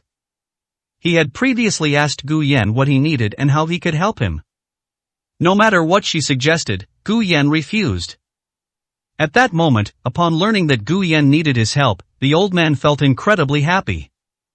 Unlike those who had previously begged him for help. Professor Gu was eager to help Gu Yan. Tell me, and Grandpa will definitely help you. He was so eager to do something for Gu Yan. Even if it's just to make up for my absence from Gu Yan's growth over the years, that's fine too. I want your help to get a smooth divorce from Lin Xiaoran. Gu Yan's voice was not loud, but it was unusually firm. Professor Gu's expression hardened upon hearing this. He never expected that Gu Yan would ask him to help with this. To be honest, he had a very good impression of Lin Xiaoran. From the beginning, Lin Xiaoran had not when she returned to the Lin family, before announcing to the public that she was a young lady of the Lin family, he had already thought highly of this girl. Later on, Lin Xiaoran's achievements proved that his judgment was correct. So when he learned that his grandson had married Lin Xiaoran, he was quite happy. One reason is that he is happy that his grandson has found a girl he likes. Secondly, it was also to make Lin Xiaoran happy. Most importantly, this also means that Gu Yan should have no worries about food and drink after meeting Lin Xiaoran. But now, Gu Yan wants to divorce Lin Xiaoran. He was very puzzled. But then she looked at the expression on her grandson's face. He wanted to ask why, but gave up on the idea. After thinking for a moment, he nodded. Okay, Grandpa will take care of this for you. Regardless of how much he favored Lin Xiaoran. Since her own grandson said he wanted a divorce. This proves that his married life with Lin Xiaoran was not happy. He's the kind of person who prioritizes family over reason, and he also has a slightly eccentric temper. He would help his grandson whenever he was unhappy. He wants a divorce, so he'll help him get one. 255, Chapter 255. It's already an incredible blessing that he was able to marry into our Lin family. A smile finally appeared on Gu Yan's face. Lin Xiaoran has always refused to divorce him. He could never do anything about her. Ultimately, it's because he has neither money nor power. He was all alone. Lin Xiaoran could easily manipulate him. Now, someone is helping me. Lin Xiaoran could no longer delay the divorce. Grandpa, you should rest now. I'll come to see you again tomorrow. After saying goodbye to Professor Gu, Gu Yan left the ward. A man drove back to the villa. The servants in the villa were all very anxious when they saw Gu Yan start packing again. They hurriedly stepped forward to persuade him. Sir, where are you going? If Miss finds out you're leaving, we'll definitely be punished. These servants had all been previously preyed upon. I know how much Lin Xiaoran values Gu Yan. If Lin Xiaoran returns and finds that Gu Yan is gone, they will definitely be punished. Gu Yan sighed softly upon hearing what these people were saying. These servants are much better than the ones who worked at the villa before. At least, they take good care of themselves. He didn't want to make things difficult for these people.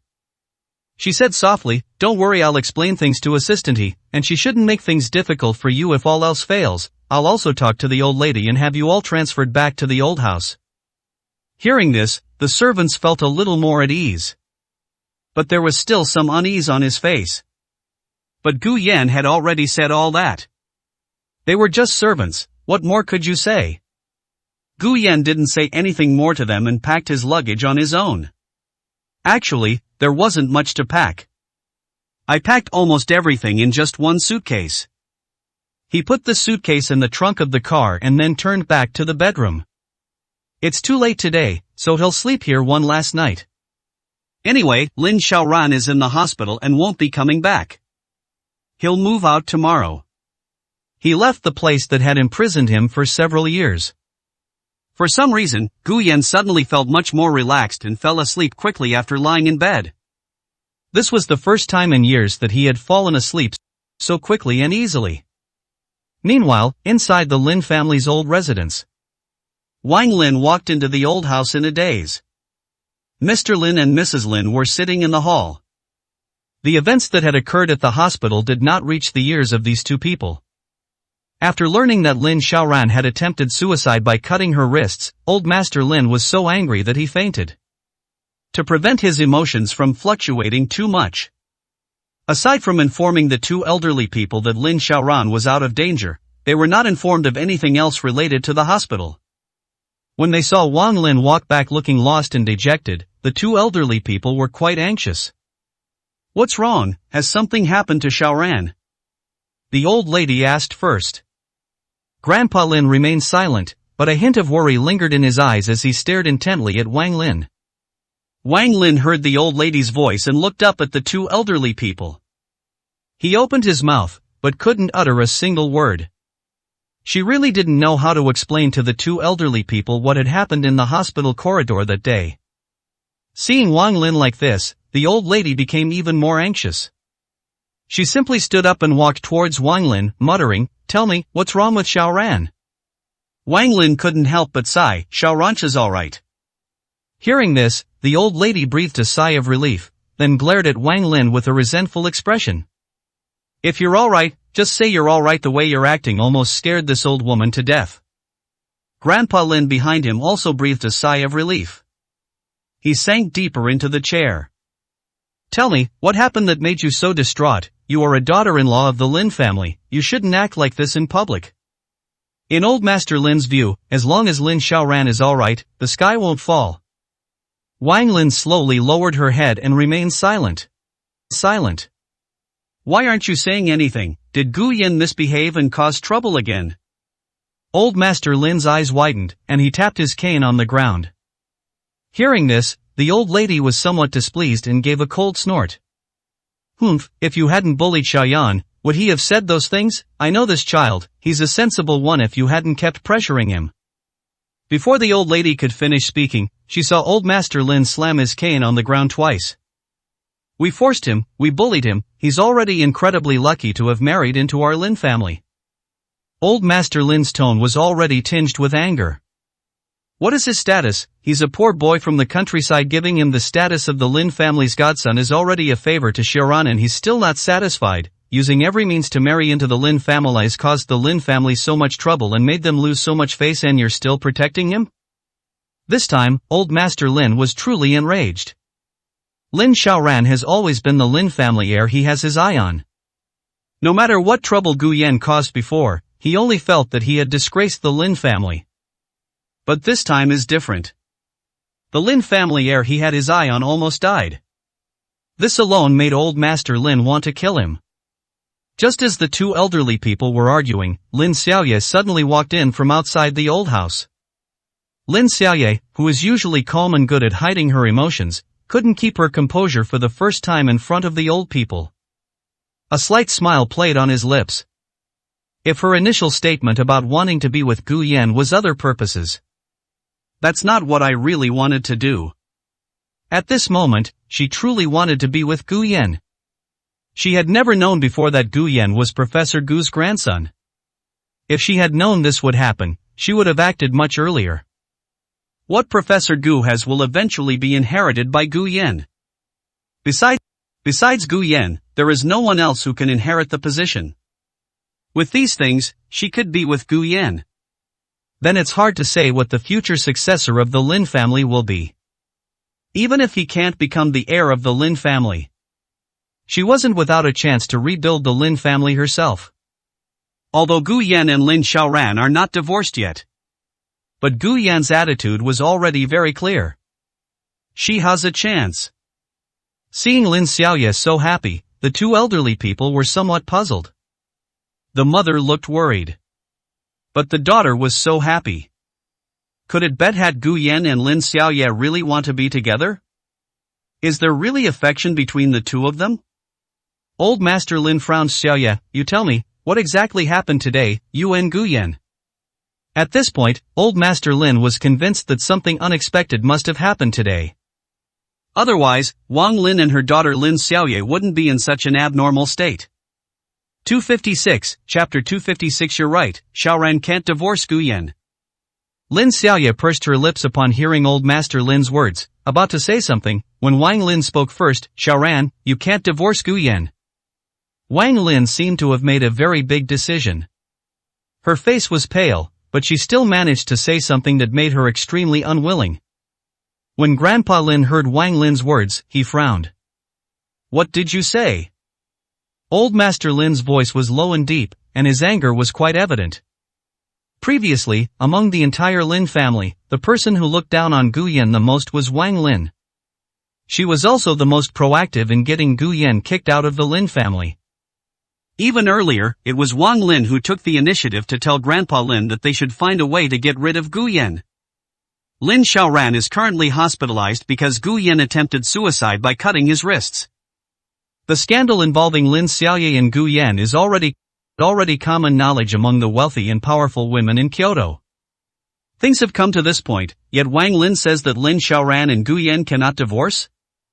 Old Master Lin couldn't understand it. He couldn't understand what had happened to make Wang Lin make such a change. Even though he was extremely unwilling and couldn't control his facial expressions, he could still say such a thing. Lin Xiaoye, who was standing to the side, lost her smile instantly upon hearing Wang Lin's words. A barely perceptible glint of hatred flashed in his eyes. Wang Lin actually went to such lengths for Lin Xiaoran. She's actually making this decision so that she can become the heir to the Lin Group in the future. She had already made her stance clear in front of so many people. They've already delivered a scandal. What's so great about that Gu Yan, with his background, it's already a blessing that he was allowed to marry into the Lin family for a few years. Old Master Lin was very emotional, and he started coughing as he spoke. His expression darkened further. What kind of drug did he give you? First it was Xiaoran, then Xiaoya, and now it's you. The old lady gave a cold laugh. He expressed his attitude, but didn't say much more. She knows Grandpa Lin too well. He was already in a state of rage, and nothing she said now would make a difference. Expressing your attitude is enough. Moreover, the old lady didn't really understand why Wang Lin suddenly changed her attitude. When Wang Lin heard that old Master Lin was angry, her body trembled involuntarily. She slowly lowered her head, not daring to look at old Master Lin. She said, her voice trembling, "Dad, we really can't let Xiaoran and Gu Yan get divorced." A look of surprise flashed across old Master Lin's face. This was the first time he had ever seen Wang Lin defy him like this. Tell me what happened, explain yourself." Wang Lin opened her mouth, but the look in her eyes gradually dimmed. "Gu Yan is Professor Gu's grandson." After saying this, Wang Lin's body went limp, and she plopped down on the sofa next to her. "I've already had the hospital verify it. Xiaoran had someone conduct a blood relationship test on Gu Yan and Professor Gu. The result is clear. The two are related by blood. Gu Yan's mother, who was trafficked to the village, is Professor Gu's daughter who has been missing for many years." Upon hearing this, old Master Lin's face stiffened, and his eyes were filled with shock. Is Gu Yan Professor Gu's grandson? How is that possible? Normally, the thing he disliked most about Gu Yan was his background. A poor boy from the countryside, if not for good luck, met Lin Xiaoran. There is absolutely no way he could ever set foot in Kyoto's elite circles. What old Master Lin wanted was for Lin Xiaoran to find a wealthy family of equal social standing. By combining the two companies, the Lin family's future can be better secured. That's why he thinks so highly of Ningchen. Aside from the fact that Ningchen himself is more outstanding than other children of wealthy and powerful families. The most important thing is that Ningchen is a member of the Ning family and the future heir of the Ning family. The alliance between the Lin and Ning families will help both families achieve greater development in Kyoto in the future and become a true hegemon. But now, Wang Lin tells him that Gu Yan is not the poor country boy he has always looked down on. It's Professor Gu's grandson. Old Master Lin was unable to accept this fact for a moment, and his vision went black as he fainted. People like Professor Gu, though not from wealthy or aristocratic families, are in some ways even rarer than those from such families. Their status is higher. The other party truly has access to people at a very high level. Even if one does not hold a very high position. But the power they can control is far beyond what ordinary wealthy families can compare to. In other words, if the other party relents, countless wealthy families will send their daughters to Gu Yan for him to choose from. This is no joke. The few patents that Professor Gu possesses alone are enough to create a top-tier family that is no less powerful than the Lin family. After an unknown amount of time, old Master Lin slowly opened his eyes and regained consciousness. No wonder old Master Lin's body suddenly felt weak, and his voice was full of exhaustion. No wonder Xiaoran has refused to divorce. Did she already know Gu Yan's identity? Wang Lin nodded as she watched old Master Lin being helped to bed. After learning that Gu Yan was Professor Gu's grandson, old Master Lin suddenly felt less disgusted with Gu Yan. You're right, Xiaoran can't divorce Gu Yan. Let's invite them both back to the old house for dinner tomorrow. After saying this, old Master Lin seemed to have run out of strength and slowly closed his eyes. Gu Yan's background is no less impressive than Ning Chen's. Moreover, Lin Xiaoran and Gu Yan had a past relationship. Most importantly, the two I am not divorced yet. In that case, maintaining the status quo for the two of them is the best outcome for the Lin family. This is the result that old Master Lin most wants to see right now. That's why he took the initiative for the first time to invite Gu Yan and Lin Xiaoran back for dinner, instead of calling them both back and scolding them as before. Lin Xiaoye saw all of this. She didn't say anything. He just gave a cold laugh, turned around and walked out of the old house. Once in the car, the assistant, sitting in the driver's seat, said softly, "Mr. Lin, we've already made an appointment with Zhu Jiming from Fangqing. Shall we head over now?" Lin Xiaoye nodded with a gloomy face.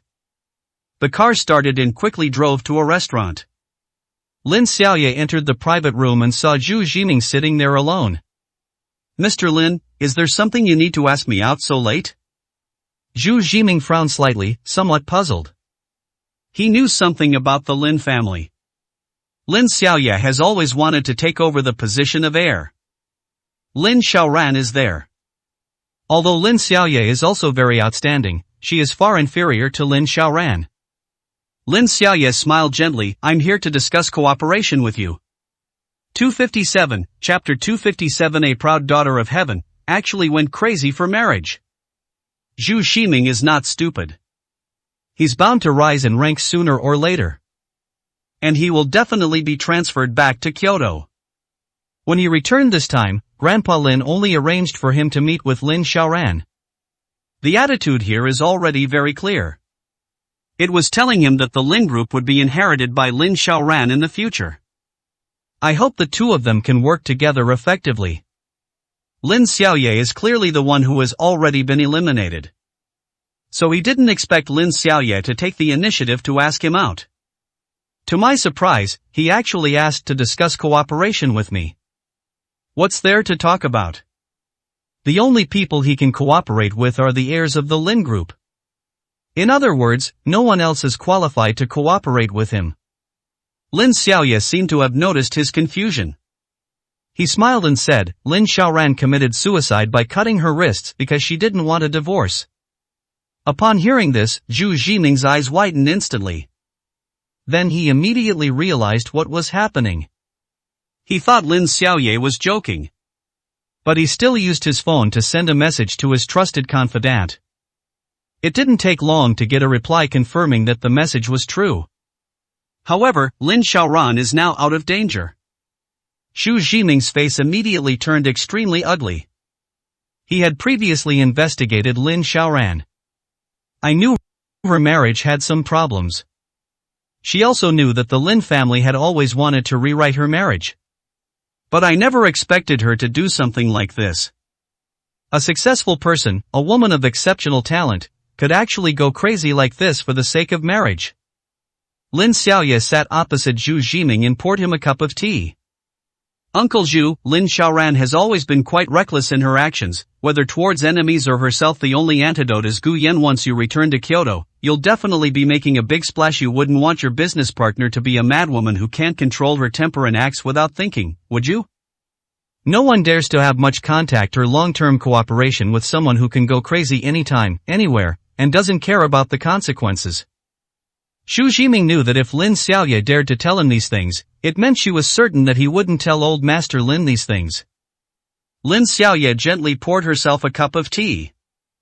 Her tone revealed no emotional fluctuation. Gu Yan is the victim of that human trafficking case. His mother was tortured to death. He will never give up investigating the real culprit, and Lin Xiaoran is willing to offend everyone and make enemies of everyone for him. Otherwise, she wouldn't have married him when both the Ning and Yin families wanted to destroy him, allowing him to hide under the protection of the Lin family.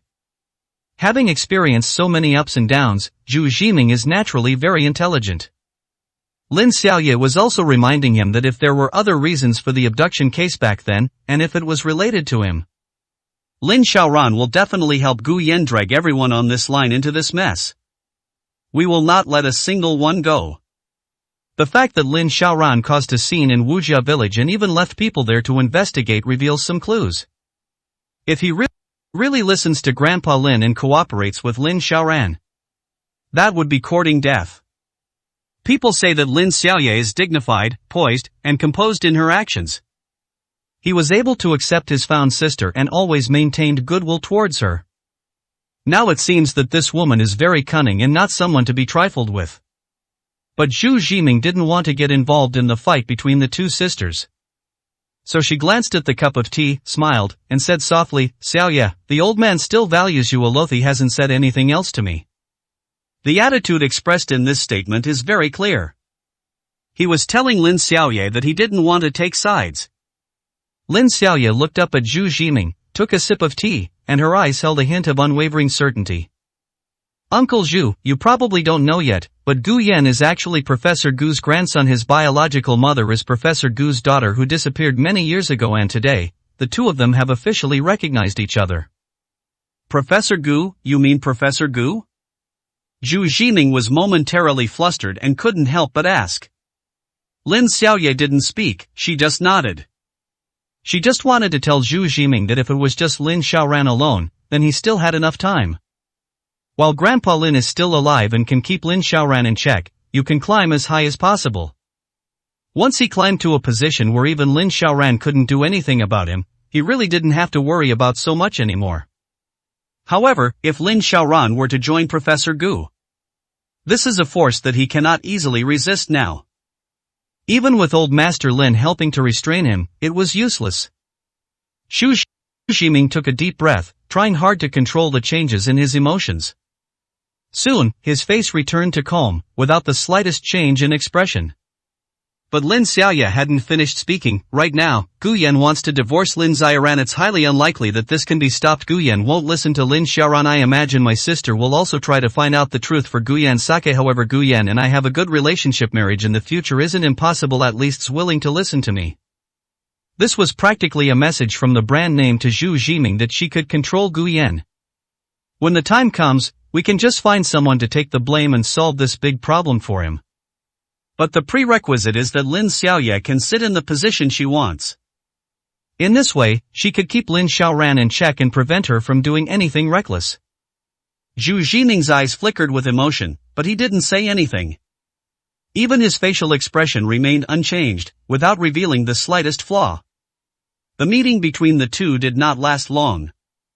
Lin Xiaoye sent Zhu Jiming. He got on the bus, his attitude was very calm. She didn't have the arrogance of Lin Xiaoran, nor the slight ingratiation of Ning Chen. The balance was just right. Zhu Jiming got into the car, and after driving for a while, he said, "These two women are not simple. I reckon Lin Xiaoye will soon reach her breaking point." Zhu Jiming's confidant, who was driving, couldn't help but ask, "Are we really not going to continue our cooperation with Lin Xiaoran's side?" A cold glint flashed across Zhu Jiming's face. "Lin Xiaoran took Wu Fu and the village chief of Wu family village away and hasn't released them yet. She's definitely going to investigate to the end. Old Master Lin won't allow her to act recklessly, but Lin Xiaoran isn't someone who's easily controlled. If Old Master Lin can't suppress her, then don't blame me for making other choices." In another car, Lin Xiaoye crossed her arms and looked out the window with a cold smile on her face. The driver was her assistant. "Mr. Lin, is there anything else we need to do now?" A hint of mockery flashed in Lin Xiaoye's eyes. "My sister's weakness is too obvious. We just need to target that weakness. Have someone give Ning Chen a hint in the current situation. If he doesn't do something, he'll have nothing to do with Lin Xiaoran anymore. Right now, there aren't many people in the Lin family who want him to be with Lin Xiaoran." 258, Chapter 258. Drugging my husband and cheating on me, is it for my own good? The night in Kyoto was rather chilly, much like the gloomy mood of most people tonight. A light rain continued until the morning sun appeared. That night, many people in Kyoto were unable to sleep. The relationship between Gu Yan and Professor Gu has already reached the ears of everyone in Kyoto's elite circles. Many people have some concerns. Most of these people were those who had bullied Gu Yan in the past. In order to curry favor with the Ning, Yan, and Lin families, these people tried every means to bully Gu Yan. No one could have imagined that such a boomerang would actually pierce their body. At this moment, these people all felt a little regretful. They were worried that Gu Yan would settle scores with them later. Some people aren't afraid, but they're just as unhappy. These people all harbored deep hatred for Gu Yan. Especially the three major families, the Huang family, the Yan family, and the Ning family. Some people even felt excited. Some families who have never been involved in anything related to Gu Yan have already begun to figure out how to build a good relationship with him. Throughout the night, the entire elite circle of Kyoto seemed to have been struck by a massive earthquake. Gu Yan, however, slept exceptionally soundly. I felt much better after a good night's sleep. After getting up and packing the last of my luggage, I got on the bus and went to a print shop to print out the divorce agreement. He then drove to the hospital. Professor Gu got up very early. Perhaps it was the joy of recognizing Gu Yan yesterday that made him recover well. The doctor has approved his discharge application, and he only needs to come back for regular checkups in the future. Grandpa Gu Yan walked into the ward and called out softly to Professor Gu, who had already changed his clothes. "Oh, Xiaoyan is here?" A smile appeared on Professor Gu's face. "Let me do it," Gu Yan said to the bodyguard who was pushing Professor Gu's wheelchair, then walked behind Professor Gu and pushed him out of the ward. Before coming to the ward, he went to ask the doctor about the old man's current condition and learned that he was going to be discharged. As soon as the two stepped out of the hospital, they saw Lin Xiaoran, Wang Lin, and a few others standing at the hospital entrance. Lin Xiaoran still seemed a little weak, and Yi Qing was supporting her beside her. The group seemed to be arguing about something. "Xiaoran, everything I did before was for your own good. I know I was wrong before. Can you please stop acting like this? This time it was your grandfather's order. No, it was an invitation. Even if you don't forgive me, you have to consider your grandfather's feelings." Before she could finish speaking, Lin Xiaoran interrupted her. Lin Xiaoran was already holding back her anger. I took a deep breath and tried my best to stand up straight. "You mean you drugged my husband to make him cheat on me, and it was for my own good, right?" Upon hearing this, Wang Lin's face turned deathly pale. She didn't know how to refute Lin Xiaoran. That's what she really thought until yesterday. Doing this will only be good for Lin Xiaoran. But who could have imagined that things would turn out this way? My mom. Wang Lin was somewhat at a loss for words, and her speech became somewhat incoherent. Lin Xiaoran, however, let out a cold laugh. "Now you're telling me I should bring him home for dinner? You say you don't want me to divorce him? Is this for my own good?" Wang Lin's face flushed red and then turned pale, looking very embarrassed. She had actually prepared herself mentally, knowing how awkward the situation would be. But at this moment, even though only Lin Xiaoran and Yi Qing were in front of her, she still felt a little embarrassed. "When Gu Yan was an orphan, you treated him like a jinx, a scourge. You wished you could grind him to dust. Now that he's Professor Gu's grandson, you're saying I absolutely cannot divorce him?" Lin Xiaoran's face was full of sarcasm. "I will not divorce him, but I advise you to see him as little as possible in the future. My marriage is none of your business." After saying that, Lin Xiaoran prepared to leave. But before they had taken 2 steps, Wang Lin let out a gasp. Gu Yan. Upon hearing this name, Lin Xiaoran quickly turned around and looked in Gu Yan's direction. He was just a little weak and almost lost his balance. Fortunately, Yi Qing was there to support her, preventing her from falling to the ground. The moment Wang Lin saw Gu Yan, the emotions in her eyes became extremely complex. Her first instinct was to run away. Seeing that Gu Yan was pushing Professor Gu out, her feet froze in place. A few seconds later, she seemed to finally realize what was happening. He glanced at Lin Xiaoran beside him, then quickly walked over. "Gu Xiaoyan, you've come to pick up Professor Gu." "Hello Professor Gu. We've met before. I am Wang Lin, Xiaoran's mother, and also Xiaoyan's mother-in-law." Wang Lin tried her best to wear a gentle smile and show as much goodwill as possible. Professor Gu nodded, then turned his gaze to Gu Yan. Gu Yan's face showed no change in expression at this moment. "What's up?" Hearing Gu Yan's unusually cold tone, Wang Lin's face stiffened. Then he quickly added, "Well, Grandpa said yesterday that he wanted you and Xiaoran to go back to the old house for a meal today. You haven't been back for several days, and the old man probably misses you." Upon hearing this, Gu Yan couldn't help but scoff. "Missing him? Are you kidding me? Old Master Lin never liked him. Every time we meet, I either don't say a word to him or I scold him. Would that old man miss him? They probably wish they could never see themselves again." Hearing Gu Yan's laughter, Wang Lin was also embarrassed by the sound. She seemed to realize that what she had just said was somewhat insincere. He quickly added, "The old lady misses you very much. You haven't been back to see her for a long time either. How about we have a family meal together tonight? If it's convenient for Professor Gu, our two families can get together tonight." Wang Lin was truly at her wit's end. Of the entire Lin family, only Lin Xiaoye and the old lady had a relatively good attitude towards Gu Yan. Lin Xiaoye is now solely focused on separating Gu Yan and Lin Xiaoran so that she can marry him. Wang Lin and Grandpa Lin would definitely not agree to this. There was no other way but to bring out the old lady to make the decision. Professor Gu happens to be there too. If we could invite Professor Gu over as well, things might go even more smoothly. After all, Professor Gu and the Lin family have some connections. Even if we can't repair our relationship with Gu Yan today, at least we can send a signal to the outside world. Tell others that the relationship between the Lin family and Gu Yan is not as bad as the rumors suggest. This might curb the rumors that have been circulating since last night, reduce the trouble for the Lin family, and quiet down those who want to take advantage of the situation. 259, Chapter 259. I want everyone to know that you are my grandson, Gu Shuqing's grandson. Gu Yan looked at Wang Lin, his face expressionless. He just stared at her without saying a word. Wang Lin gradually became uneasy. The smile she had been maintaining was about to break. He really didn't want to deal with the Lin family. But the old lady was an exception. Over the years, in the entire Lin family, or rather in the entire circle of powerful and influential people in Kyoto, only the old lady has been kind to him. Even if he loathed the Lin family, he wouldn't abandon the old lady just because he had found relatives and elders to rely on. Besides, he was going to the Lin family's house anyway today. "There's no need for a meal," Gu Yan finally said.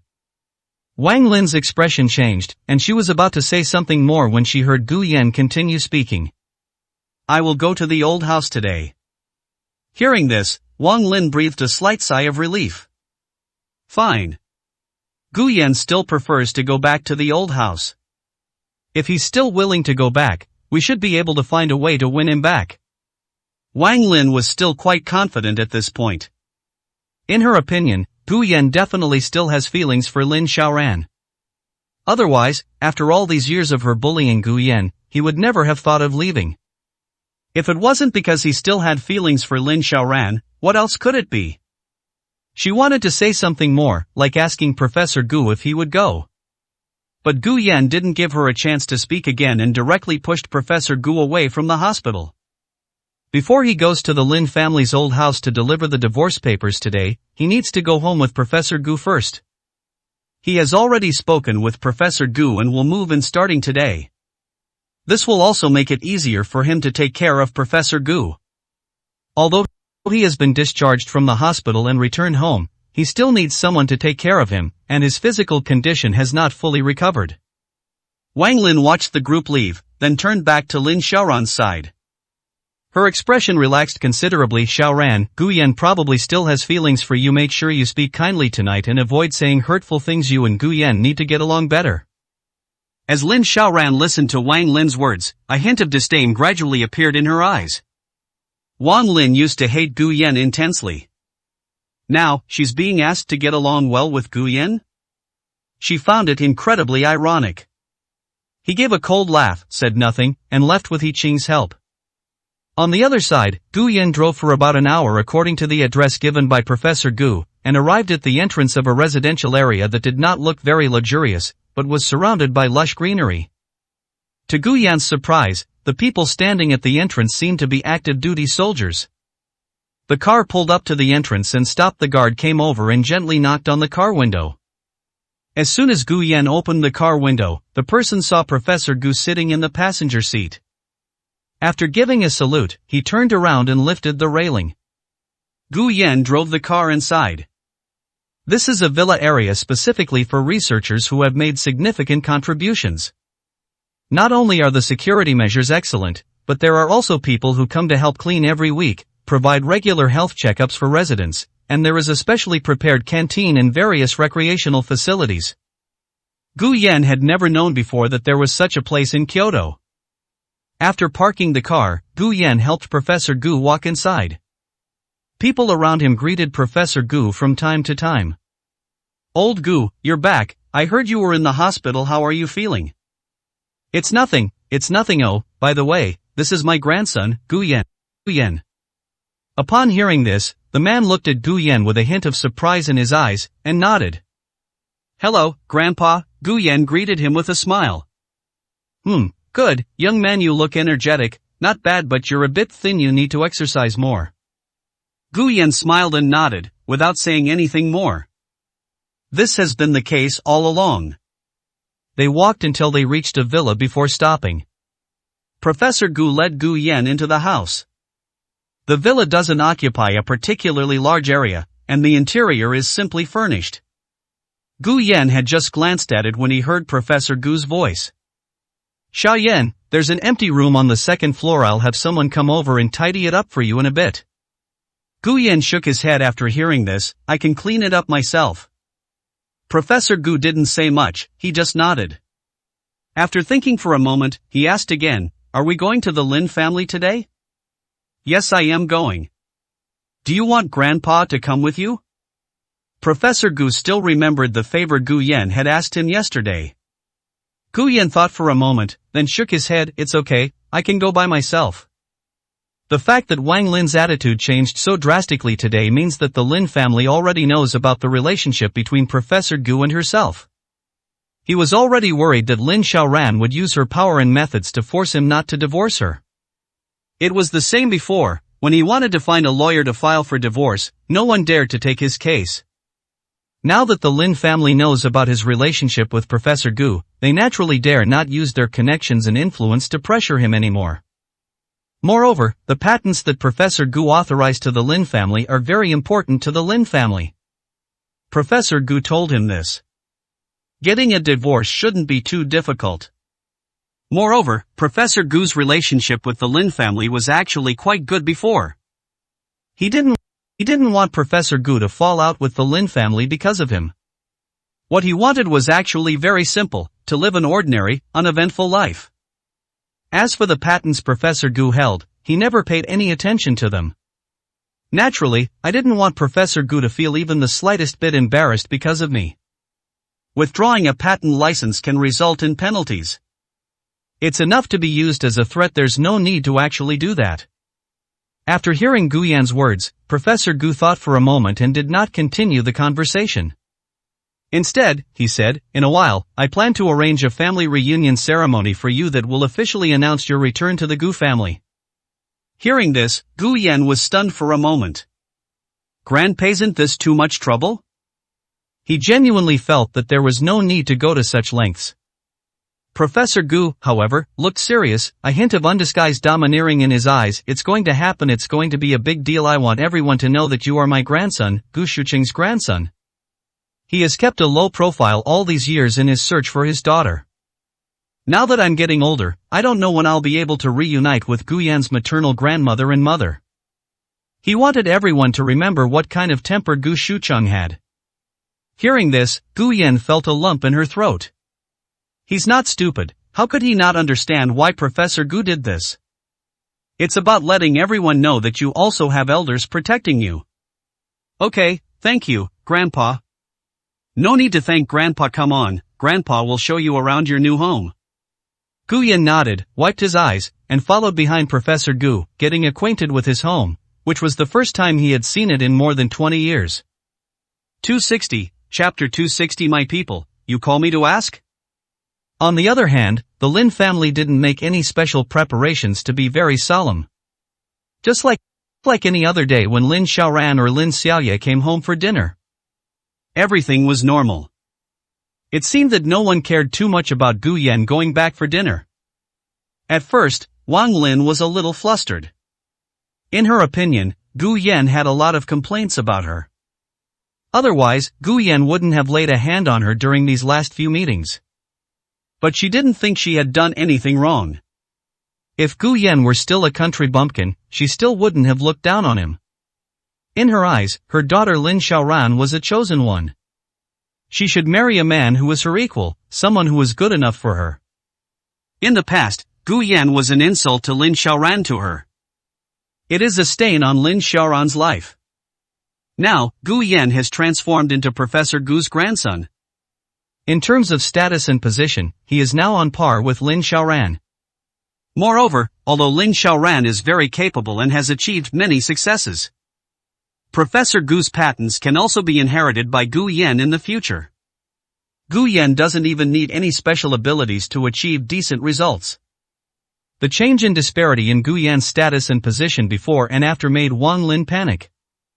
She was a little worried that Gu Yan would hold a grudge against her. It was only after old Master Lin scolded her, which annoyed him, that she calmed down a bit. Alright, what's the panic? Old Master Lin snorted coldly. Dad Gu Yanha probably has a problem with Mei. Wang Lin did not voice all her concerns. But old Master Lin is a man who has weathered many storms, how could he not see what she was thinking? You're the Lin family's daughter-in-law, so be more composed, said old Master Lin, before taking a sip of his tea. He has only made up for the gap between himself and Xiaoran in terms of status and position. What else is there? After the initial emotional turmoil, Mr. Lin quickly accepted the fact. In his view, the difference in status between Gu Yan and Lin Xiaoran had simply been smoothed out. Everything else is the same as before. Gu Yan is still the same Gu Yan. Lin Xiaoran is still the same Lin Xiaoran. Gu Yan's abilities will not increase simply because he is Professor Gu's grandson. Lin Xiaoran will not become a useless person because of this change. He could only accept that Lin Xiaoran married a good-for-nothing with equal status and who could bring some help to the Lin family. He could simply accept that Lin Xiaoran's marriage, after Gu Yan's change in status, could no longer be considered a stain. Hearing what Grandpa Lin said, Wang Lin felt a little more at ease. Really? Apart from the change in status and position, nothing else has changed. Gu Yan and Lin Xiaoran are not divorced yet. Moreover, in her opinion, it was Gu Yan who was unwilling to get a divorce in the past. Could it be that he's thinking of getting a divorce after becoming Professor Gu's grandson? Could he possibly find a better woman than Lin Xiaoran? The more Wang Lin thought about it, the more relaxed she felt. How could that be? Gu Yan is only slightly worthy of Lin Xiaoran. Besides, it's not certain that Gu Yan will inherit Professor Gu's patents in the future.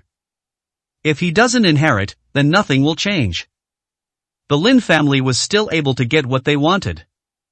Moreover, given Gu Yan's feelings for Lin Xiaoran, even if he inherits the patent in the future, the Lin family can actually grant him all the patent licenses.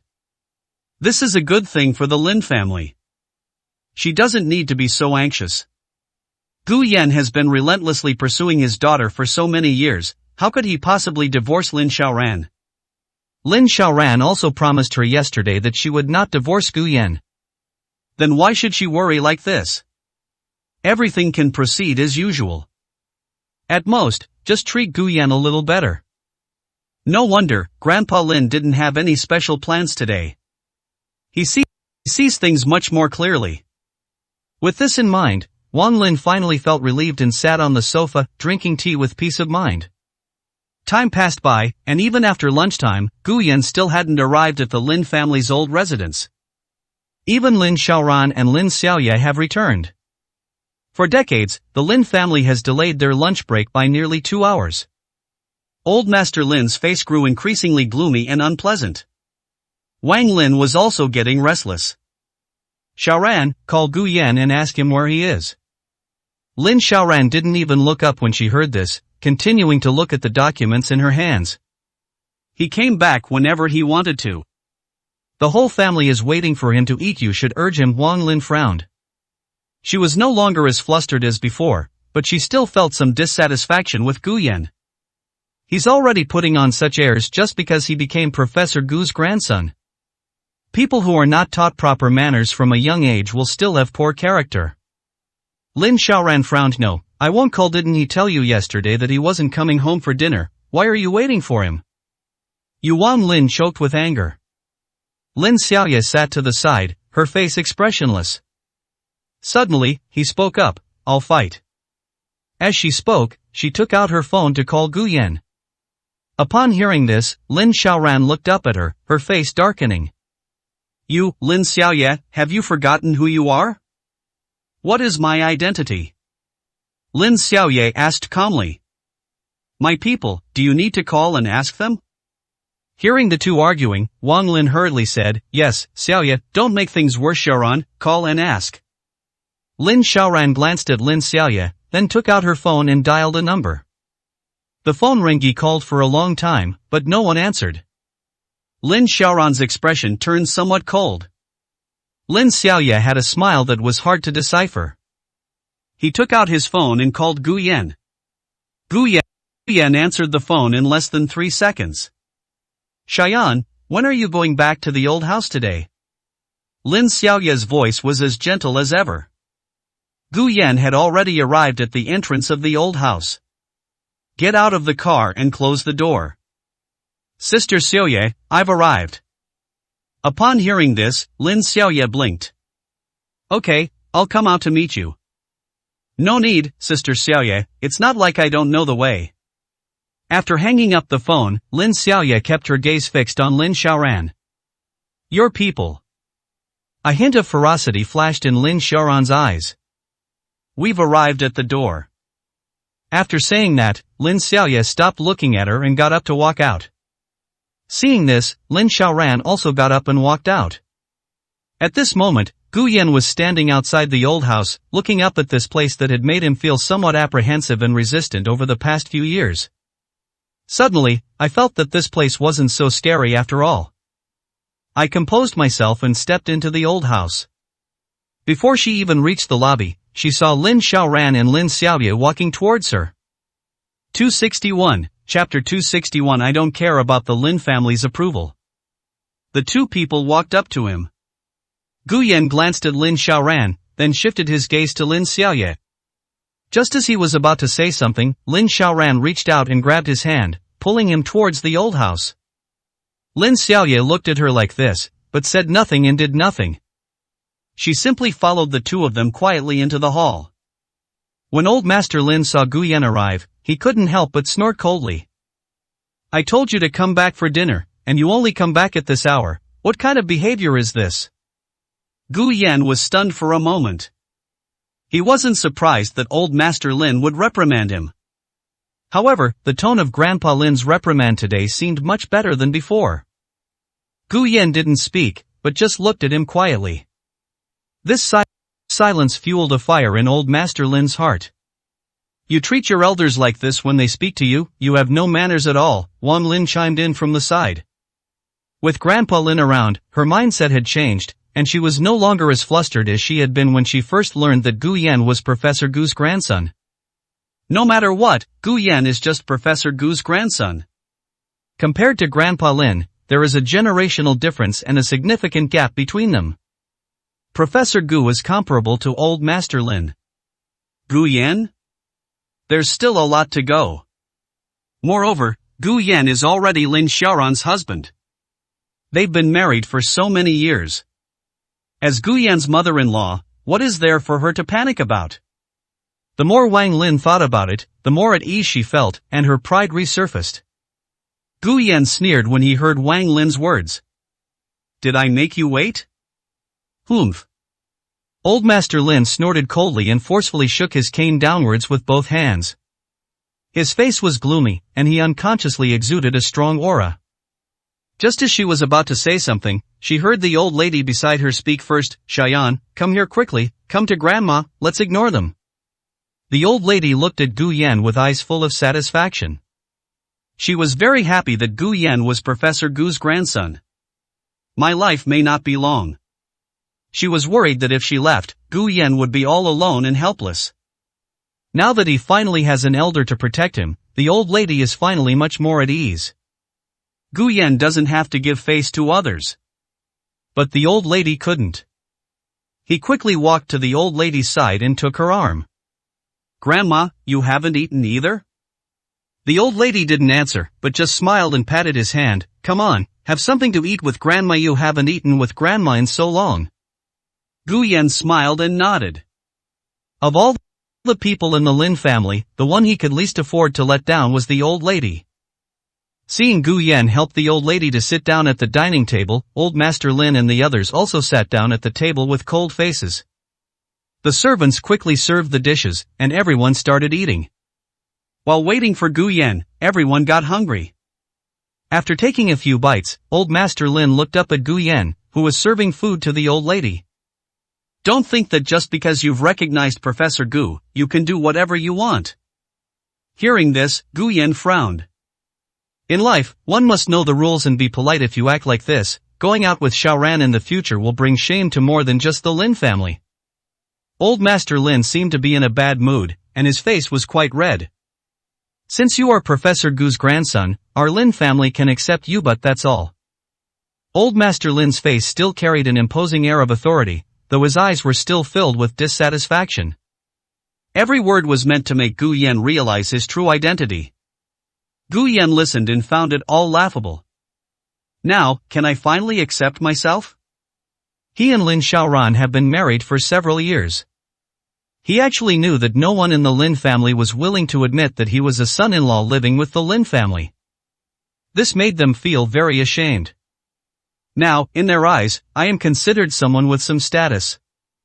That's why he reluctantly accepted his identity. What's this? Is it charity? These people, as always, are still used to looking down on me from a high position.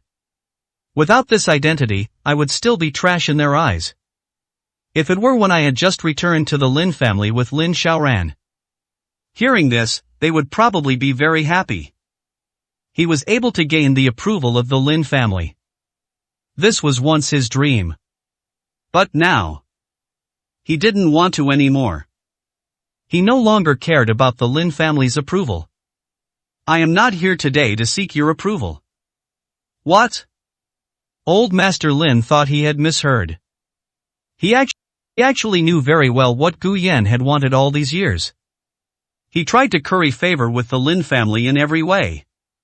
She didn't even dare to speak up when bullied by the servants. All this was to gain the approval of the Lin family. But he never thought highly of Gu Yan. Even now, she still looks down on Gu Yan.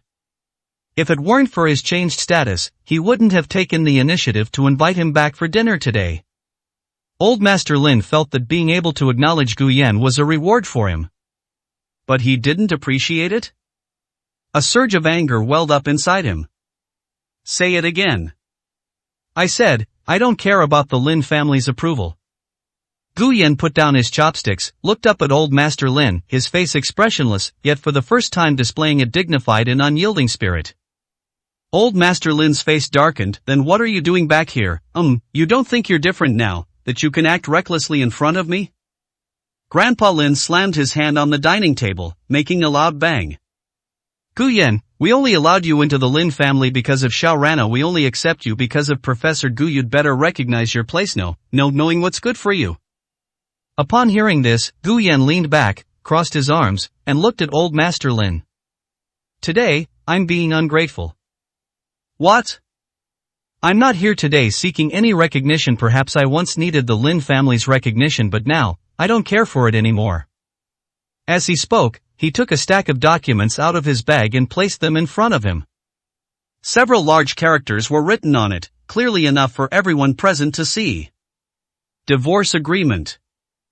I'm here today to get a divorce. Your Lin family. I'm not good enough for you. I am just a poor country boy, not worthy of your Lin family. Since you look down on me so much, let's just break up now. I won't cause you any more trouble, and I won't have to look after you all. Gu Yan took a deep breath, as if he wanted to unleash all the emotions he had held in his heart over the years. But in the end, he said in a very flat tone and in a voice that was neither loud nor soft, disgusting. With a whoosh, Grandpa Lin immediately overturned the plate in front of him. She stood up, pointed at Gu Yan with her finger, her body trembling uncontrollably, clearly very angry. 262, Chapter 262. Our Lin family's son-in-law is none other than him. Gu Yan looked at Old Master Lin without saying a word. He was fed up with being scolded by this old man. From now on, I won't have to endure it anymore. She stood up and placed the divorce agreement she was holding there. Then he looked at the old lady beside him. Grandma, I'll head back now. I'll come see you again when I have time. When the old lady saw Gu Yan like this, she opened her mouth as if to say something, but she still couldn't say anything. Gu Yan turned around and looked at Lin Xiaoran. Remember to let me know once you've signed. I'll be waiting for you at the Civil Affairs Bureau in a month. After saying that, Gu Yan prepared to leave. Seeing Gu Yan like this, old Master Lin suddenly became breathless, clutching his chest and panting heavily. Wang Lin couldn't help herself when she saw this. He stood up and shouted, "Gu Yan, you stop right there." Upon hearing this, Gu Yan stopped and turned around to look at her. Don't you have any manners? Who gave you the right to talk to your elders like that? Our Lin family has already accepted you. What more do you want? You used to back down and threaten to divorce us. Wasn't that all to gain the Lin family's approval? As Wang Lin spoke, she walked up to Gu Yan. To win Xiaoran back, you even went so far as to say you wanted to be with Xiaoye. Was it all for the Lin family's approval? Wasn't it all for staying in the Lin family? Using such underhanded tactics too often just shows how ungrateful you are. Wang Lin looked at Gu Yan, took a deep breath, and tried to calm herself down. You need to understand that the Lin family's approval of you is not because of your own achievements. You'd better recognize your own limitations and not take yourself too seriously. Gu Yan couldn't help but laugh when he heard these words. Even now, they still think they want to stay in the Lin family and want to use some kind of strategic retreat to advance. Gu Yan gave a cold laugh. Is the Lin family doing well? What? Wang Lin felt like she hadn't heard clearly. I'm telling you, I don't want to stay in the Lin family for even a second longer. I don't care about your Lin family's approval. I've said it before. I want a divorce. This isn't some kind of tactic of retreating to advance, nor is it to win Lin Xiaoran back. Gu Yan looked down at Wang Lin, a hint of disdain in his eyes. Do you really think everyone covets the so-called life of the wealthy and aristocratic? Have you forgotten that I was the one who kept saying I wanted a divorce, and that it was your precious daughter who disagreed? You were the one who invited me to dinner at the old house yesterday, not the other way around. It seems that I'm not the one who needs to recognize my own place. Upon hearing this, Wang Lin's face turned ashen. Gu Yan still says that even now. Could it be that he really wants a divorce? No. Impossible. Her daughter is the most outstanding and talented woman in Kyoto. No one can compare to her. How could Gu Yan possibly want to divorce her? Where could he possibly find a woman more outstanding than his own daughter? Wang Lin was thinking this to herself. But his face looked very pale. She wanted to say something more, but Gu Yan didn't give her a chance to speak at all and turned around and walked out of the Lin family's old house. Wang Lin had no choice but to turn around and look at Lin Xiaoran, her face full of resentment. Look at him, now that he has a powerful backer, he's become so arrogant. Who knows what he'll become in the future? You should keep an eye on him. Lin Xiaoran was looking at the divorce agreement on the table, her eyes dark and gloomy. Hearing Wang Lin's words, he said expressionlessly, "Didn't I tell you that you should just avoid appearing in front of him?" Hearing this, Wang Lin became even more furious. No matter what, I'm his elder, I'm his mother-in-law. Is it wrong to ask him to come home for a meal? If it weren't for your marriage, would I let him bully me like this? In Wang Lin's eyes, Gu Yan's actions were a form of bullying her. Grandpa Lin sat to the side without saying a word. The old lady's expression was unreadable. After letting out a long sigh, she said, "All right, stop arguing, Xiaoran, go and chase after her. I've told you before, don't wait until she's determined to divorce you before you regret it." Lin Xiaoran glanced at the divorce agreement. You asked him to come back for dinner, and all you got was this divorce agreement? Lin Xiaoran stood up and walked out with a cold face. From now on, stay out of my business with him. Seeing that Lin Xiaoran had left, Lin Xiaoye also stood up. I'm finished eating, I'm leaving now. Wang Lin was already angry, and seeing that she was about to leave, she frowned and asked, "What are you going to do now?" You care about me too? Lin Xiaoye said softly, her expression very calm. What are you saying? I am your mother, of course I care about you.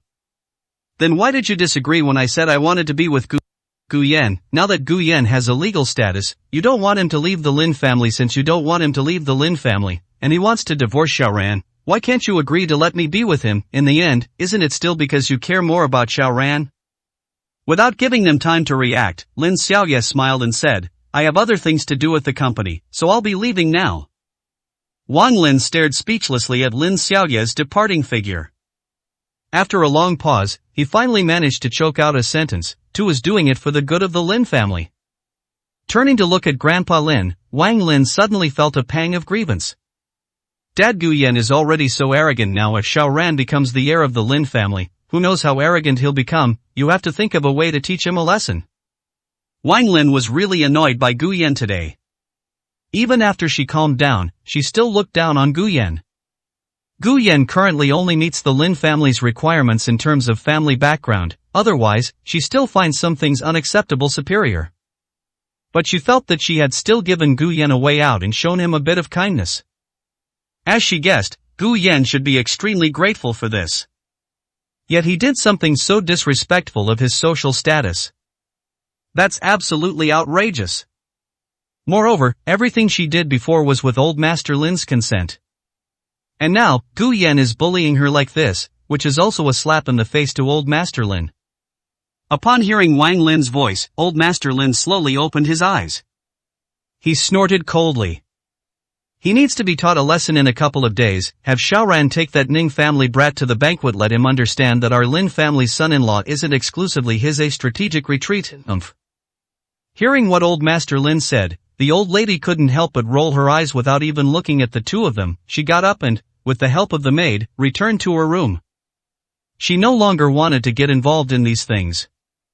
With Professor Gu around, it won't be so easy for these people to bully Guyan. The old lady no longer needs to worry as much as she used to. 263, Chapter 263 is a wedding gift for you two adulterers. After leaving the old house, Guyan drove towards the hospital.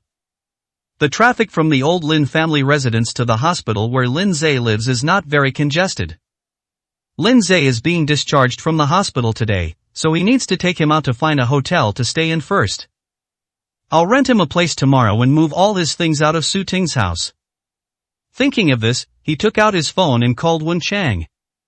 Hello, Guyan, are you alright? Wen Chang's words startled Guyan. Me, I'm fine, what's wrong? I saw people talking about brother Lin Zhe, didn't you see it? Upon hearing this, Guyan suddenly felt something was amiss. The fact that he is Professor Gu's grandson should have already spread within the elite circles of Kyoto.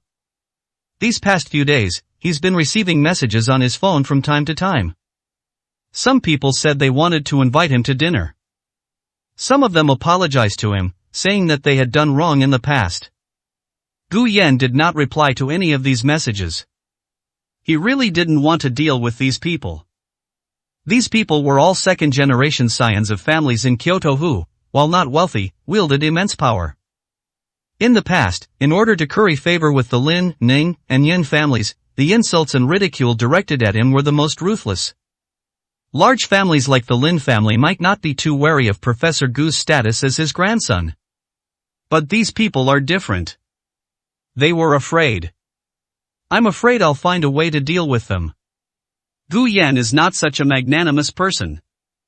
They were bullied for several years. Will he forgive them now if they just apologize and say sorry? Absolutely not. As for whether or not to retaliate, he hadn't thought about it yet. Now all I want to do is get a divorce.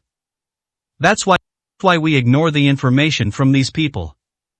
But this also shows that, for the time being, no one should be gossiping about things around him in the group like they used to.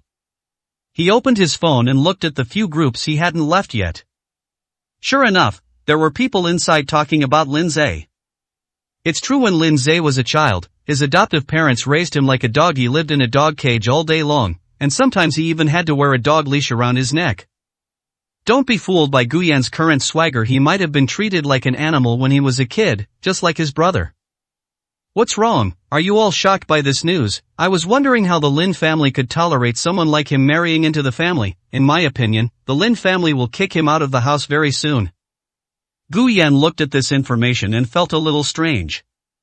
He didn't seem to have seen these people speaking in this group before. Few people in the group responded to these individuals. From beginning to end, it all seemed like these few people were stirring up trouble and spreading rumors. This method is rather crude. Guyan could tell almost at a glance. This must be someone deliberately spreading these messages. The purpose was to ruin Gu Yan's reputation. It even seems like a conscious reminder to the Lin family, so that they would see these rumors. Who did this? Gu Yan frowned, wanting to open the information of those people to take a look. But everything was locked, and there was no information to be seen. There must be someone stirring things up behind this. Otherwise, when did these people join the group? Why did these messages suddenly appear and spread? Gu Yan thought for a moment and then ignored the messages in the group. I casually opened my WeChat moments and saw that Ningchen had posted something. In the accompanying picture, Lin Xiaoran's back can be clearly seen. Gu Yan wore a cold smile. He just said he wanted a divorce and sent over the divorce papers. He turned around and got together with Ningchen? Lin Xiaoran had just been discharged from the hospital and was still very weak, but she still went to see Ningchen. I really can't wait. I glanced at the caption Ningchen posted on her WeChat moments again. Tomorrow I'm going back to the Lin family's old house for dinner with Xiaoran friends. Please help me choose a good gift for the old man. There are quite a few comments below, mostly from people who have a good relationship with Ningchen. I knew it. So what if Gu Yan is Professor Gu's grandson? He's still not as good as Brother Chen. Exactly, Lin Xiaoran has such high standards. Even if Gu Yan has a status to back him up, it won't help. She still likes our Brother Chen. The Lin family still prefers our Brother Chen even if Gu Yan has a good maternal grandfather. It can't hide the fact that he's trash. Gu Yan's face remained expressionless as he looked at the comments. However, she replied to a comment. Congratulations, I delivered the divorce papers to the old house today. Have her sign them and let me know. Oh, by the way, if Lin Xiaoran doesn't want a divorce because she gave me the shares in Zhuguang, then tell her that too I can return those shares anytime. Consider it a wedding gift for you two adulterers. After posting the comment, he tossed his phone aside and started the car again, preparing to drive to the hospital. But the car had only gone a few meters when it was suddenly rear-ended. A violent shaking occurred, and the airbags deployed. Gu Yan's head was spinning from the impact. Before he could recover, someone opened the car door and pulled him out. After finally regaining his footing, he could see a figure slowly walking towards him.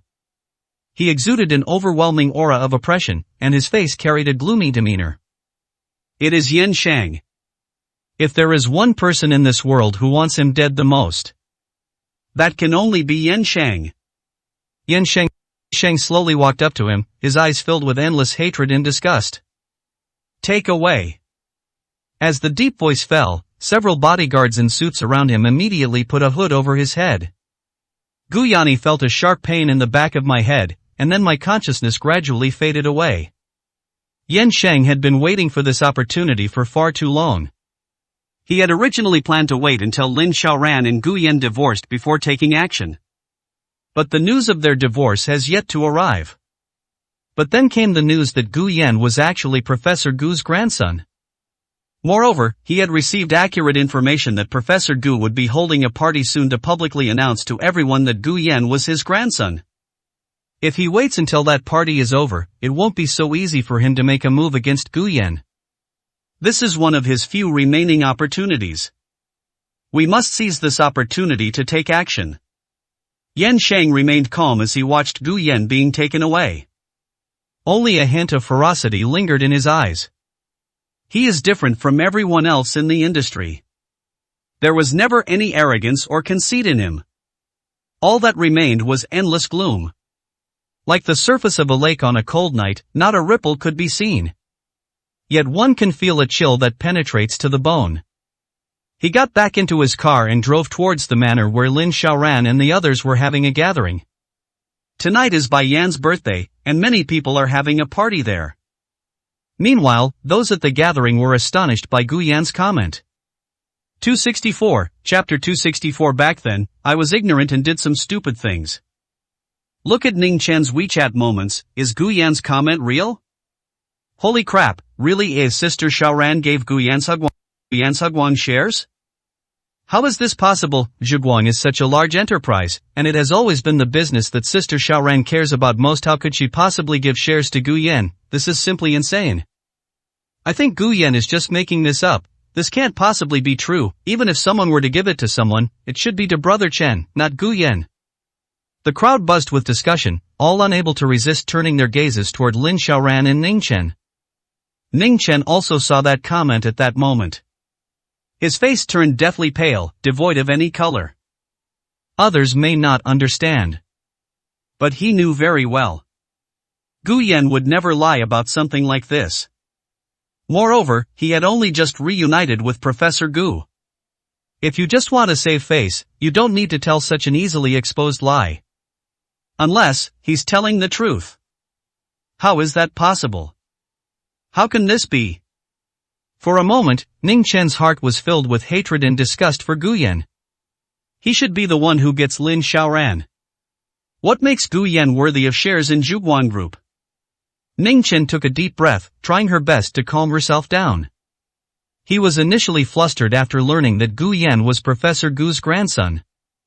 This identity was enough to change the Lin family's opinion of Gu Yan. Previously, some people had hinted that he should hurry up, otherwise he would miss the chance to be with Lin Xiaoran. This made Ning Chen feel somewhat anxious. And that is indeed the case.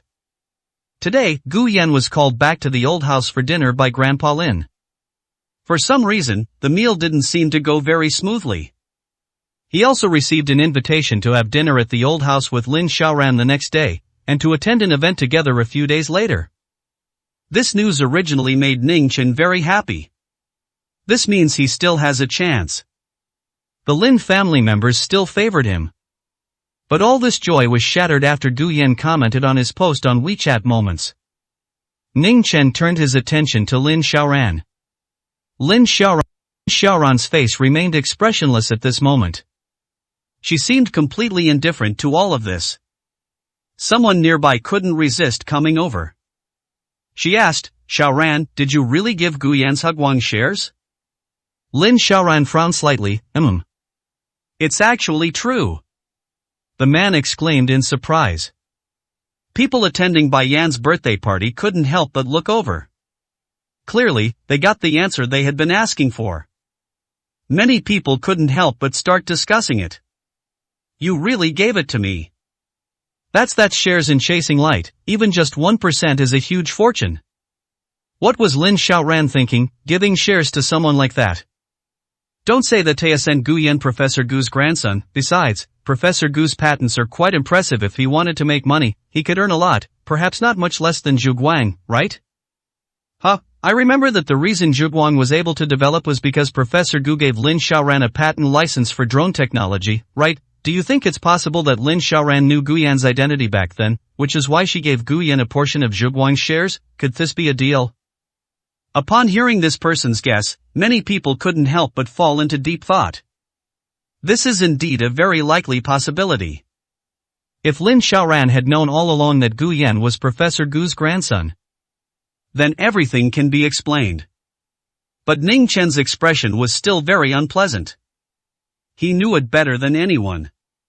Lin Xiaoran could not possibly have known all along that Gu Yan was Professor Gu's grandson. If she had known earlier, she would have taken Gu Yan to meet Professor Gu long ago. How could it have waited until now? Bai Yan walked to Lin Xiaoran's side and asked softly, "You really knew all along?"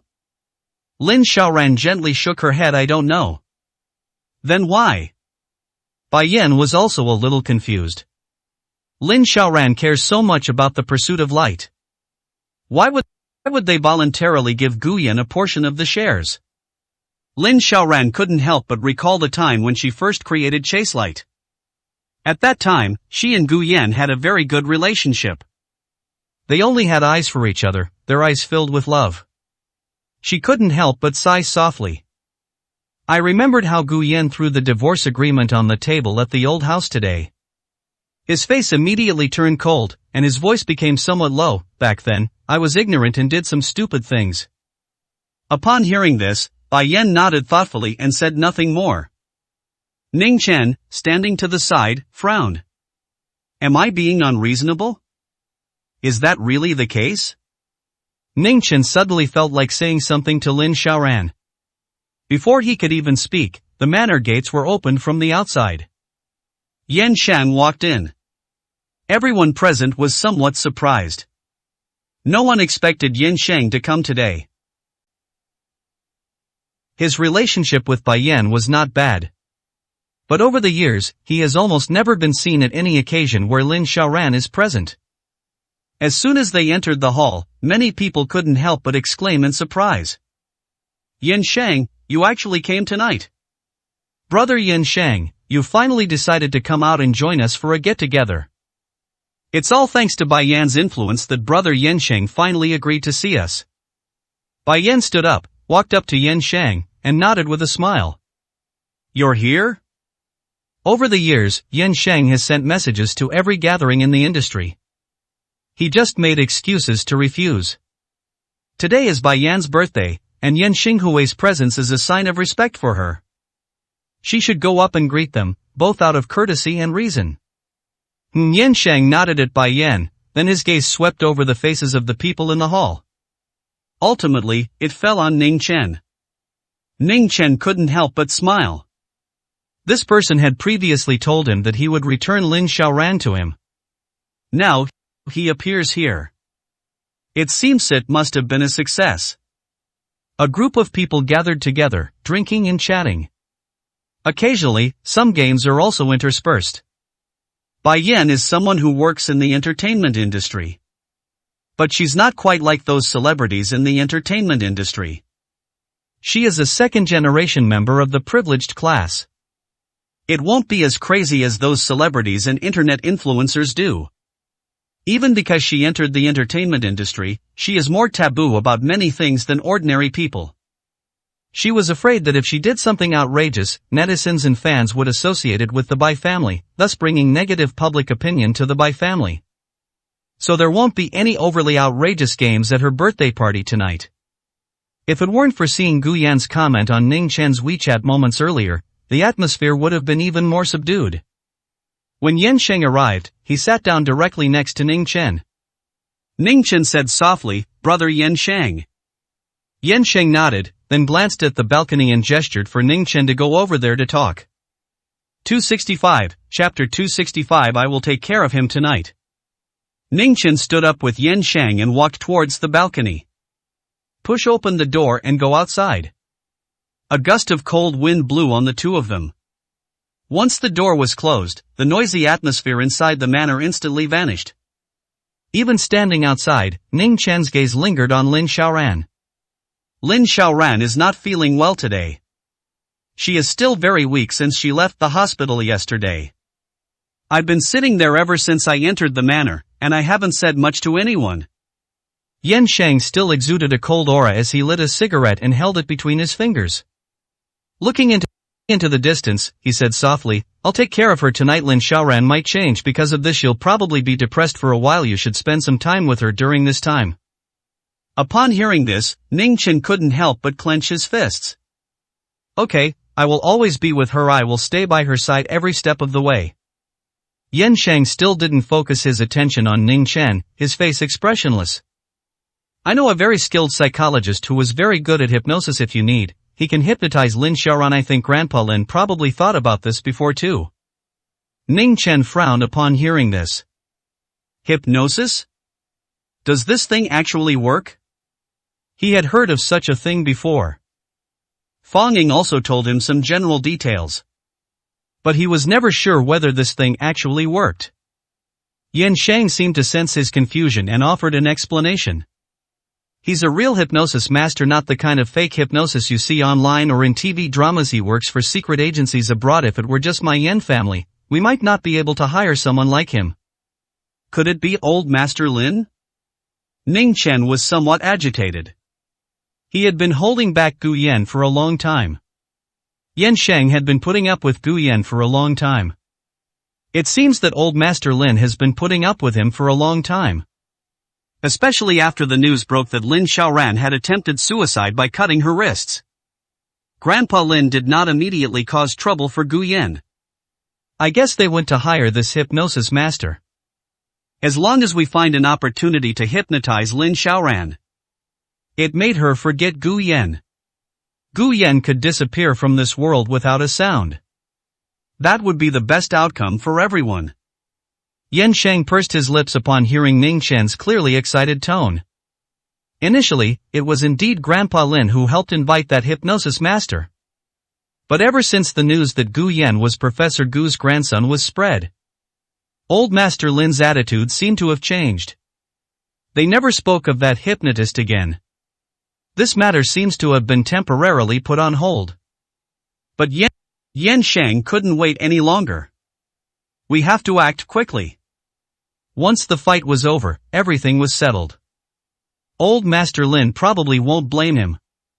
After all, in the very beginning, Grandpa Lin wanted Gu Yan to leave Lin Xiaoran and for Lin Xiaoran to marry Ning Chen.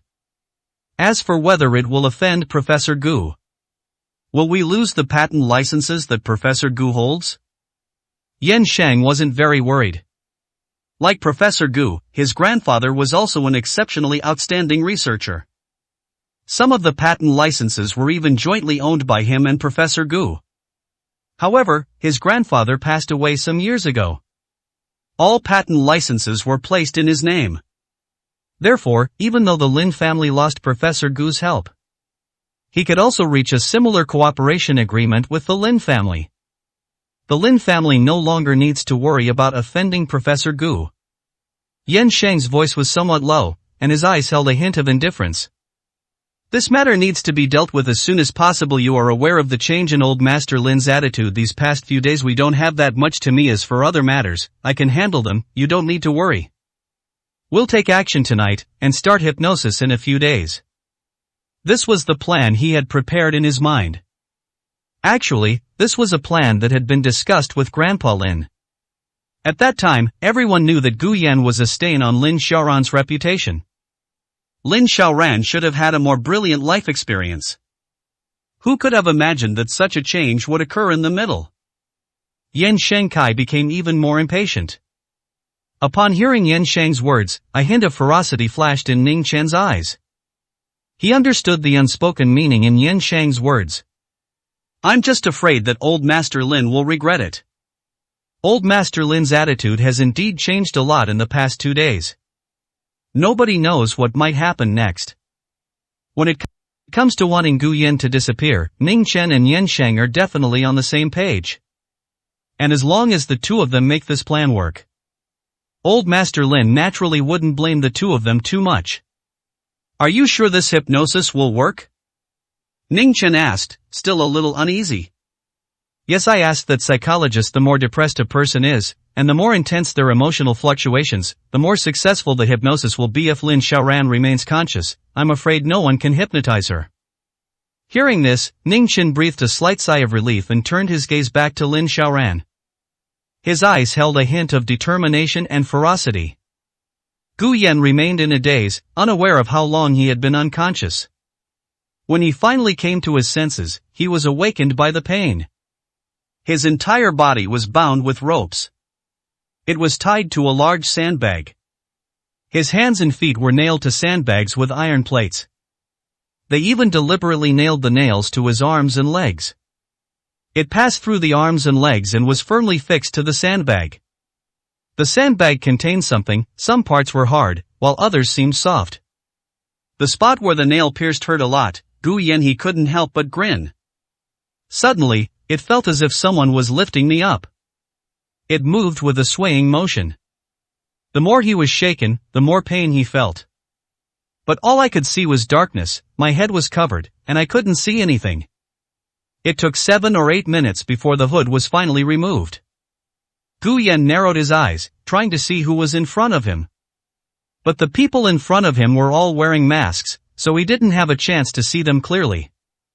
Several people lifted him up and threw him out. Before Gu Yan could react, he heard a thud. He was soaked in water. The cool lake water had a faint taste. The icy, bone-chilling sensation brought him to his senses for a moment. But the next second, the wounds on his body were also soaked with water. A sharp pain made his head throb and he felt dizzy.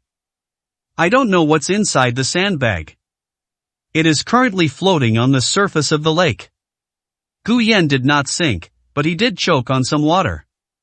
But he could feel that as the lake water slowly soaked into the sandbag began to slowly sink to the bottom of the lake. The other party was deliberately torturing him like this. they wanted him to slowly wait to die, helplessly facing impending death. This led him little by little into despair. 266, Chapter 266 Tisk, it seems your ex-wife has arrived. Gu Yan dared not move. The more it moves, the faster the sandbags will be soaked by the lake water. The faster he dies. His mouth was bound with a strip of cloth, and something was stuffed into it, though no one knew what it was. There was no way to make a sound. Not to mention, why would anyone come to this place at this hour, right in the middle of the lake? Perhaps this is the price to pay. The price I paid for being with Lin Xiaoran. To be an enemy of the whole world. Even if you already have elders who can protect you. Yet there are still people who wish they could kill him. This could even be the trigger. Because from now on, I will have elders to protect me. Those who wanted to kill him couldn't hold back any longer. Before you're even on guard, kill yourself first. Otherwise, they fear they might not have such an opportunity to act again. Both really didn't want to die. The truth about my mother's situation has not yet been uncovered. He died with his eyes wide open, unable to rest in peace until the truth was uncovered. Moreover, he had just found his family. I haven't been able to properly take care of him and let him experience the joy of having his knees around. If I were to die like this, Grandpa probably wouldn't be able to accept it either. I'm not reconciled. Extremely unwilling to accept it. If he had a choice, he would never have met Lin Xiaoran, much less have been with her. Even if right now I can only do odd jobs, like working as a waiter in a restaurant or carrying sandbags on a construction site. That's better than losing your life. He wanted to live. But he didn't even know which lake in Kyoto this was. It's even impossible to confirm whether he's still in Kyoto. Suddenly, the sound of flowing water rang out. Then, with a thud, it appears that something was thrown into the lake. Gu Yan turned around with difficulty to look in the direction from which the sound came. A small boat appeared not far from him at some point. A hint of anxiety flashed in Gu Yan's eyes. At this point, he no longer cared whether the people on the small boat were the ones who had dumped him there. They hurriedly tried to find a way to make a sound. The whistling sound was clearly visible across the entire lake. The people on the small boat heard the noise and rowed the boat closer. The man seemed somewhat surprised when he saw Gu Yan.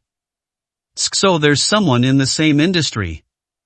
Upon hearing the voice, Gu Yan felt, for some reason, that the voice seemed somewhat familiar. Struggling desperately, trying to get that person to help. Although I don't know who this person is, judging from his words, he doesn't seem to be the one who threw me here earlier. The man on the small boat gently rowed to Gu Yan's side and reached out to tear off the tape covering his mouth. The moment the tape was torn off, Gu Yan felt a burning pain in her mouth. Trying hard to spit out what was in my mouth. He then took 2 deep breaths. Help, please help me, save me. At this moment, Gu Yan had no way of seeing who the man was. But this is his only hope now. The man tilted his head after hearing Gu Yan's voice. TSK, that voice sounds familiar. As she spoke, she turned on her phone's flashlight and shone it towards Gu Yan. With just one glance, the man exclaimed in surprise. Gu Yan? Upon hearing the voice, Gu Yan finally remembered who the man was. Suddenly, a bad feeling crept into my heart. It's someone's fault. It had to be this person. Previously, when he and Lin Xiaoran lived in an urban village, Lin Xiaoran had a conflict with the man in front of her. To be precise, this man used to be a gang leader in an urban village. Lin Xiaoran had set him up and dealt with him once. The two were sworn enemies. It was because of him that Lin Xiaoran kicked one of her good brother's genitals so hard they exploded. From then on, almost all the petty thugs in the urban village dared not provoke him and Lin Xiaoran anymore. I had heard that this man was planning to take revenge on Lin Xiaoran. But later, it seems he was found by his family and taken back. I heard he was an illegitimate child. The matter of revenge was thus left unresolved. After that, Gu Yan never heard from this person again. The man was squatting on the small boat, and the smile on his face looked somewhat sinister. What happened? Who did you offend? I never thought that I wouldn't get revenge on your girlfriend back then. Now I'm witnessing this scene. I sent this karma. Gu Yan pursed his lips. The icy cold of the lake water made him feel a chill seep into his bones, and his face gradually turned pale. But the sandbag had already sunk more than halfway down. If he doesn't break free of his restraints, he'll really be dead. But unfortunately, the person she's encountered now is someone who has a grudge against Lin Xiaoran. Gu Yan felt only pathetic, helpless, and desperate. His only hope of survival was shattered again because of Lin Xiaoran. With Lin Xiaoran by his side, it seemed he truly had no way out. The man looked at Gu Yan, his smile gradually turning into a hint of mockery. What's wrong, your girlfriend? Oh no, I should call her wife now. Why isn't she here? Did she offend someone again and get you killed? It's like karma. She made my brother suffer like that back then, and today, you're going to die too. I really hope she sees this disc. TSK. Gu Yan started to shiver from the cold, and his teeth chattered. Shesh's dead. Gu Yan couldn't help but tighten his grip on the sandbag. However, the wound on my hand was also extremely painful. Upon hearing Gu Yan's words, the man's expression shifted. Dead? He hadn't heard the news that Lin Xiaoran was dead. I heard some time ago that Lin Xiaoran seemed to be threatening to commit suicide. But in the end, didn't he escape danger? Looking at the desperate and sorrowful expression on Gu Yan's face, he seemed it means that they realized something. His facial expression gradually returned to calm. Ohaya had a fight, didn't you? A fight between husband and wife, and you lose your life. TSK. Lin Xiaoran is really ruthless. She doesn't even spare her own husband. She and I are no longer husband and wife, Gu Yan said through gritted teeth. At that moment, he even felt a trace of hatred towards Lin Xiaoran. In my most desperate moment, I finally saw a glimmer of hope. But it was still ruined because of Lin Xiaoran. And the person in front of him continued to mock him. But the man paused for a moment after hearing Gu Yan's words. After thinking for a moment, he suddenly reached out and pulled Gu Yan towards the small boat. Tools from who knows where freed Gu Yan from the sandbag. Although he still had nails in his limbs, he finally regained his mobility. As he was dragged onto the small boat, Gu Yan's eyes were filled with surprise and a hint of relief at surviving a close call. Why did you save me? The man gave a cold laugh. Let me introduce myself. My name is Feng Shu. I like to do things that make Lin Xiaoran unhappy. She wants you dead, so I'll make sure she doesn't get her way. Upon hearing this, Gu Yan pursed his lips, about to say something. But then a sound of flowing water arose, and the roar of an engine came rapidly from afar. Feng Shu frowned, squinting at that direction. It seems your ex-wife is here. 267, Chapter 267. It wasn't him. Two speedboats sped towards us from a distance, and it seemed that someone on the speedboats was shining a powerful flashlight around. The flashlight shone briefly when it caught sight of Gu Yan and Feng Shuo. The speedboat then sped toward the two of them. Gu Yan squinted, avoiding the bright light, and took a closer look at the figure on the speedboat when the light moved away. It's very familiar. Gu Yan could recognize Lin Xiaoran almost immediately. Only when the speedboat got closer did he notice that Lin Xiaoran's clothes were soaked. His face was extremely pale, so pale from the crushing defeat. Lin Xiaoran jumped onto the small boat, trying to reach out and pull Gu Yan up. But as soon as he squatted down, he saw that Gu Yan's hands and legs were covered in blood. The night and the reflection on the lake made it appear particularly eerie. Lin Xiaoran frowned, said nothing, and turned to look at Feng Shuo beside her. Feng Shuo stood up and stood in front of Gu Yan, blocking Lin Xiaoran. Lin Xiaoran also stood up. The two of them just stared at each other without saying a word. The atmosphere gradually became quiet. Gu Yan couldn't help but gasp in pain. TSK, weren't you divorced? Why are you in such a hurry? Did you want to see if he's dead? Listening to Feng Shuo's voice, Gu Yan understood why the conflict between him and Lin Xiaoran had been so fierce back then. Both of them have such sharp tongues. A strange emotion flashed in Lin Xiaoran's eyes. Who told you we're divorced? Upon hearing this, Feng Shuo turned around and glanced at Gu Yan. The meaning is already quite clear. Lin Xiaoran frowned as she looked at Gu Yan. I didn't sign, so it's not a divorce. Gu Yan was amused by these words. But the pain in his body made him grimace instantly. I wanted to say something, but before I could even open my mouth, I heard an even louder engine roar. A yacht sailed up from a short distance and also stopped near the small boat. Feng Shuo greeted the people above. Clearly, the yacht was there to pick him up. Feng Shuo turned around and looked at Gu Yan. Do you need me to help you find a hospital? I'm afraid your ex-wife will take you away and you'll lose your life too. TSK. Gu Yan didn't know why Feng Shuo always clicked his tongue when he spoke. But upon hearing his words, he knew that Lin Xiaoran would definitely be angry. You think you can just take my people away like that? Lin Xiaoran's face was gloomy, and the ferocity in her eyes was almost undisguised.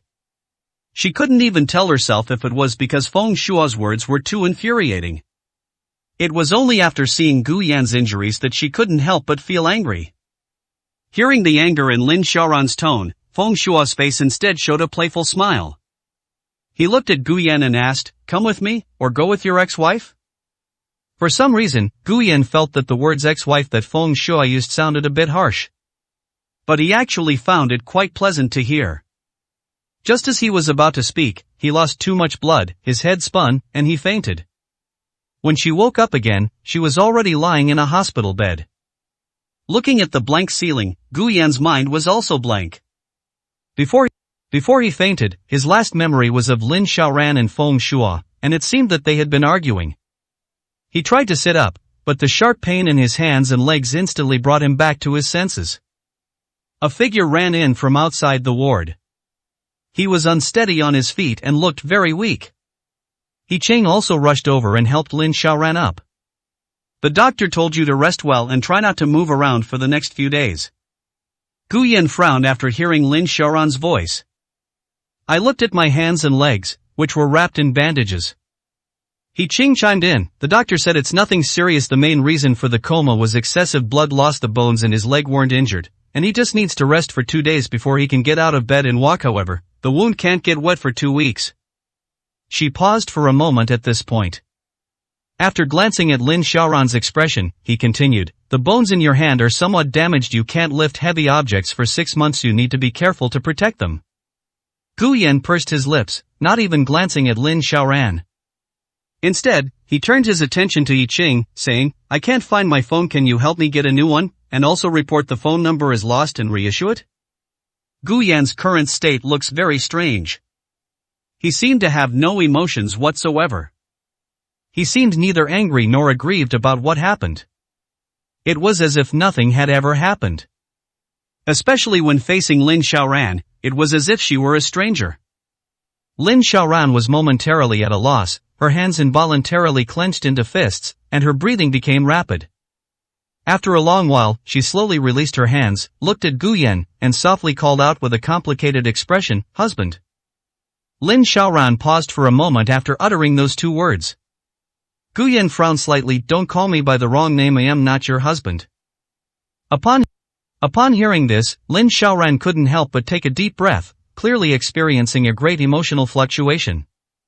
He frowned as he looked at Gu Yan, wanting to say something, but then held back after his gaze swept over the injuries on Gu Yan's body. If it were the old Gu Yan, he would have hidden himself away from her after being injured. What I'm afraid of is that she'll worry. After he discovers it, he will try to hug and comfort himself, telling himself that he is fine and it's just a minor injury. Each time, Lin Xiaoran would carefully examine Gu Yan's injuries and then scold him, telling him not to keep things bottled up inside in the future. But this time, just now, when she rushed over to help Gu Yan, she saw Gu Yan enduring the pain and leaning back. I moved it a little. I want to avoid her contact. Gu Yan used to care a lot about her feelings. Unlike now, they avoided like the plague. When facing oneself, one feels numb and indifferent. It felt as if I were a stranger. It was as if nothing had happened to him. But how can we pretend nothing happened? How could such an injury not hurt? He almost died. But he was still able to endure the pain and avoid it. They even treat themselves as strangers. Lin Xiaoran took a deep breath. If I say you are, then you are. Gu Yan gave a cold laugh. Even now, Lin Xiaoran is still being stubborn. He couldn't understand what she was insisting on. However, he didn't care so much about the reason anymore. Unimportant. This marriage is definitely going to end in divorce. No matter how much she insisted or stubbornly argued, it was no use. I will investigate this matter thoroughly, Lin Xiaoran said in a deep voice. No need for that. It was Ningchen who did it. Now that you know the answer, what can you do, or are you going to do something to him to avenge me, huh? Gu Yan's eyes held a hint of mockery. It wasn't him. 268, Chapter 268. These people seem to be treating him like a fool. These 3 words made Gu Yan burst out laughing. But the pain in his body quickly made the laughter stop, and he couldn't help but cough a few times. He frowned, took a deep breath, and endured the excruciating pain, his expression still carrying a mocking tone. Yes, it wasn't her. It must be you. Being around you has made me a target of hatred. Countless people want me dead. You refused to sign the divorce papers because you wanted revenge, didn't you? I've always been just an ordinary person. You only just found my family and I almost lost my life. Are you planning to wait until I die, then take my corpse to my grandfather and tell him that he's lost even the grandson he finally found? Upon hearing this, Lin Xiaoran's breath hitched, and she coughed as she tried to say something. His face turned red from coughing, and cold sweat beaded on his forehead. Gu Yan could tell that she was probably sick. This sounds like a cold, with some low-grade fever symptoms. Earlier on the lake, she looked as if she had been soaking in water. Gu Yan was somewhat puzzled. Why did Lin Xiaoran soak in water? However, he didn't want to care about these things anymore. He glanced at the injuries on his body. Lin Xiaoran, you've seen it too. Some people don't want me to live even though I found my family, and he's a very important figure in the country. Some people still want me dead. They don't care about the consequences at all. If this marriage continues, I'll be killed sooner or later. I don't want to die, so I'm begging you, please sign. Lin Xiaoran didn't react at all when she heard this. Gu Yan sighed deeply. At that time, I was in the lake, watching the sandbag slowly pull me down to the bottom. At that moment, I really regretted it. I regretted meeting you and being with you back then. If I had another chance, I would have stayed far away from you and would never have had any contact with you. After the divorce, he would take good care of Professor Gu and make arrangements for Lin Zhe's future. Stay far away from the elite circles of Kyoto. He even wanted to try and pick up Qin Yu's account again. He retrieved his piano. He also has many supporters. He was once considered a genius. Even if he really can't play the piano in the future, he can also compose music. They can always shine in their favorite careers. He didn't want to waste his life on a woman anymore. He had clearly realized that he and Lin Xiaoran were not a good match. A relationship sustained by only one person's love is nothing but a joke.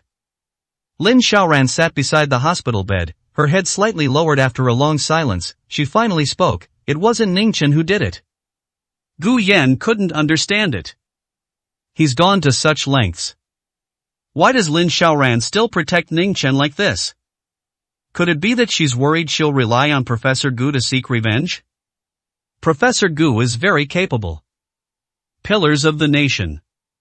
But he wasn't omnipotent. The Ning family is no pushover either. Most importantly, Professor Gu would not do anything illegal. Even if it's retaliation, to what extent can it go? He could never act like Ning Chen, with the intention of taking lives. Before he could say anything, the ward door was opened from the outside. Ning Chen walked in slowly, holding a bouquet of flowers in her hands. It looks like it was just bought outside the hospital. The flowers don't look very nice. At this time of year, it's impossible to buy any decent flowers. Ningchen placed the flowers on the bedside table and said softly, Gu Yan, I heard you had an accident, so I came to see you. How are you? Gu Yan slowly closed his eyes, a hint of helplessness in his expression. It hasn't been long since the incident. Ningchen arrived before even a night had passed. They said they came to visit me. It's more like he came to see why he wasn't dead.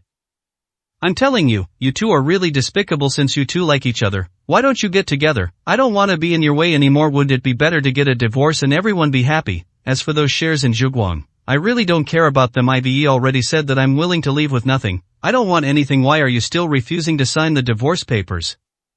As she spoke, Guyan slowly opened her eyes and focused her gaze on the bouquet of flowers. Visiting a patient with a bouquet of carnations mixed with chrysanthemums. Do you actually want me to recover? Or do you want to see me die sooner? There's really no need for this hypocrisy, Ning Chen. Aren't you tired? I'm tired just watching you pretend. Upon hearing this, Ning Chen quickly said, no, it's too late. We can only use other flowers to make a bouquet. Guyan, please don't misunderstand. Ning Chen never showed any inappropriate behavior in front of Lin Xiaoran. Guyan gave a cold laugh. Suit yourself, keep pretending if you want, but if you really like Lin Xiaoran, try to persuade her to sign the divorce papers as soon as possible and stop lingering here. I don't care if you two are being affectionate in front of me or doing whatever you want, just be mindful of the public's reaction and don't let others see I still have some self-respect. Although people in Kyoto's elite circles had long regarded Ning Chen as Lin Xiaoran's future marriage partner, these two might have done some intimate things in front of other people. She even mistook Gu Yan for a mistress. However, if the two of them were to do something sordid in front of him, who was still nominally Lin Xiaoran's husband for the time being, and someone else found out, he would still feel somewhat ashamed. Ning Chen's face darkened upon hearing this. Gu Yan's words were an insult to him. It was an insult to Lin Xiaoran. Ning Chen's body trembled slightly as she tried to think. Try to control your emotions and make your expression as calm as possible. Don't lose your dignity and composure. Her voice was a little hoarse. Xiaoran. Lin Xiaoran kept her head down, saying nothing and not even glancing at Gu Yan. Seeing this, Ning Chen had no choice but to take a deep breath. When he raised his head again, his face was filled with endless grievances and indignation. Gu Yan, the relationship between Xiaoran and me is really not what you think. He Gu Yan couldn't help but laugh out loud again. He found it ridiculous. These people seemed to be trying to make him laugh time and time again. But it was all such utterly false and ridiculous talk. He smiled. But the laughter was pathetic, even somewhat infuriating. These people seemed to be treating him like a fool. Pretend however you want, just don't act like you're the victim. It's disgusting, absolutely disgusting. All you second-generation rich kids in Kyoto are disgusting, including Lin Xiaoran. If you don't have anything else to say, get out of here, I'm going to sleep. 269, Chapter 269. Lin Xiaoran will cry? Absolutely impossible. Gu Yan gave him the order to leave. Ning Chen looked at him lying on the hospital bed with his eyes closed, her eyes filled with endless hatred. How come this piece of trash isn't dead yet? He hated Gu Yan to the core at this moment. Tonight is clearly the closest we've ever come to success. Why did Lin Xiaoran suddenly find out that Gu Yan was in trouble? However, he couldn't stay here any longer. He was worried that Gu Yan would say something even more outrageous later. He couldn't do or say anything in front of Lin Xiaoran. I left the ward and closed the door. Lin Xiaoran, however, did not leave. Gu Yan opened his eyes and glanced at her.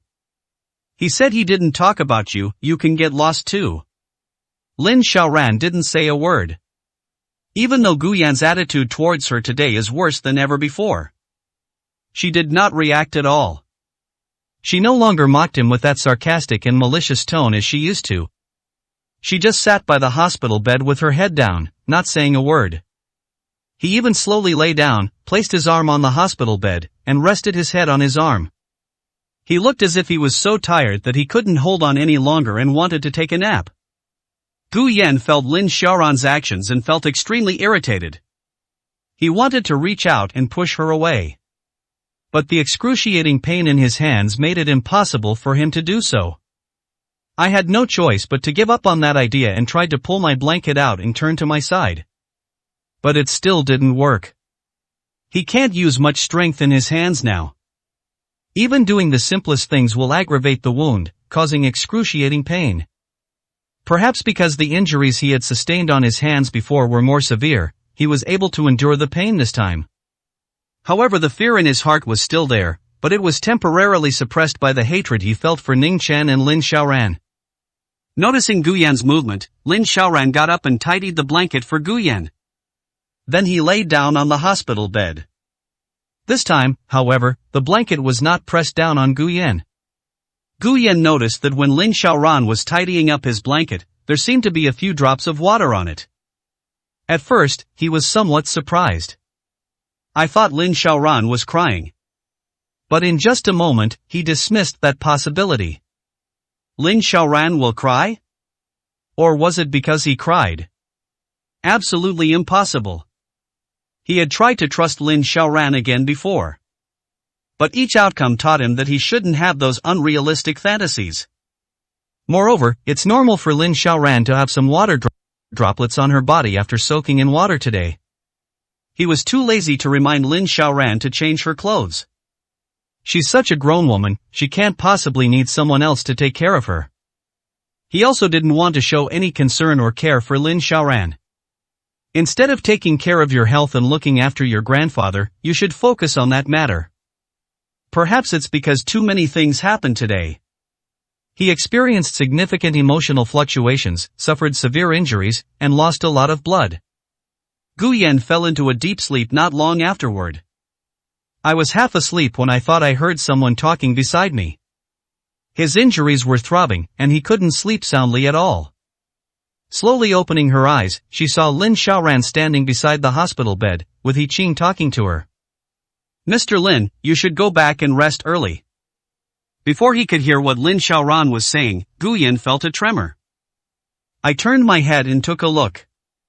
There was a new cell phone next to my pillow. It must have been He Qing who helped me choose it. I endured the pain in my hand and picked up the phone. He wanted to see who had sent him the message. I also wanted to send a message to Professor Gu to let him know. Make an excuse so he doesn't know what happened tonight. This doesn't mean that Gu Yan is letting this matter go and doesn't want revenge. Rather, it's because Professor Gu is getting old. Having just learned that her daughter was no longer in this world, she almost couldn't make it through the ordeal.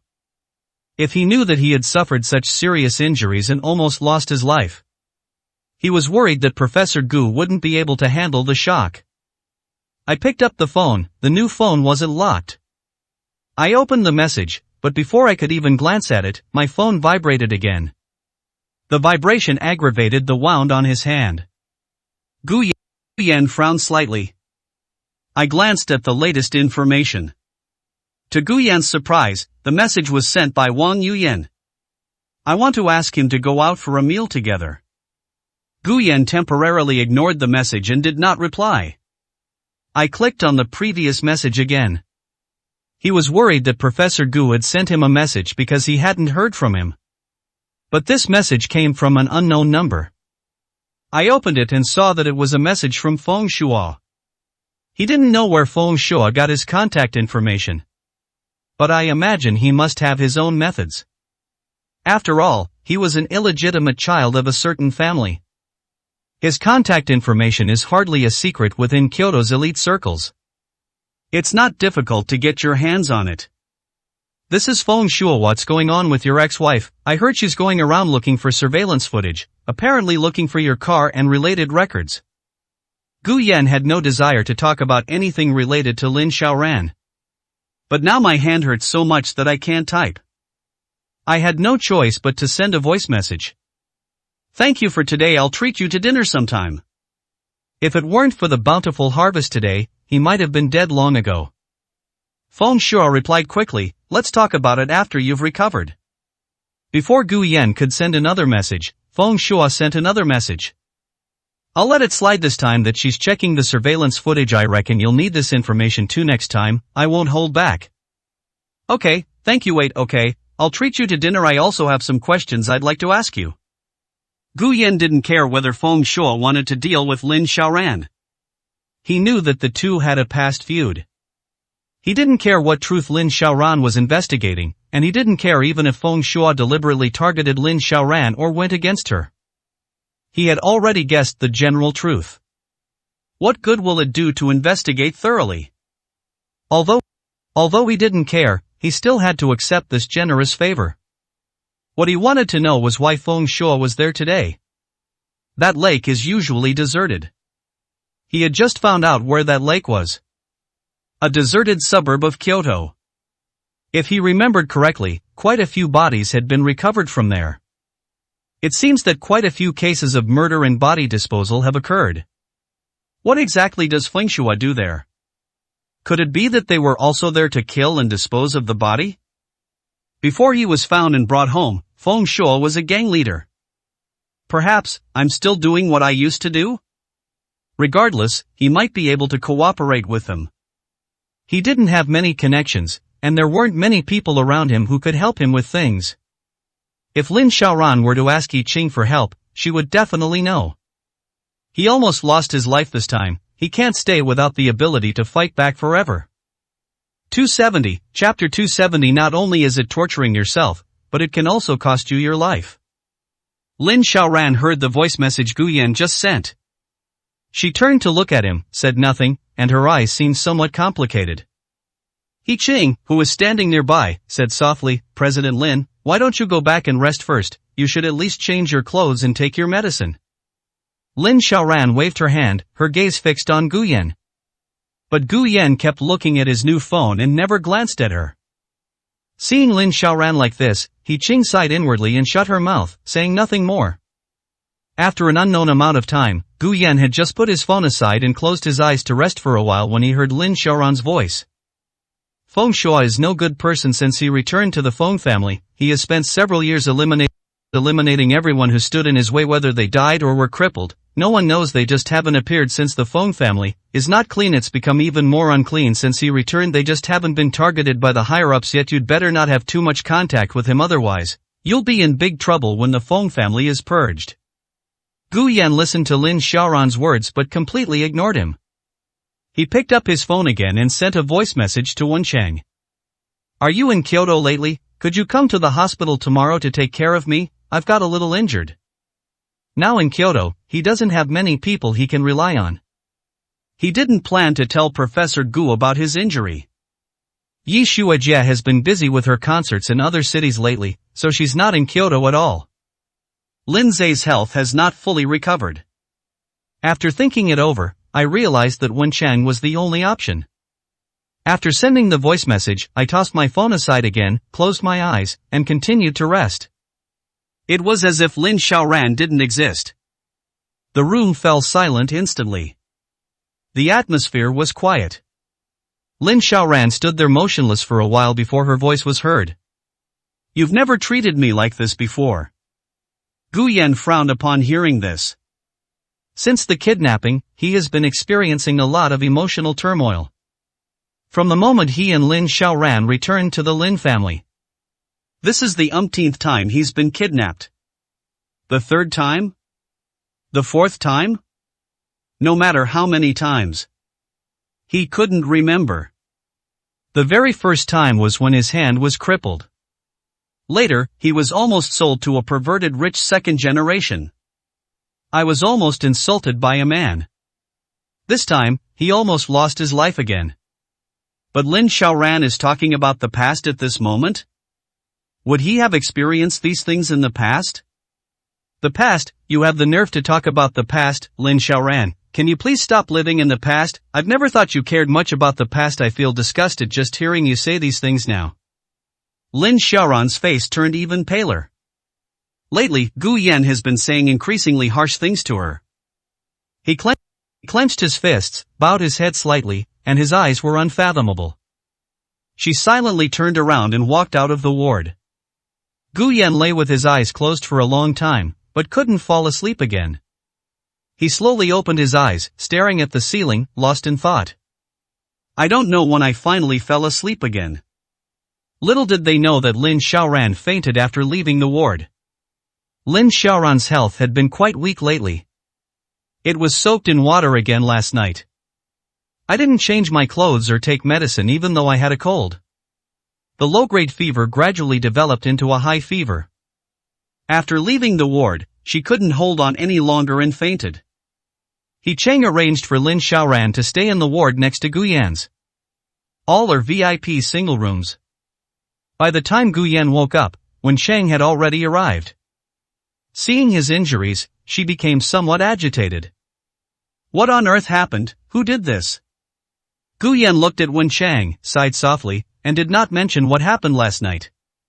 He pushed his phone in the opposite direction from Wen Chang. Do me a favor, post this on your WeChat moments. Wen Chang was even more furious when he heard this. What are you thinking about posting on social media at a time like this? Have you called the police yet? Who did this? Gu Yan looked at Wen Chang and pursed her lips. He did consider calling the police.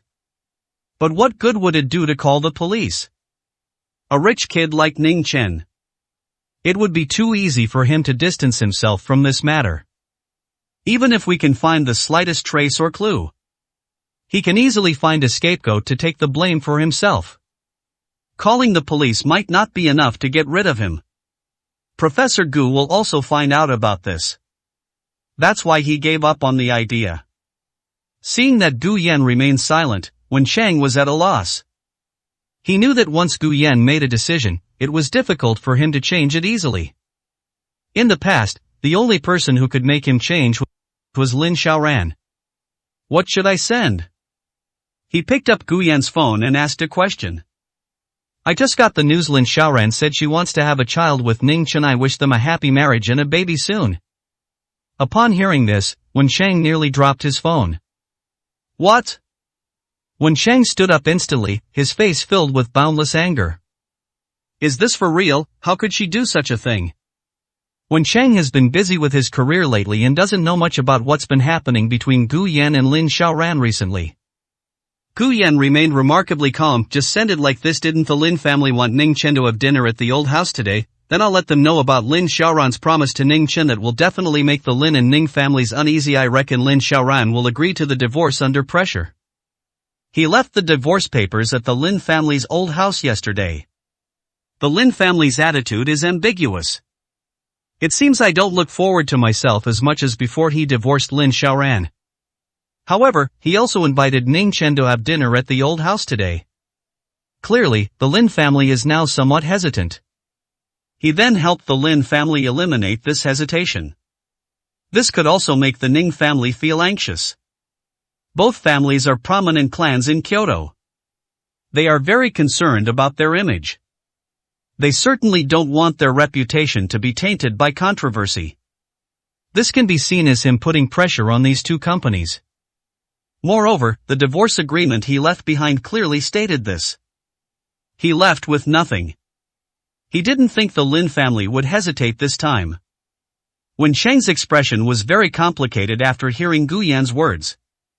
Gu Yan, what are you really thinking? I heard your Professor Gu's grandson with that identity. The Lin family shouldn't have trouble accepting you, right? Isn't this what you wanted most before? Gu Yan smiled, his smile filled with composure. I think I've figured it out. I almost lost my life last night. Lin Xiaoran and I are not a good match. This has nothing to do with whether I'm Professor Gu's grandson or not. If we're not a good match, we're not a good match. I still want to live for a couple more years. Continuing to be with Lin Xiaoran will not only torture me, but will also cost me my life. 271, Chapter 271. Professor Gu's grandson was cuckolded? Wen Chang has always stood by Gu Yan's side. Although he didn't understand why Gu Yan did this, he clearly had such sincere feelings for Lin Xiaoran. He was determined to gain the Lin family's approval at all costs. But now, they avoided like the plague. They avoided the Lin family and Lin Xiaoran as if they were a raging flood or a ferocious beast. However, since it was Gu Yan who made the decision, he did not object. He posted the message on his WeChat moments and then turned to look at Gu Yan. Have you not eaten yet? I'll go buy you some. Gu Yan nodded and watched Wen Chang walk out. As soon as Wen Chang stepped out of the ward, he saw a familiar figure. Bai Yan. Within the entertainment industry, he is considered a senior figure to him. They are much more influential than him. He didn't have much contact with this person on a regular basis. Wen Chang's childhood environment actually made him somewhat insecure. In the entertainment industry, I've met many seniors but haven't dared to approach them or initiate a conversation. They usually just say hello and then leave. He never expected to run into Bai Yan here. Before he could decide whether or not to go up and say hello, he saw Bai Yan walking towards him. "You are Wen Chang?" Bai Yan spoke first. "Hi, it's me. Hello, senior." Bai Yan nodded, said nothing more, and pushed open the door to the ward to go inside. Upon seeing this, Wen Chang immediately tried to step forward to stop him. But Bai Yan didn't give him a chance at all and had already entered the ward. Wen Chang hurriedly arrived at the door and was about to go inside when he heard Bai Yan ask Gu Yan a question. "Where is Xiaoran?" Gu Yan heard Bai Yan's voice and turned to look at her. "Have no idea." Bai Yan's expression remained unchanged despite hearing the distance in Gu Yan's tone. She spoke softly. "She spent a long time on the lake last night looking for you. She was exhausted and would have drowned if the bodyguard hadn't rescued her in time." Hearing this, Gu Yan frowned. You think she's trying to save me? If there's nothing else, you can leave now. I need to rest." Gu Yan's tone was filled with disgust. He wasn't actually that familiar with Bai Yan. He had no interest in thinking about what she had inexplicably said to him. Could it be that he's trying to tell me that Lin Xiaoran almost drowned while saving him? He didn't believe it. And he didn't care what the truth was anymore. Bai Yan was somewhat surprised. From her perspective, Gu Yan no longer trusts Lin Xiaoran at all. Moreover, there is no love left. There was even some hatred. She couldn't help but recall the time when Gu Yan was kidnapped and seriously injured, and hospitalized. At that moment, Lin Xiaoran stood quietly beside Gu Yan, tears streaming down her face, her body trembling uncontrollably, yet she dared not utter a sound. They were afraid it would affect Gu Yan's rest at the time. The first thing Gu Yan did after waking up was to look for Lin Xiaoran. Even though her face was pale and she was very weak, she immediately said that she was fine. They were afraid of making the other person worry about them. At that time, they were completely devoted to each other. No, it seems everything has changed. Bai Yan didn't say anything more, turned around and walked out of the ward. As he reached the door, he glanced at Wen Chang one last time. Wen Chang watched him leave and then went into the ward. When Gu Yan saw him return empty-handed, she asked softly, "What's wrong? Didn't the hospital have breakfast to your liking? Why would she come looking for you?" Wen Chang was genuinely curious. Bai Yan holds a very high position in the entertainment industry. Moreover, it is said that he is very difficult to get along with. Many people in the industry want to befriend her, but she seems unwilling to make friends in the entertainment circle and is very distant from everyone. He's a difficult person to get along with. Gu Yan was puzzled by the sudden appearance of such a person. "Let's talk about Lin Xiaoran. The two of them are friends," Gu Yan explained. Upon hearing this, Wen Chang finally understood. Gu Yan looked at Wen Chang, then suddenly remembered something and couldn't help but ask, "Have your family members come to see you recently?" Having just met Bai Yan, Gu Yan remembered that Wen Chang had been subjected to a barrage of attacks from netizens because of Huang Wenqing's incident. Wenqing's family also caused a lot of trouble because of this. No more, they probably won't dare to do it again. I've had a lot more peace and quiet lately. Wen Chang had a smile on his face. After breaking off contact with that family, his mindset improved significantly. "Alright, you can rest now. I'll go buy breakfast." Meanwhile, after returning home, Ning Chen went to the temperature-controlled wine cellar alone and took out a bottle of red wine. After taking a few sips, he smashed the wine bottle on the ground. A crisp sound rang out, followed by shards of glass and red liquor scattered on the floor. He was so angry that his head was throbbing, his breathing was rapid, and his eyes were bloodshot. Why, that piece of trash, just a little bit more, how could he be so lucky?" No sooner had the words left his mouth than the sound of someone coming downstairs was heard. She is his mother. "Mom, I'm fine. I just slipped and dropped the wine." In fact, from the very beginning, the Ning family elders favored Ning Meng the most. Ning Chen is not very favored at home. The Ning family only had one requirement for him. Just don't go too wild and cause trouble for your family. Therefore, he has been trying his best to perform better. No matter how hard she tried, she couldn't compare to Ning Meng. He always paled in comparison to Ning Meng. Even now, Ning Mang remains in a coma for many years. He dared not indulge himself and tried his best to maintain all the good qualities he displayed in public. The next morning, he had just woken up when Ning's mother knocked on the door and came in. "Aren't you going to the Lin family's old residence today? Let's get there early. Go ahead, old Master Lin probably has something to say to you." Ning Chen was somewhat puzzled. "If you want to have a meal at the Lin family's old house, the earliest you should go is noon." "Why are you calling me over so early in the morning?" Ning's mother frowned, her brows furrowed with worry. "Guyan posted on his WeChat moments that Xiaoran told you personally that she wanted to have a child for you. The whole circle is buzzing about it. Xiaochun, when did this happen? Why didn't you tell us about it? If this is said in private, it's a great thing. Both the Lin and Ning families would be happy about this. It's evident that these two people have a harmonious relationship. She got married and had children smoothly. For both the Lin and Ning families, this was the best possible outcome. But things are different now. Gu Yan is no longer the country bumpkin who can be manipulated at will. He is Professor Gu's grandson. He is still Lin Xiaoran's husband. The news has now spread, putting considerable pressure on the Lin and Ning families. Professor Gu's grandson was cheated on? The woman also said she wanted to have children with other men? This is a significant blow and insult to Professor Gu's reputation. This is not a good thing for the Lin and Ning families. Instead, it was a massive media storm. 272, Chapter 272. Tell Lin Xiaoran to get back here right now. Ning Chen stiffened upon hearing this. He only told Fong Ying about this. It's obviously fake. The so-called video was nothing more than the result of him cutting off the beginning and end and making modifications. Back then, when Lin Xiaoran was drunk, she said that she wanted to have a child with Guyan.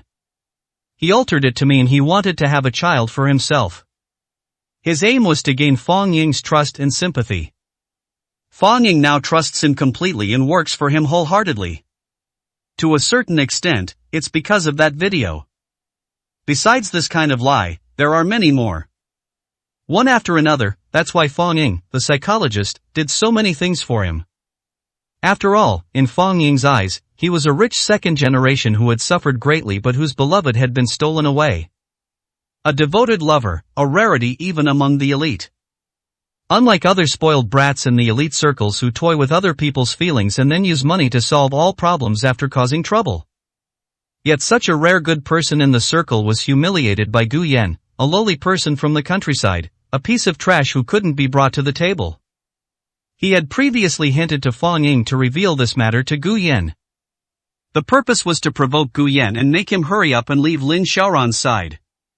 Get out of Kyoto. Ideally, the depression would worsen, leading to suicide. Once and for all. But who would have thought that Gu Yan would expose this matter directly on his WeChat moments? This is completely different from the Gu Yan who used to suffer injustice and only keep it to herself. Ning Chen got out of bed, washed up, cleaned herself up, and changed her clothes. I went downstairs and came to the living room. Ning's mother sat there, her brows furrowed with worry. Xiaochun, tell me, is this really true? Why didn't you tell the family sooner? If you had, they would definitely have put pressure on the Lin family. You and Xiaoran are in love. Why did you keep dragging it out until now, until things have come to this? Ning Chen took a deep breath, a hint of grievance on her face. Neither admitted nor denied it. Mom, I'll go to the Lin family's old house to see Grandpa first. It's not good to keep Grandpa Lin waiting for a junior like me. For the rest we'll talk about it when I get back. Ning's mother looked at Ning Chen, a look of heartache flashing in her eyes. You silly child, if I had known Xiaoran would act this way, I should have helped you sooner. I used to focus all my attention on your sister. She is indeed very intelligent and reliable. I neglected you a bit after the engagement was cancelled. I always thought Lin Xiaoran didn't have any feelings for you. At this point, Ning's mother pursed her lips.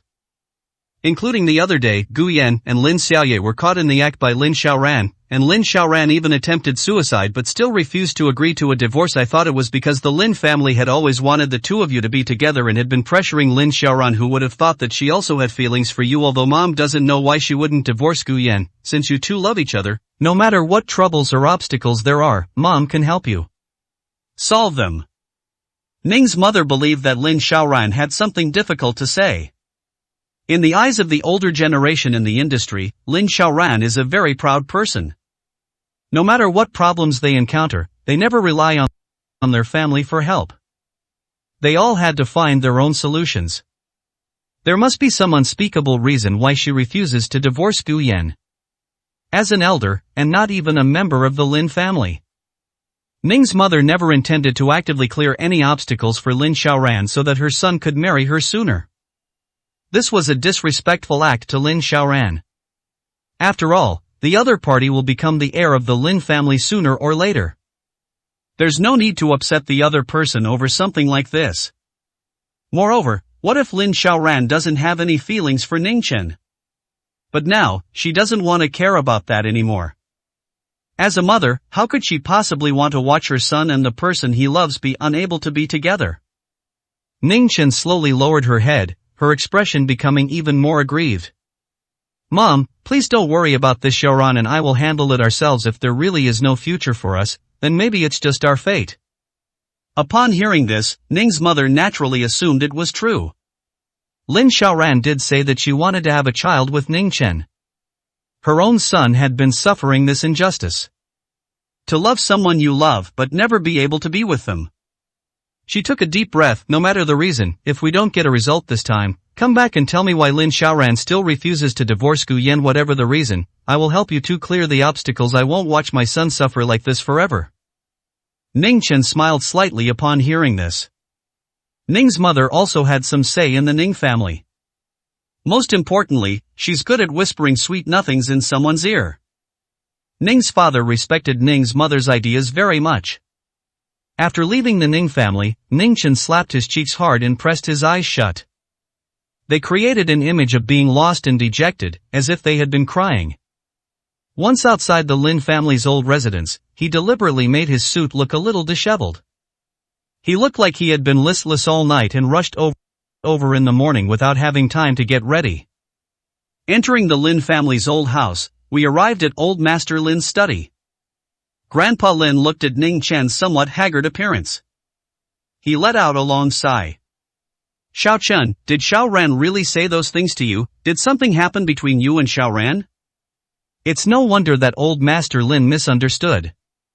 A woman would. A man said he wanted to have a child with her. This kind of talk is most often heard in bed. The words that come out when two people are deeply moved. If that's really the case, it means Lin Xiaoran and Ningchen have been together for a long time. Because of Gu Yan, Ningchen has never had a formal title. She stayed by Lin Xiaoran's side, bearing the identity of a mistress. If it were an ordinary person, Old Master Lin wouldn't care so much. But Ningchen is now the heir of the Ning family. He couldn't help but care. The heir of a large family willingly becomes someone else's mistress. Moreover, at that time, Gu Yan had not yet recognized Professor Gu. This was an immense injustice for Ningchen. The Lin and Ning families have been on good terms for generations. If this is true, the Lin family will definitely have to give the Ning family an explanation. Even if Gu Yan is Professor Gu's grandson, it won't work. This concerns the reputation of the Ning family's future heir. Ningchen pursed his lips, a bitter smile on his face. He didn't say anything, but gently wiped the corner of his eyes revealing no emotion. This is almost tantamount to tacit agreement. Old Master Lin's face grew increasingly grim. At this moment, he no longer cared whether Gu Yan was Professor Gu's grandson or not. Even if he is Professor Gu's grandson, he shouldn't let Ningchen, a family heir, suffer so many years of injustice. If the Ning family were to take this seriously, it could cause the two families, who have been on good terms for generations, to fall apart. Someone, tell Lin Xiaoran to get back here right now. 273, Chapter 273. So what if he's Professor Gu's grandson? He's a jinx. Upon hearing Old Master Lin's furious voice, the butler beside him came over. He whispered, Grandpa, Miss is still unconscious and is hospitalized. Upon hearing this, Old Master Lin frowned instantly. What happened? How did it get to the hospital? You were perfectly fine yesterday. It seems that something happened on the way to find Mr. Gu.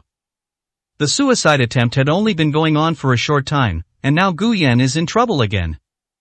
For a moment, old Master Lin felt a renewed sense of disgust towards Gu Yan. So what if he is Professor Gu's grandson? One thing led to another for Lin Xiaoran. This guy is a total jinx. Even with Professor Gu as her backer, who can guarantee that Lin Xiaoran won't get into other trouble because of Gu Yan in the future? Professor Gu can indeed provide significant assistance to the Lin family. But what if a future heir can't even save his own life? What's the point of this assistance? There's a huge uproar outside because of Gu Yan's post on WeChat Moments. Both the Lin and Ning families are under considerable pressure. The future heir of a family is willing to become someone else's mistress. This puts considerable public pressure on both families, especially given their prominent status in Kyoto. Grandpa Lin took a deep breath and frowned as he thought for a long time. Finally speaking, he said, while she's unconscious, have someone go to the hospital and try to get her to sign the divorce papers. If she refuses, send that hypnotist over there. He should be in Kyoto by now. It would be best if she could forget Gu Yan. If she can't, she still has to sign the divorce papers.